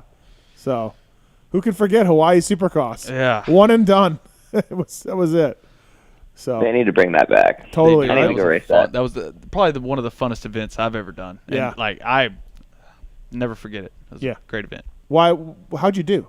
Oh, I did terrible. Okay. I think I crashed or something. Great event. Oh, you crashed? Oh, yeah. You crashed? Yeah, yeah, surprising, right? Huh, that's odd. Is a snake's dick dusty? Oh. Grant Harlan on the PulpMX show. Great fantasy score this weekend, and 15th overall. And now you got yourself that national number, Harlan. So it's all cake from here, man. And that's awesome, man. Because like we've talked about earlier, this field has gotten more stacked as the season went on, right? It might have been Harlan I was talking to, but yeah, someone's like Ferrandis, Mookie, Dino, like they can all fuck off, like coming later. Right? Yeah, like it's crazy. After Washougal, like I think 8 dudes just joined the series back. Yeah, I was like, come on, like I just had a good weekend. I'm feeling good. Mm-hmm. Now I'm outside the top 20. Yeah. Actually, at Unadilla, I had to go race the LCQ. I was like scratching my head a little bit, because Washougal, I was just. Okay, but hold on. There was a lot of timing issues at Unadilla. Were you caught up in that? I don't even know, to be honest. I know I qualified 37th though. Yeah, one spot out. Damn. Yeah, but honestly, I'm gonna be honest. Winning the LCQ was fun. I enjoyed it. I would think that'd be Sometimes so stressful. you need a win, right? Dude, LCQs. Yeah. Dude, they suck. Were you in many LCQs, Jake? Not outdoor. No, but indoor. Few of them, yeah. A handful of. I don't know for sure. But MCR that last year you were. Oh. But I only did 2 rounds, then got hurt again. Right. But no, even years that I was good, like I joined a few of them. Right, and you're sitting on the line, you're like, oh shit. Oh yeah. I didn't. The one year I was getting podiums in the 450 class in Supercross, I didn't qualify at Indy. Really? Yeah. Just didn't make it. Crashed in the heat race, didn't make it. LCQ. 16? 12. 12? Oh. Crashed in the LCQ and got like 5th or something. Yeah. Red Dog had to go the LCQ at San Fran, then got 3rd in the main. Yeah. Yeah. What? 6-time. 6-time what? LCQ winner. Oh. Let's go, baby. Oh. Harlan, A-Ray's a 6-time LCQ winner. Oh, I got 2 in Supercross and 2 in outdoors. So there we go. Hell yeah. For you. I think. Listen, I agree. Like I think even maybe not for Jake's level because he was pretty damn good, but I think anybody enjoys winning. It's just. Oh yeah. You know what I mean? Like yes, it's an LCQ. Oh yeah. But I think no matter almost what level you're at, maybe not Jake's level. Oh, I threw a whip at Salt Lake City at one of the LCQ wins. Almost didn't bring it back. I was like, damn, that was pretty big. I probably shouldn't have went that big. Well, that's like what I tell Dino. Yeah. Like, dude, like if you're still a good motorcycle rider and you can make money, like go, like venture out. You can do other things and be competitive to win again, and like maybe a title, and like it just get that fire burning a little again. Yeah, Harlan, go arena crossing. There you go. All right. Sounds like we're going arena crossing. Let's do arena crossing. Grant Harlan, everybody. We're announcing it now. Do you like the Cowie? Do you want to stay on Cowie if you could? Like I know they pay good contingency, and that's a good thing for you guys. That was kind of my plan going into the summer was for next year, but I've already got a Honda 250 in the garage. So. Oh my. I think yeah. Look at you. Yeah, I miss Ride Red. Yeah, you were a Honda for a long time. Hey, when you left the Ty Lube team, was that all good, or were you pissed at them and they were pissed at you, or how'd that breakup go? I mean, I wasn't too upset. I felt like I had a decent off season coming from club. Got 2 months with those guys, which was pretty good. And then going into Supercross, I didn't have a contract before the first race, and I never got one. And I really felt like I shouldn't have gone, but it's tough in this sport, Yeah. You don't race, nobody knows who you are. So decided to go and just struggled from that first race. Caught a little bit of Marshall in that LCQ, and then derailed from there. And then just not happy with the bike. Yeah, struggled with the bike. Started making changes. Got worse, and then after Indy with that break, I just decided to step away from the team. Tried to race St. Louis, got hurt, and then obviously got ready for outdoors. So yeah, that was it. We do have a Troy Dog shirt in the studio, by the way, one of your main sponsors. I just want to point that out. So, is that the one he forgot or lost? Who knows? God knows with that guy. He couldn't even make it to the airport. So we don't know. So I stayed with him the week before Unadilla. Okay. I mean, I don't know how he makes it. I don't know either. Daily life. Yeah, he was telling me. Yeah, his adventures in travel were something else. Yeah. All right. So you've ridden 10 Lucas Oil Nationals, Harlan. Who's the dude that you're just always around in every moto? Who's the guy that you're just like, this motherfucker again? For a little bit there, it was Rod Bell. Like, at the end of the moto, like last 2 laps, I would always just catch him. Yep. I think there was a couple times, like High Point, I was sneaking up on him, trying to blend in with the leaders, and we went by the mechanics area. He looked back, saw I was coming, and just hammered the throttle. And I think he ended up running his best lap of the moto. So I would say it's Rod Bell. Yeah, Rod Bell. Especially since we've been pretty much doing that since 2020 when I first started racing the Nationals. So. Rod Bell's an HEP rider now. Yeah. Yeah. Are they staying with Suzuki? I don't know. I heard they may switch. Yeah. I heard it from another OEM that they're thinking about switching. So we'll see. They could be ditching the Kickstarters. Isn't Suzuki coming out with a new bike eventually? Not that I know of. They did. Oh. In 05. Oh, okay. Yeah, they did in 05. Yeah. So I don't know what's going on. Yeah, I've heard everything, but I talked to a Suzuki source, and they're like, nope, nothing's coming that I know of. Yeah. So, I mean. That's a bummer. Hey, props to you, man. Like, I'll give anyone props who just, drives around and like, their program's maybe not the best. They're not riding as much during the week. They're driving to every race. Like, I've driven to every race, in outdoors before, and a lot of people don't understand that, you're sitting in a car the whole time, but that's mentally draining as well, right? Mm-hmm. I mean, it's tough. Yeah. I mean, props to you. You're doing a hell of a job out there. I mean, shoot, the last couple of years he's blown my goggle strap off in the outdoors too. Yeah. So I mean, hey, Yeah. and I was flying to the races, right? So hey, yeah, props, brother. Well, I always say, like, there's one thing you can, no matter what you are, if it's a privateer, like, you don't have a factory bike, you don't have an easy up, your dick is as dusty as a snake, like you got all these things against you, right?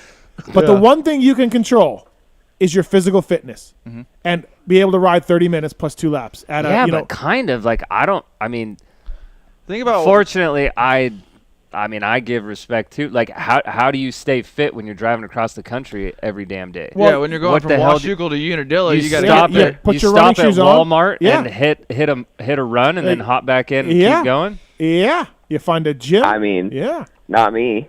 Not me. But Harlan, but I think your physical fitness is good. You can ride 30 minutes plus 2. Like, you charge hard a lot of the moto. So yeah, I think most of that is just having a decent base from like the last 3 or 4 years. Mm-hmm. But other than that, I don't think a whole lot of that is from training during the week, because you drive a day or two, and then like that's another day or two to recover just for the race. Yeah. Yeah, for sure. I mean, I just watched so many privateers that are exhausted at the end of the motos, and you're just like, hey, man. I don't think Grant Harlan's going to the fucking after party either, though. You know what I mean? Yeah, whatever. Yeah. Some of them might. Yeah, right. I'm not there. Yeah. I'm saying. Also not sprinting super hard in the first couple laps. Right. Not that I'm not trying to, but I look at the lap time sheet, and you'll see a couple guys like this weekend. It's like 206, 207, 208, and then 210. Yeah. 208, 208 for best lap times. And I'll just run that 210 for 7-8 laps in a row. Right. So those guys will, start to drop off, and they'll meet you. That's where you see the fitness come in, but it's just steady pace that I run. He took a page out of Chiz's book right there. Yeah, or JT. JT could do 30 plus 2 and just get last 5 minutes, just gobble up those guys like Pac-Man, and get next thing you know, he's 12th. Yeah. Yeah. So. I mean, it works. Yeah, absolutely. No, man, for sure. Grant, thanks for coming on, and thanks for holding up. I know it's late where you are, and I bumped you back and back, so I appreciate you staying up for us, man. I wanted to get you on. You had a great race, so thanks for joining us on the show. Yeah, thank you. I took a couple naps in the process, but okay. All right. We're feeling good now. All right, we're feeling good now. Sounds good, man. Well, hey, we'll see you at Paula. Kiefer tuned Honda CRF 450. Yeah. Yeah, with no freaking O'Neill canopy. Yeah, no O'Neill canopy, just laying out in the ground. What the hell? Where's Harlan? He's under his truck getting some shade. He's just going to leave it running with the AC on the whole time. Yeah. We talked about it, but if you see something red and glowing, it's me. Yeah, there we go. Yeah. And then the guy you rent the truck from's getting it back with 4 inches of dust on it. Yeah. Yeah, he'll be all right. Yeah, he'll be fine. He'll figure it out. Thanks, Harlan. Thanks for calling in. Good job, man. Thank you. Yep. Thank you. All right. That's Grant Harlan, everybody, Hawaii Zone. That guy's truck's going to be dustier than a snake's dick.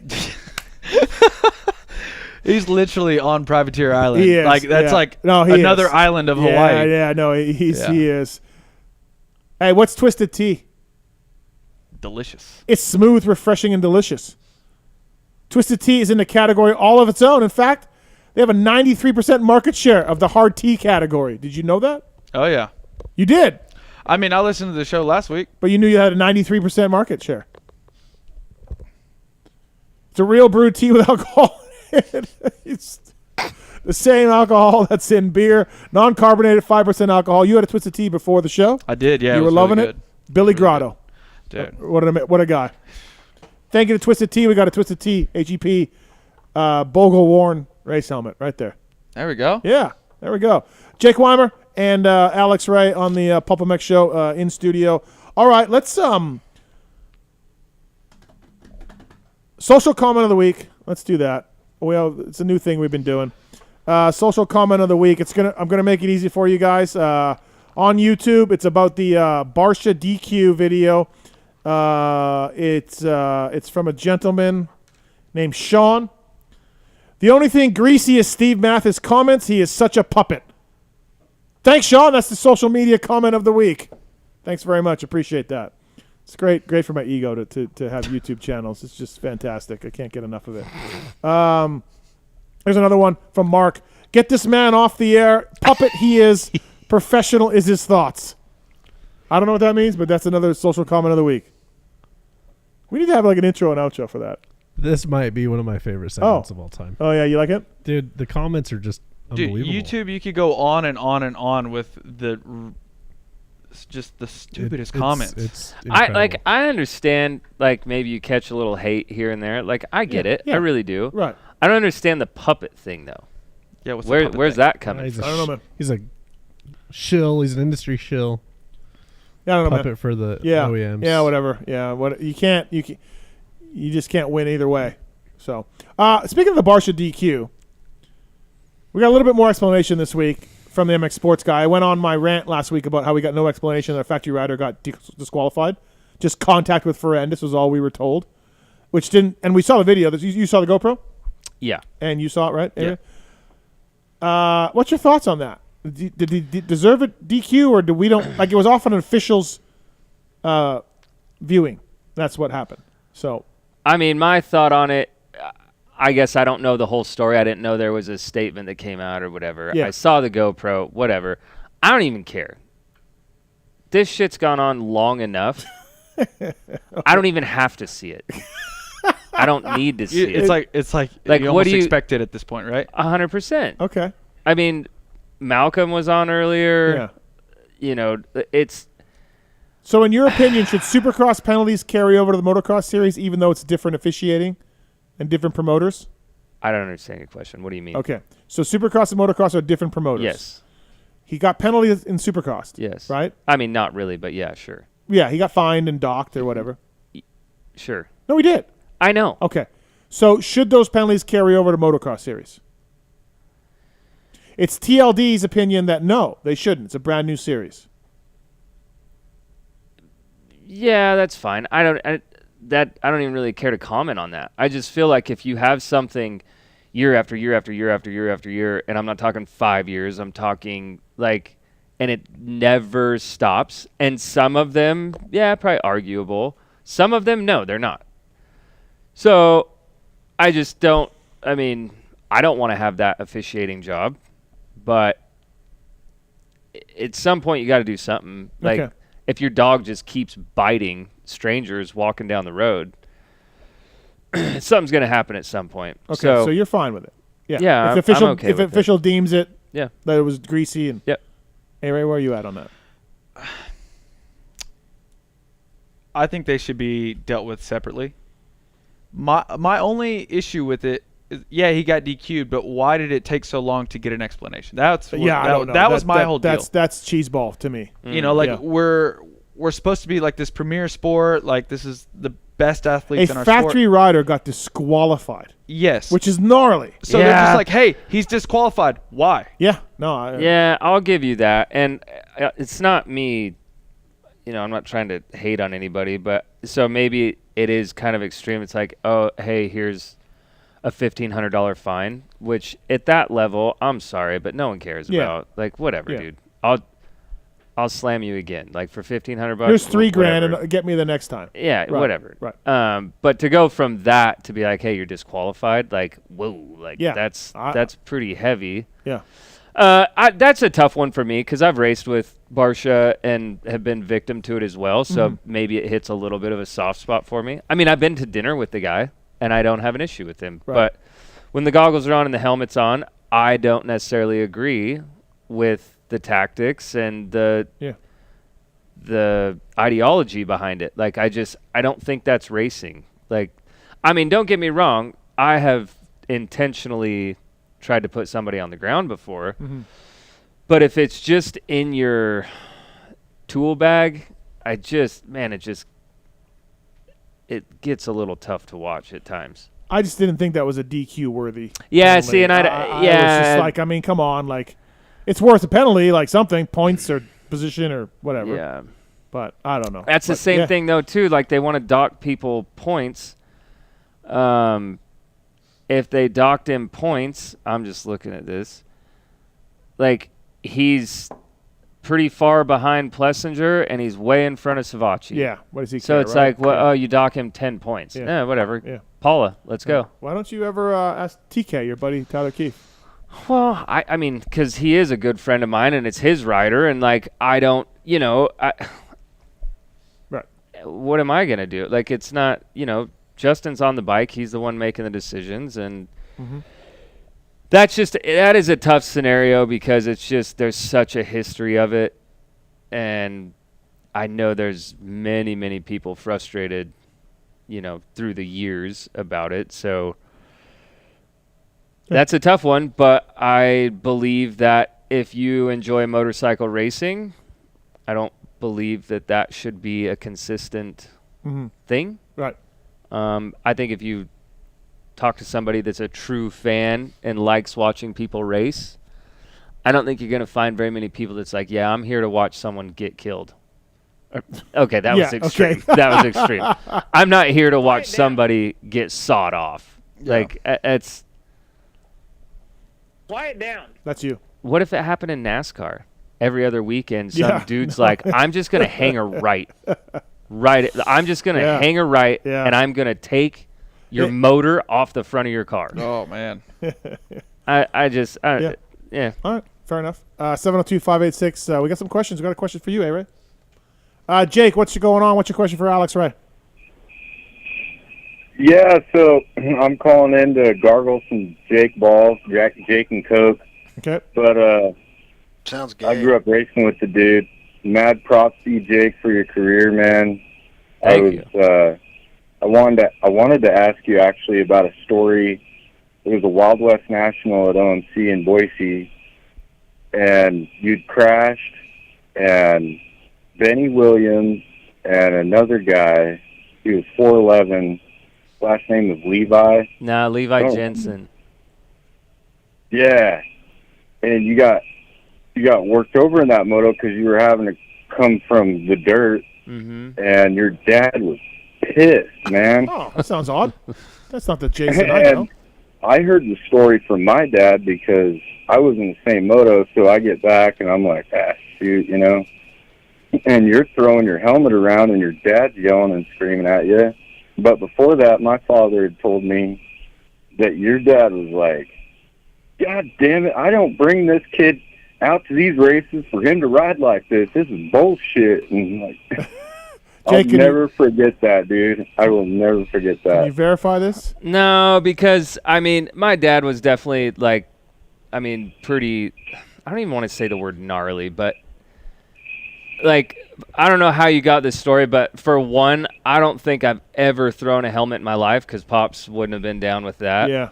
And my dad was always honestly really good about throwing a helmet, but you definitely put it down with some anger. I was right. That sounds more accurate. That sounds accurate. And actually, my dad was always really good about.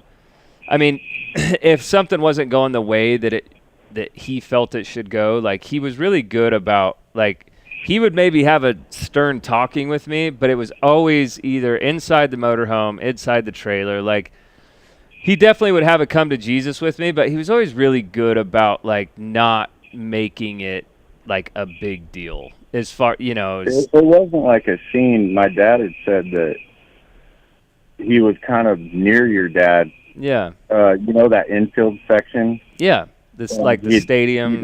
Overheard your dad just kind of get frustrated. Oh, probably. Yeah, I don't doubt that. My dad changed his whole attitude towards me after that. You probably remember me. I was 23 on the Honda Eller. Man, I watched you race for years. If I saw you, I would know. Yeah, but anyways. All right. Yeah, props to you on your career, man. Thank you. I was remember that day. No, I appreciate that. My question is for A-Ray, though. He's talking about riding the whole season. You know, Supercross and motocross. So is he going to be down for the Super motocross? Yeah, he's down for that. I mean, yeah, I'm for sure down for it. I just got to get enough points to be in it, right? Yeah. So, I mean, obviously there's going to be some good guys that ride Supercross next year and outdoors. So I just got to stay healthy and score a lot of points. You know, I mean, that's the name of the game. How do you feel about getting into that top 22 points? It's top 22, right? We don't know. They haven't announced the qualifications yet. Yeah, because that's what I was sort of curious about with it, because there will be Supercross only guys that aren't riding outdoors, and some of the Supercross only guys are riding World Supercross. So would they still be eligible to do? Depends on what they do for points. Yeah. Yeah. Knows, so like, will they have like a back burner, like a? Yeah, I'm sure they're gonna want to fill the field. So yeah. So I mean, that's sort of my mentality on it. I just got to stay healthy. You know, these past couple of years haven't really gone my way, but I still feel like I have a lot left in the tank to do some good. Yeah. Thanks for the call, man. Appreciate it. Thank you. We got to run. Thank you. Thanks, man. Appreciate it. Say hi to the Crickets for us. Grayson, what's up, man? Hey, I had a question. So my buddy qualified at Loretta's for 250 Pro Sport. Mm-hmm. Got his pro card, but 2 weeks before Ironman National, he checked the listing and they said that it was already full.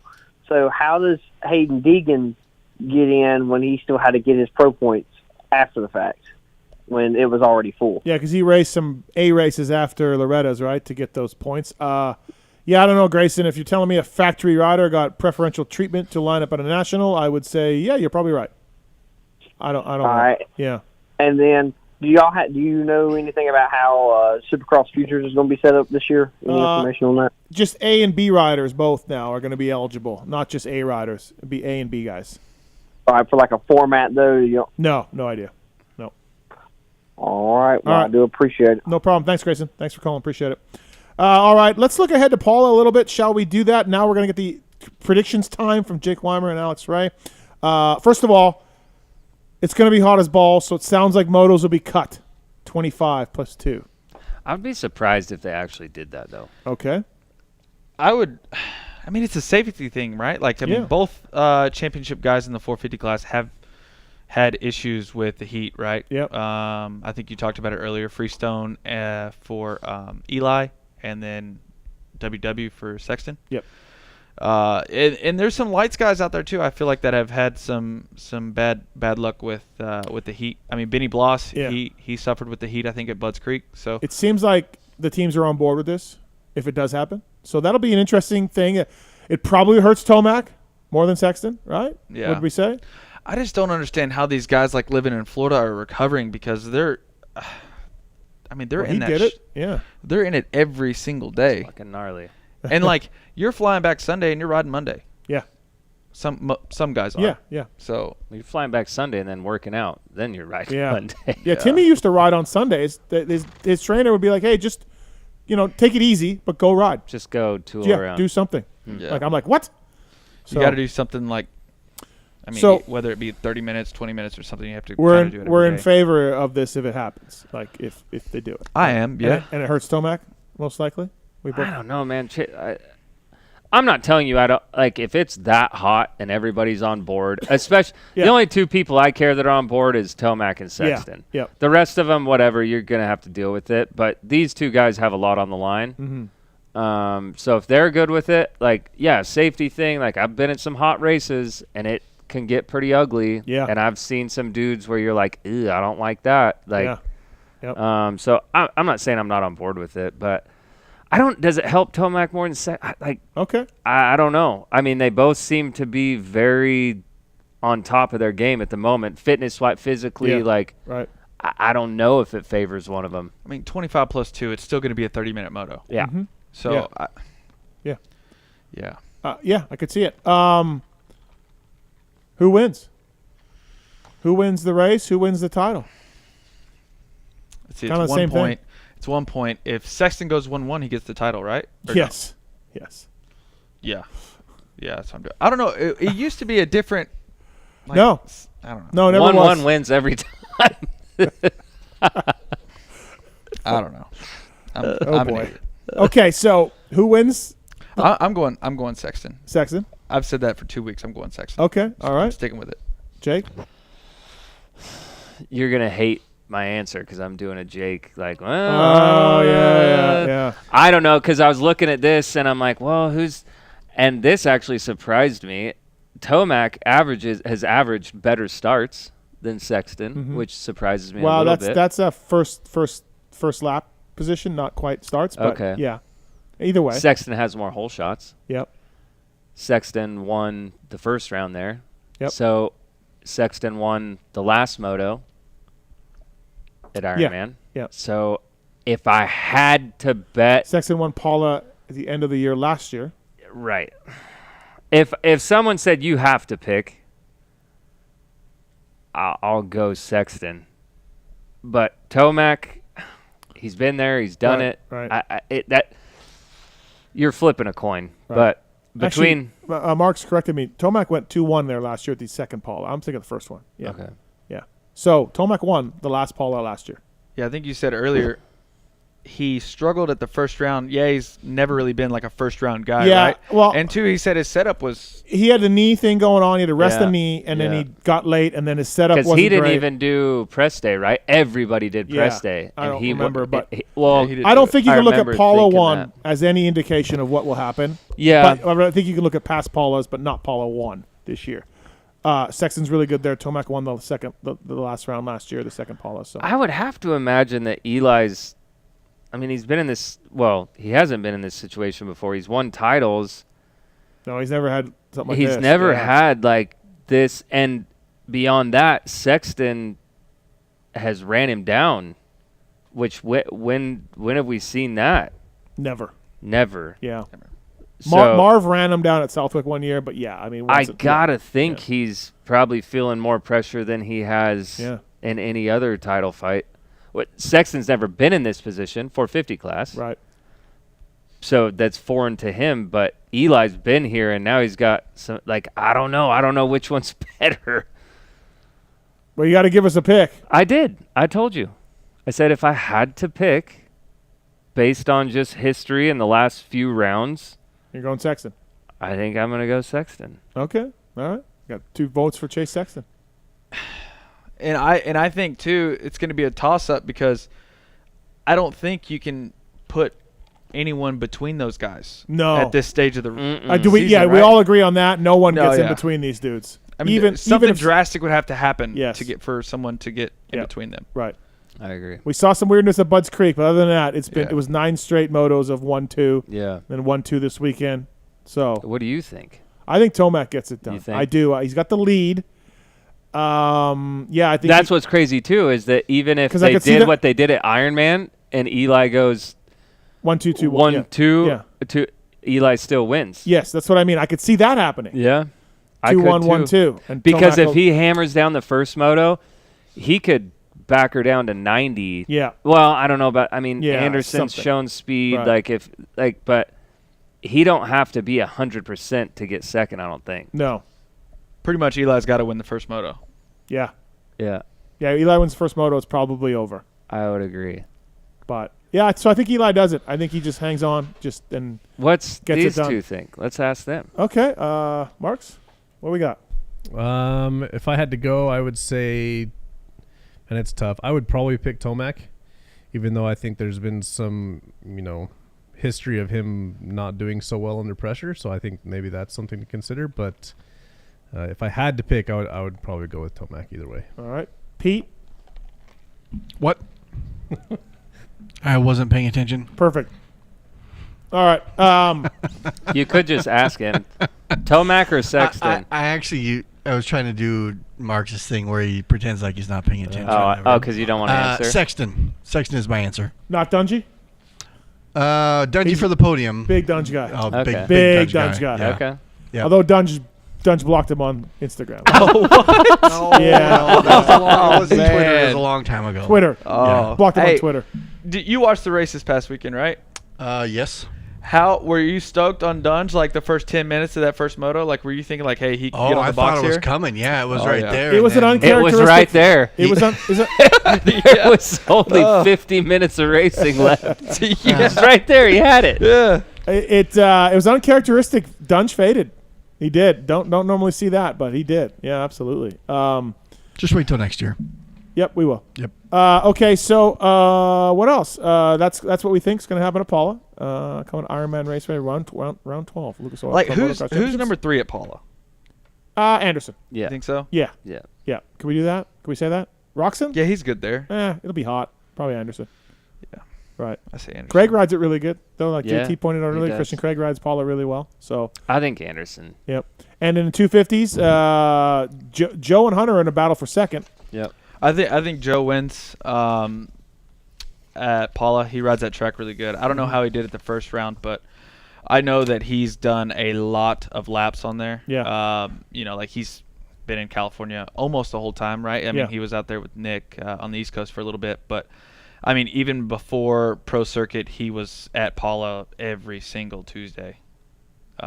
So yeah, I mean, he knows that track really well. I think, I don't know if I see Jet going the full 1-1 there. Yeah. Joe got third. Remember, I'm going to go with Joe. Jet's clinching race last year, although it was way closer. He didn't ride very well at Hangtown at the end of the year, but this is a bigger points lead than that, and he's got more experience. So, but he definitely didn't ride very well at Hangtown last year to clinch the title. Remember, he fell twice. All and over the place, yeah. But I think he'll be pretty strong. Obviously. He's a different person than he was a year ago. No, you're right. You're right about that. So that's what we think is going to happen this coming weekend at Paula. Bobby's on 3. Bobby, you got a troll train question? Yes, sir. I was calling. What happened to Troll Train at Ironman? I don't have social media or anything, and I guess I missed what happened to him. He put out his shoulder. He dislocated his shoulder on Wednesday before Ironman. All right. Well, I appreciate you guys. Keep up the good work. Thank you, man. Appreciate it. Thank you. Ricky, what's going on, man? You want to talk to Coster and his nations? Yeah, can you hear me? Yeah. Hey, so question for all three of you. Now that for this year, and you can correct me, I don't remember when the last time Roger was team manager and didn't have a horse in the race. By that I mean, no KTM brand rider on the team. I think it was France with the all Yamaha team, Webb, Barsha, and J-Mart. I think that. How long ago was that? 15, 16. Okay. Well, my question was, do you think his decaf meter goes up or down when he doesn't have a rider? I mean, I feel like if he doesn't have a rider, would he be more involved in keeping that team together? Yeah, maybe. I don't know. I feel like from what I hear, Raj isn't like heavily involved as much as he used to be on race day with the team. Good question though. Yeah, because if he has his own guy, he's working with him and he's making sure he's all good. And if he doesn't have a guy, then he's maybe more focused on the team. So, yeah, good question, man. I don't know. Right. Okay. Yeah. One more question. Just curiosity. These trucks, these semis travel thousands of miles a year. Is there ever been a situation where just the truck breaks down, it just doesn't make it, and the bikes don't make it, and the rider can't race? I just a curious question. Has that happened? Yeah, yeah. The trucks break down all the time. But what they do is they just get the rental trucks, right? They all most of the truck drivers. They all travel together. They all have like their places that they stop. Yeah. They know a lot of people on the road for help. So they rent a tractor. Yeah, they just rent the tractor and they just hook it up. And the Suzuki semi almost burnt down the Hangtown one year. Back in the day. And the BTO rig did burn down. The BTO rig did burn down. Yeah, good point. I do remember that. Yeah. Yep. Yeah. So that has happened. Yeah. Thanks for the call, man. Appreciate it. Thank you. Cool, man. Thanks. All right, thank you. Time for the voicemail segment brought to you by the folks at Renthal. Renthal.com, the undisputed global leader in manufactured design since '69. Both of these gentlemen have used Renthal over the years because they've raced motorcycles. If you've raced motorcycles, you use Renthal. Fraction of a second, a few grams, a couple of millimeters. It all counts. Welcome to the winning world of Renthal. Let's check this out if we can there, Mr. Legendary. Yeah, I'm trying to find it. I'm sorry. Wow. It's hit. Oh, got it. I got a question. If Brennan Schofield got his $17,000 back, why doesn't the kid just go buy 2 new bikes? How come that hasn't been brought up? What's going on? Fill me in. I'm missing something on that one. Great show. Keep up the work, guys. Thanks. I mean, he can go buy the bikes. It's easy. Yeah. He just doesn't want to or didn't want to or whatever. He started a GoFundMe. No, I think that was fake. Oh, it was? Yeah, it was fake. It got shut down. I don't think it was him. So, I don't know. All right. What's your take on Claimgate? What? Yeah, it doesn't matter, actually. We've got into it too much. Okay. This is week 3? Did you ever have a bike claimed? No. Anybody ever talk about it? No, my shit wasn't good enough. Oh, you know what? We can't start them over, I don't think. Hit play. I figured it out. Oh. Yep. Smarter than the other guy. Look at this guy. Smarter than the other guy. All right. Wow. Hey, Steve, I wanted to get your thoughts on this whole bike claiming situation. I saw an article where it was quoted that Brian Deegan asked Brennan if he had any intentions of defaming his family by claiming this bike. And I think that's something that's not really being talked about enough.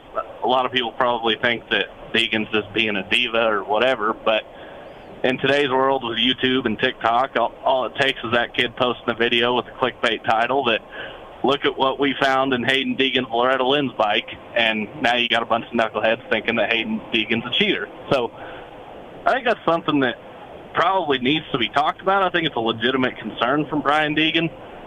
How they went about the whole situation isn't right, but still, it's a legitimate concern, and I'm just curious what your thoughts are on that. Is there any sort of protection from that? Like, when these bikes are claimed, are they torn down in front of both parties with the AMA present and everybody signs off on what parts are actually in the bike, or do they just hand the bike over and that's it? Because if they just hand it over, then Deegan has a legitimate point. I'm just curious your thoughts on that, man.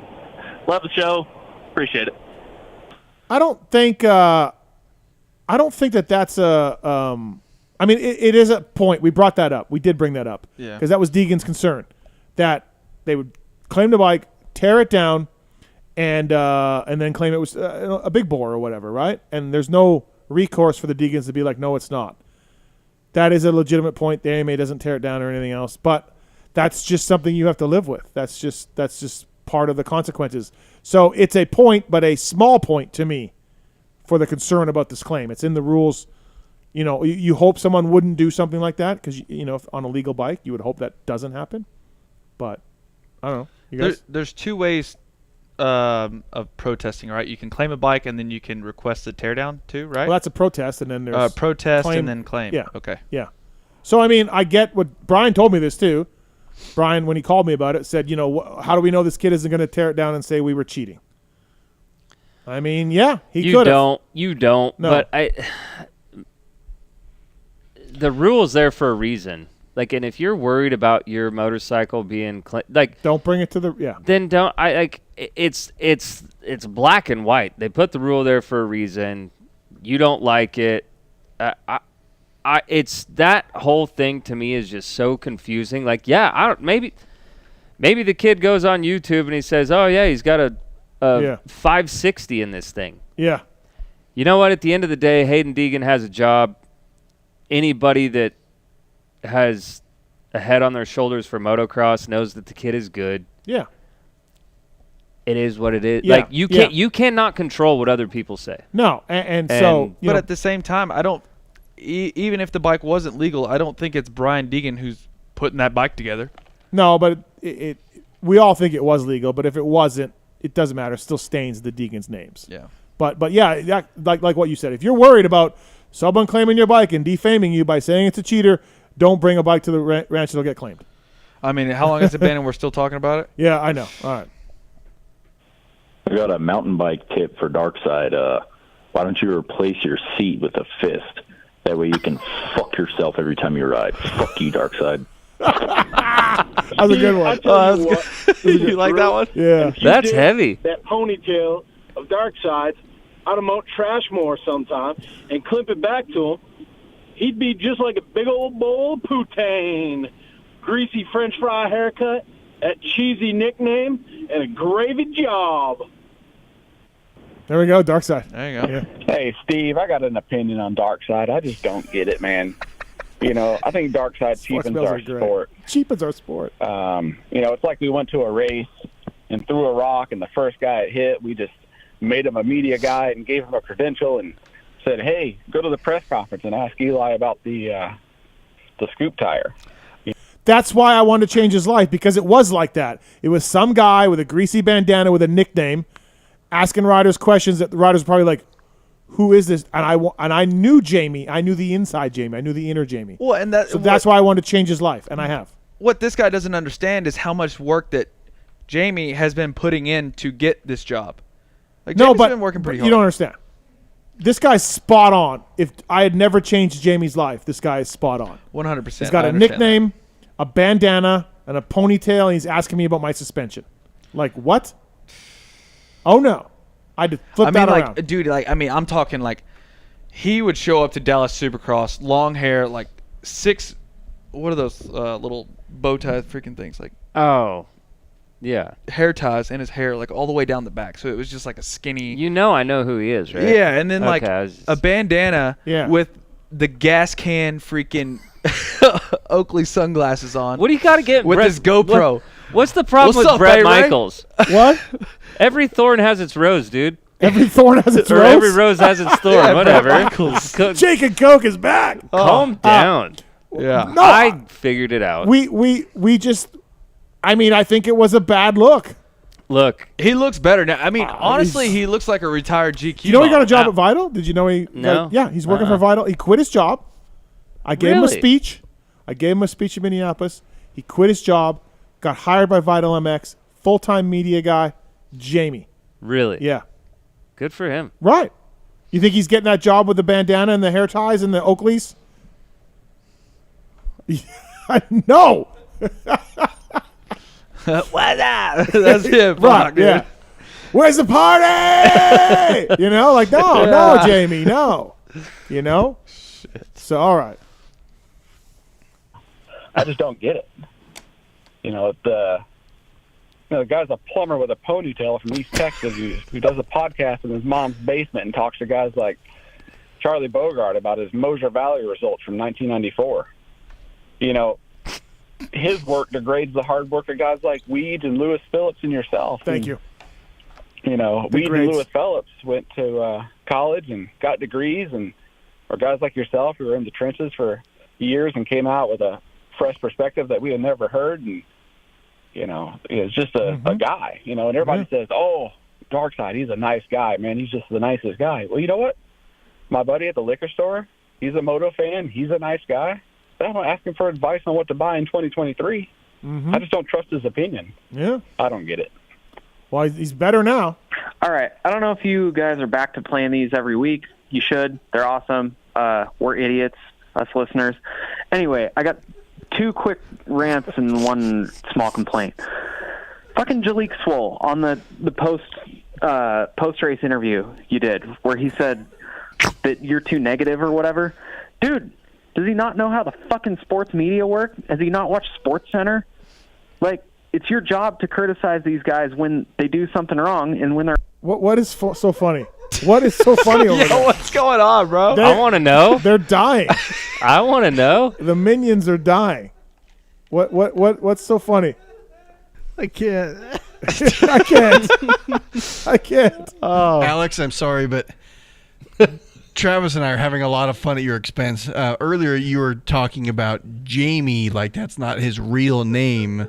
And you were quoting Jamie. You quoted Jamie instead of Darkseid, and it's just between Travis and I. We just really... really thought it was funny. Like you put quotes around his real name. His real name, bro. Like that's not what you're supposed to call him. Look, I felt bad because I knew Darkseid for a good solid 2.5 years, and I never knew his real name. So like now it's Jamie to me, right? Yeah. Like I feel like Darkseid is like on his driver's license. It's like first name Dark, last name Side. Oh, we do call him Mr. Side. Yeah, like it's just confusing. He's got so many names, man. Yeah. It won't be this funny tomorrow, but it's just right at that point in time. It really was, that was the ticket. All right. living up to their potential. I know these fragile little fucking riders are surrounded by their man friends that just gargle their nuts all the goddamn time. But bro, it's fucking you're professional athletes. You're paid a lot of money to perform in front of millions of people. You're going to get criticism every once in a while, especially when you're having a lackluster year, which you are. Bro, fucking chill. I don't even remember what the second one was. Oh, yeah, parts. Like, dude, there's this magical part that apparently Rockstar Husky has now for RJ. What is it? Like, they figured something out. They're going to tell any other satellite Husky team, like, who are they scared that is going to find out? Star? It's not going to fucking work on a different bike. Just fucking tell us. Be honest with your fans. Jesus Christ. Also, callers, stop when you call in, stop asking how Steve's doing or what they're doing. What's up? What's up? You know what the fuck's up. Just get to your fucking question. All right. Thanks, Race guys. Tech Rant. Race Tech Rant. How is your merch? $42 for a T-shirt. Go on Levi Kitchen site. $20 a tee. I know you're including shipping, but Jesus Christ. Maybe Levi doesn't have those tall ceilings that he needs to pay for, but man, I ain't buying a PulpMX shirt. Or I'll get 2 Levi Kitchen shirts for the price of one of yours, bro. Mine are 30. Listen to this jerk off. Okay, so 42. I paid $10 to ship.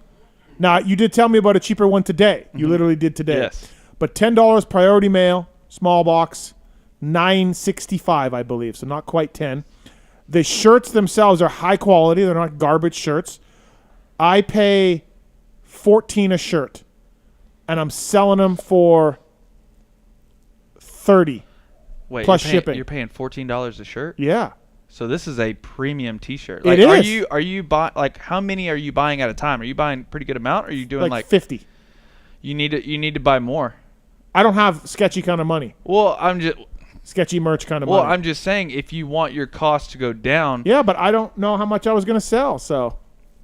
I mean, you just got to start pushing it more. Okay, so I'm making $15 a shirt, and I got to box it, tape it, drop it off. The more shirts I don't know. you buy, is that reasonable or no? But am I a terrible human being? That's a pretty standard going rate, by the way, for like fan shirts and stuff like that. You have golfers, things like that. People sell not according to their this own guy. stuff. Well, Levi's leaving money on the table if he's only charging $20 a shirt. I think that what you're doing is not unreasonable. No, it's not terrible. It's not terrible at all. I'm just saying that there is maybe a little bit cheaper ways to do it. The shirts are good quality shirts. We got some wiggle room. All right. The higher the quantity you buy, I'm aware of the this. cheaper the shirt, right? You ever been to Costco? Yeah. Good deals. Called quantities of scale. That's it. Remember that. Okay, Pete. Yes. Pete, that's right. All right. So that guy, yeah. Steve, couple observations. First off, with the Mox deal, with the biggest screw up that Mox has ever done, how you not come up with when he had that randomizer thing and it pulled the guy's name for the 450, and the guy wasn't even in the contest? How about that? And second of all, corn on the cob from the side. Who are you kidding, Steve? You're still putting his dick in your mouth. Okay, so let's tackle that one right now. So I got a little bit of an update. My buddy Wilbur Hahn. Oh, I'm not familiar with him. He filled me. Will Hahn. He filled me in a little bit. So Jet said he went around all day asking people if we were out in a trail and I got bit by a rattlesnake in my cock, would you suck the poison out for me? Otherwise I was going to die. And I was like, he's like, I asked everybody this question. And he's like, so I'm asking you. So first of all, it's super weird for this kid to think like that. Yeah. Sounds gay. But whatever, he's Jet Lawrence. Yeah. So I said, well, I would ask you, first of all, I'd say, I know you're super loaded. So how much is this worth for you? To me, for me to do this, I need a number, and then I said, and I would come at it from a corn on the cob from the side, so it's not quite, traditional. Yeah, traditional sucking of the traditional snake venoms. Right. So then he said, that's the best answer I heard all day, and I said, so I'd come at it from a corn on the cob, so it's not that gay, and then I need a bunch of money. Best answer he said all day. Am I off base here? It's the least gay way. But how many people are you letting him die? Are you letting Jet Lawrence die? Sure. Marks? Probably. He would die on top. Sorry, Jet. You're just gonna. There's just not. I hate these questions. Oh, they're so dumb. There's so dumb. no good way to answer this. No, there's not. I feel like you dug in your pocket pretty good to come up with a decent answer. Thank you. Yeah, but I it's did too. still a shitty answer. It is, yeah. But I mean, Jet's an amazing rider. I'd hate for the world to lose him. Sounds like an excuse to me.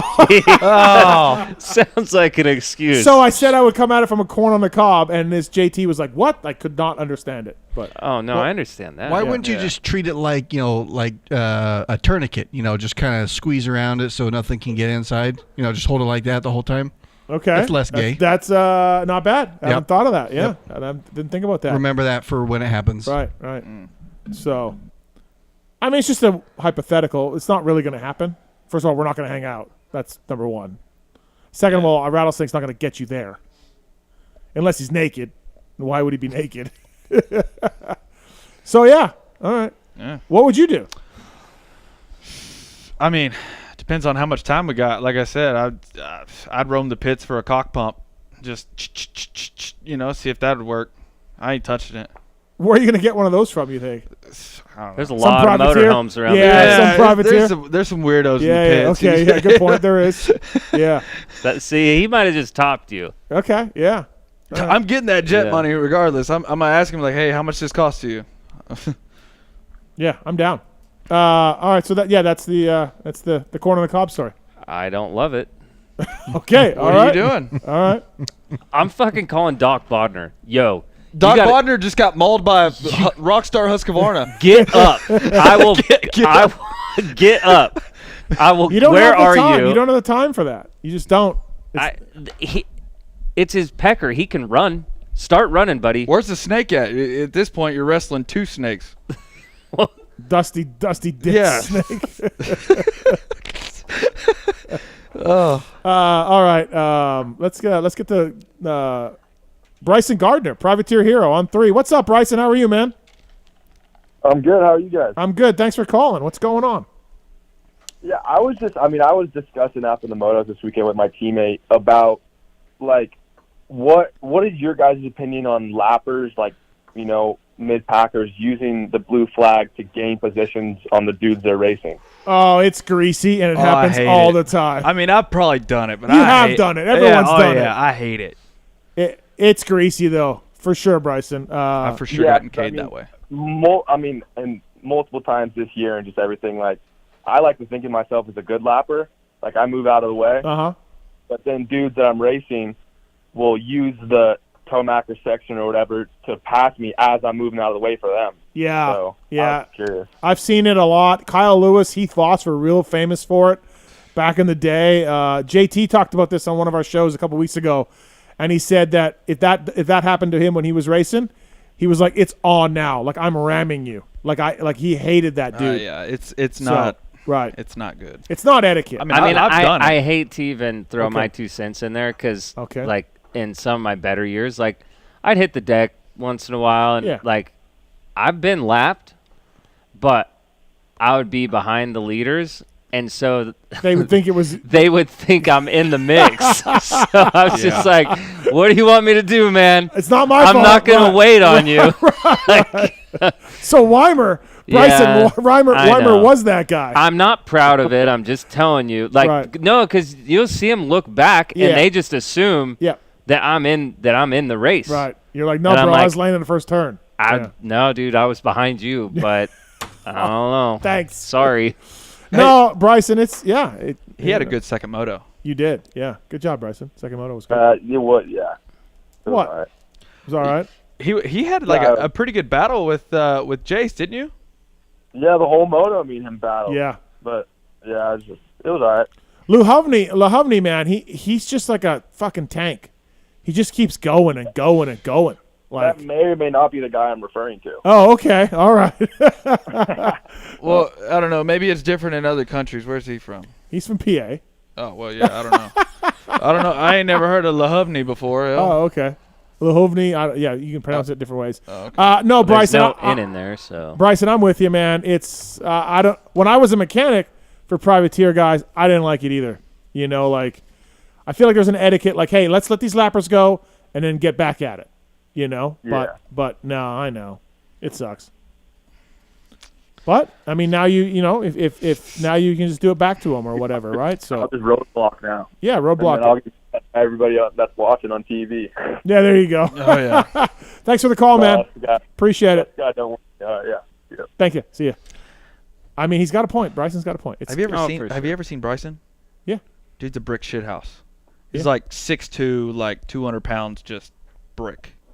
I wouldn't want to mess with that guy. Well, Lahovny might find that out this weekend. Yeah. Yeah. All right, up for grabs. Trivia contest time, real quick. Skosh Base 3-in-1 wireless charging dock. Pulp 2022's code to save. You can put your Apple Watch, your AirPods, your phone all on it. Sits on your desk.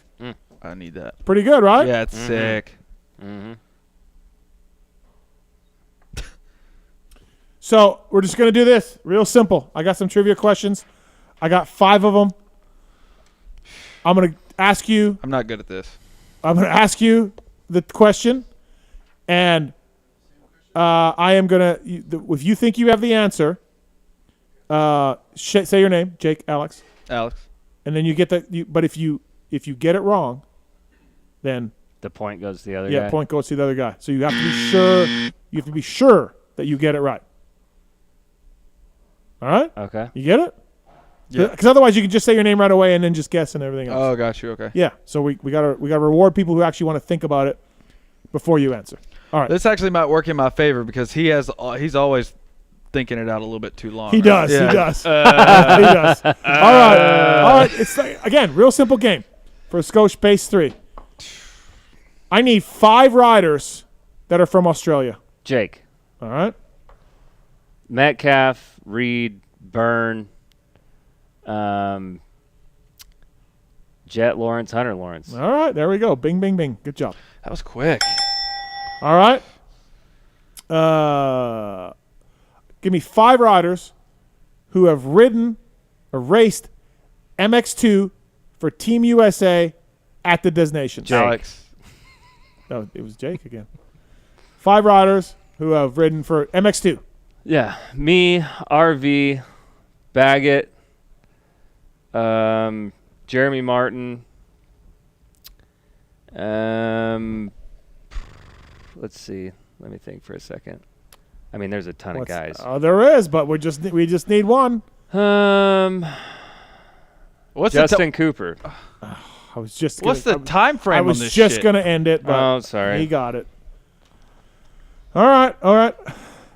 Who is on Team France for the 2022 Motocross Nations? Alex, go ahead. Marv, Ferrandis. Oh shit. Fuck, what's his name? Sorry, sir. Oh. Sorry, sir. It's right on the tip of my fucking dick. Dusty like a snake. Wait, it's Renault, right? Yeah, it's Renault, right? Yeah. Yeah. Well, Jake already wins. Yeah. Damn it. Oh well. Have fun with your fucking deal. What were the last two questions? Name 3 riders that rode for Team MDK. Name 6-star Yamaha riders. I knew both of those. I could have done that. Jake Weimer winning the Damn. Scotch 3-1. Congratulations, the champion. I'm not good at that. You want to look at it?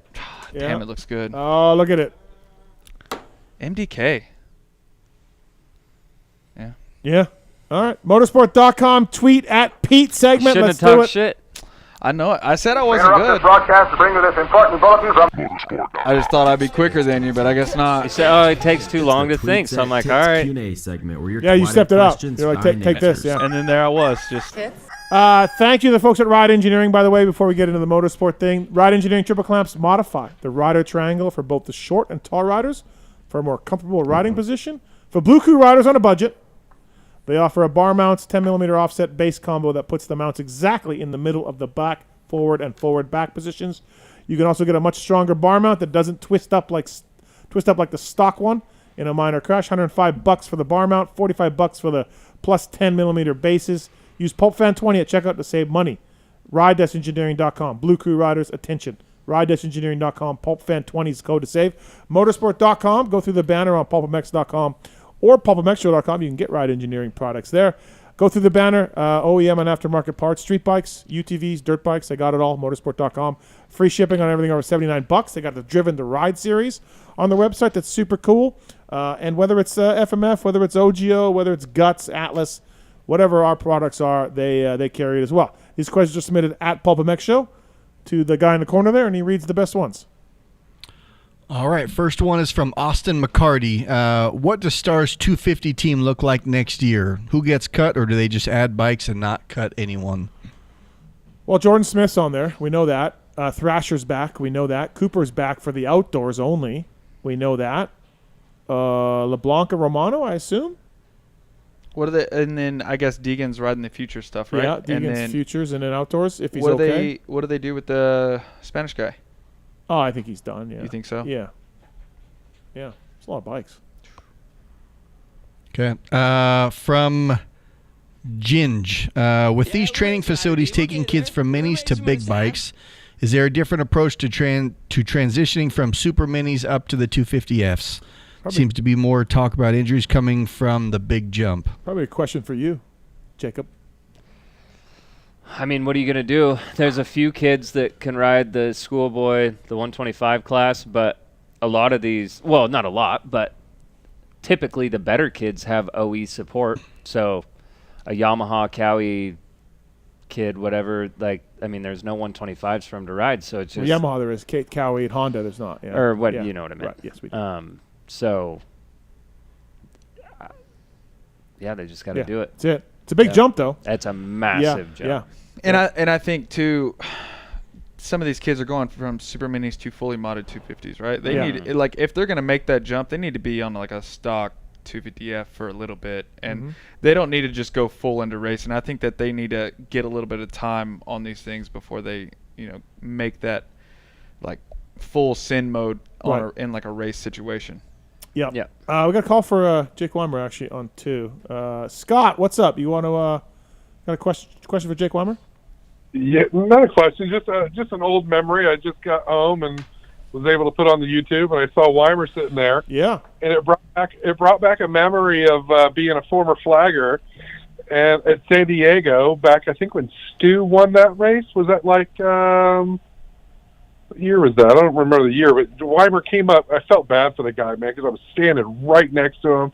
He came up short, and the sound that comes out of right before the finish line, this sound that comes out of Weimer, I was just like, oh my God, I think this guy might be like, hopefully not dying, but I'm glad to see he's healthy and doing good. What was it, 2013? Whatever the year that Stu was, there was that hook little floater, little turn right before you kind of a little mini. Oh, he's nodding. He's nodding. Wait, I landed on a tough block and it popped my shoulder out. Oh, that was the sound. Yeah. Yeah. That was horrible, and I felt so bad for you. I agree. Oh my God. Hey, the good news is I got that shoulder fixed about 3-4 years ago, so we're good now. Hey, was that the one where you going? And then about the Nations, did you guys talk Nations at all? Is it possible to? Is there a thought of like RJ Hampshire over Cooper this late in the game? Or? No, we had another call about that. No, I mean, if something happens to Cooper, I think Craig's the next guy because the bike will be ready and the team will be tested. You know, Hampshire's just a fighter, though. He is, yeah. He really wanted to be on the team. He was super bummed. bummed. You called that earlier, and JT said no way. And yeah, well, once again, another thing I'm right about with JT. If you flag San Diego, though, Scott, you got to have an A-Ray memory. Hey, I was about to. I don't think. I was just so stoked to be a flagger. I had a Chad Reed story in the tunnel there. I mean, he didn't launch. I think it was at Was that Qualcomm? Yeah, Qualcomm. A-Ray didn't launch a bike at you or cartwheel by you. Well, no, I was about to ask what layout that track was. Like, if you go down the start straight, go flat turn left on off. I don't remember, but there was a quad into the corner. Yeah, I broke my collarbone that night. Oh yeah, I red flagged the heat race for a collarbone. It hurt. A red flag? I was laid out, bro. Oh, great! I've done a few flagging jobs. I can't move. The thing was fucking shattered, bro. Yeah, it's a collarbone. I can't move. My dad loaded me up. Like I might have hit my head too. I might have been out. But it was when Alessi and Stu were going at it in the heat race. And okay. Tony Alessi was pissed at me because Alessi had just passed freaking James or something in a corner. And you got red flag for a collarbone. I went around the turn. Reminds me of the race that was red flag for Bogle, and he got up and started again.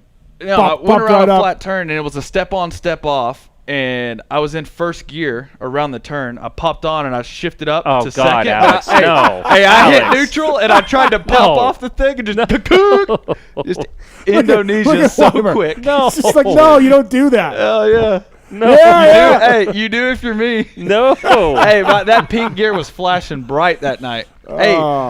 Thanks for the call, Scott. What about Stu for 2014 re-raceables? Yeah, we need to get him on. He came on and did the 2007 outdoors with us. So I love that the re-raceables is killer, man. Thank I love working to it. It's a fun way to make the day go by. Yeah, thanks very much. We're doing it with Red Dog this week, so it should be great. He remembers nothing from his racing career, so it should be fantastic. Very good, guys. See you this weekend. Thank you. Appreciate it. Thank you. We got a Benny for an A-Ray question. No, Alex. Dude. Benny, what's your question for A-Ray? All right, good talk, Ben. All right, next question. All right, this next one is from Keith. It's for Corn on the Cob Steve. Now that Vital Jamie is off to new adventures, who takes over the Pulp Empire when you retire? I don't know. Yeah, I don't know. I didn't know it was going to be Jamie, to be honest. I don't know who was going to take over the Pulp Empire. I feel like I'm fucked. Like, I've said this before. Like I thought you were quitting 4 years ago. Well, I was, and I bought this house. My wife made me buy this house. So I can't really hand Pulp off and sit back and stroke a white cat and count money, because the reason it works is because it's me. I'm at the races. That's why I have a relationship with all these teams and riders. People know me, and I have my unique style of doing these shows. So how can somebody just fill in for me? I think it would be really hard to do, because I think you have a different view at it. Because I do the view. I do the podcast with Swap Moto Live each weekend, but I still watch your show, right? And I think that we cover the races pretty well on our podcast, right? Mm-hmm. And then I'll watch the PulpMX show. I'm like, you have a totally different view, and you talk about a lot of different things versus what we talk about. Yeah. And I think, it's. I can't. I can't hand this off. It's got to be just me. I think you have a lot of years of knowledge just doing it and talking, and you have the entertainment side of it as well too. Like, people like to listen to you talk. Wow. Pookie doesn't, but a lot of people do. I mean, Jalik don't really either. A lot of people don't like what you have to say too. They don't. No. Jalik didn't like me this weekend. Oh, either, really? But, well, he was fine. We were fine. Yeah. But, so I don't know. I don't know what I'm going to do. Yeah. We'll see. You're, like, people don't understand. You're not just like sitting here talking about a race that you go, why? It's a lot more that goes into it, right? I mean, you have to come up with these questions on the fly. I mean, you might have like a guest on the show. I got notes. I mean, you have notes, but like it's still you have Who came up with these trivia questions? Me. I loved them. Thank you. Yeah, I thought they were awesome. Did a great job. I mean, I wasn't very good at it. Right. All right. How about red flag in a race for a collarbone? Hey. Oh my God, bro! It was. I got it X-rays. hurt. I got X-rays. I got. You got X-rays. Yeah, oh wow. Okay. Bad. Well, shit. Can you walk? Nope. Nope. Sir, it's just your collarbone. Yeah, but that thing might have punctured along. I don't My know. legs aren't feeling right. I was pretty big at the time. Bodner couldn't have toted me off the track. Like that was probably it. Boys, we need 2 stretchers. Dude, I was sprawled out in the middle of the track. Get the skid steer. I was sprawled out. A-Ray's got a broken collarbone. I was sprawled out. I think I hit my head too. I might have been knocked out. We need a medic vac. We need the medic vac. Bring him in. Land him right here. Can we get the copter in here? It was either that year or the year before, or the year before, where they had a long set of whoops. I think Chad ate shit in them too, where they were like super cupped, shiny, and they were like little tabletops.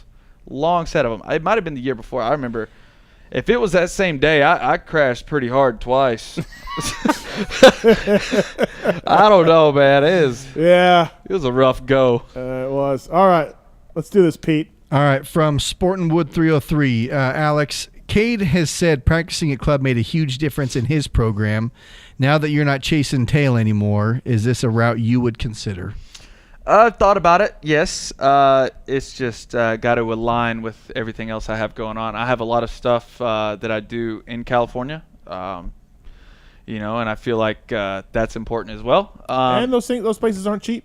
No. PulpMX is definitely not cheap at all. And I feel like I have something that's, going pretty well in California.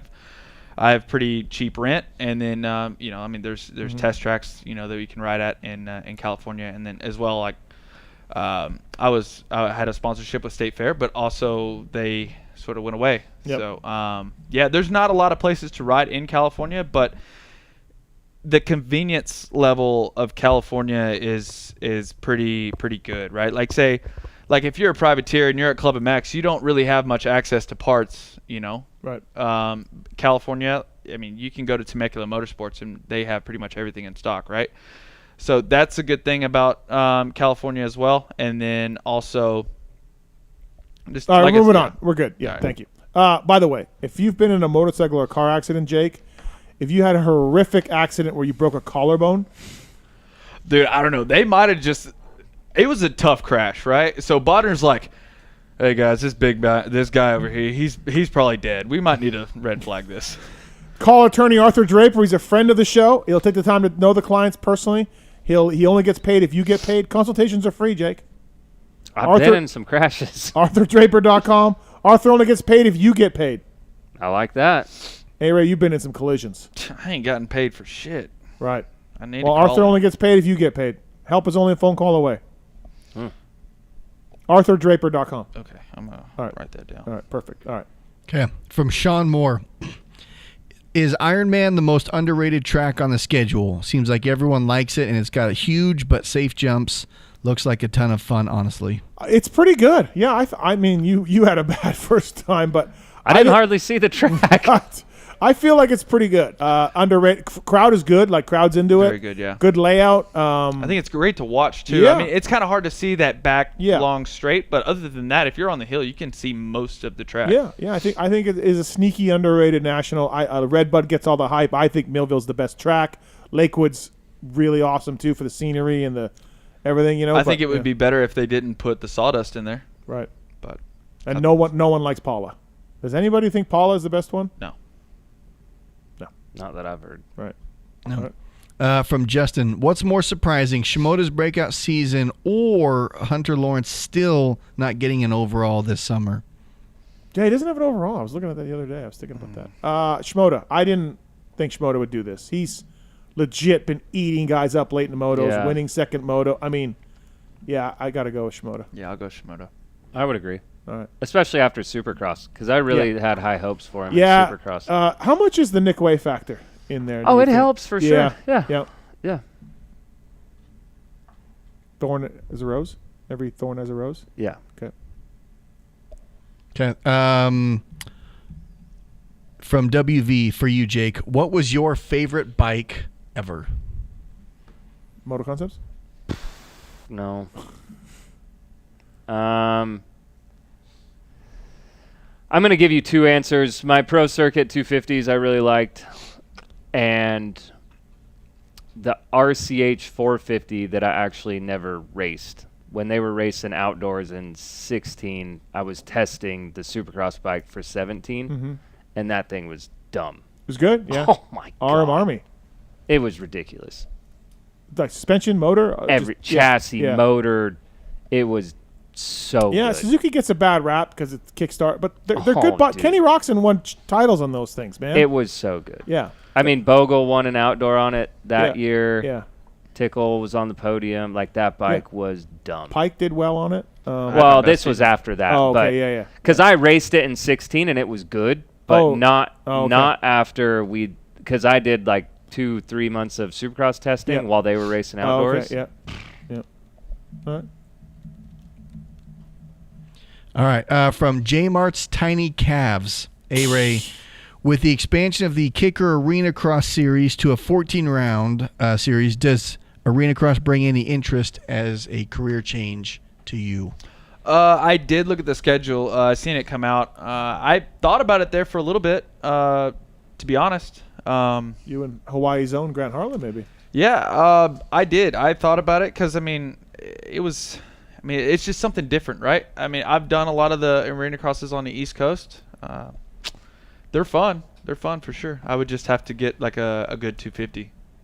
Thanks to Dylan for the $10 about the jet joke. He really liked the jet joke. So nice. Yeah, corn and cob. All right, the last one is from Canadian Motocross Unfiltered.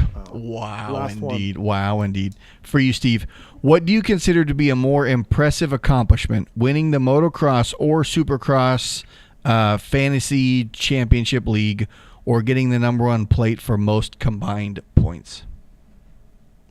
What's more impressive? I didn't win, though. No. Like, they're asking what's more impressive in your opinion. If you could choose winning the indoors or the outdoors, or getting the most you points get a dirt total. bike if you win indoors or outdoors. You get nothing for the grand overall championship. They're just asking which one's more impressive. I think doing it over 2 series is more impressive. But that's the question. Okay, for you. Okay, more impressive? Sure, yeah, but I want the dirt bike. That I feel like there needs to be a prize for like the overall points, right? Stay tuned. Like a generator or something. You get a #1 generator. A generator? You can't buy them in California.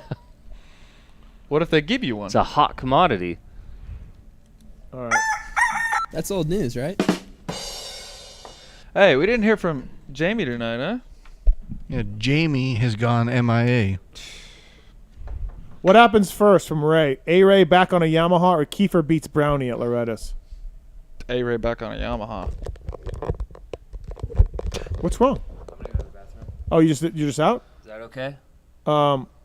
Jake, we have everyone's opinion on which MX track is the best. What's the worst? The worst MX track?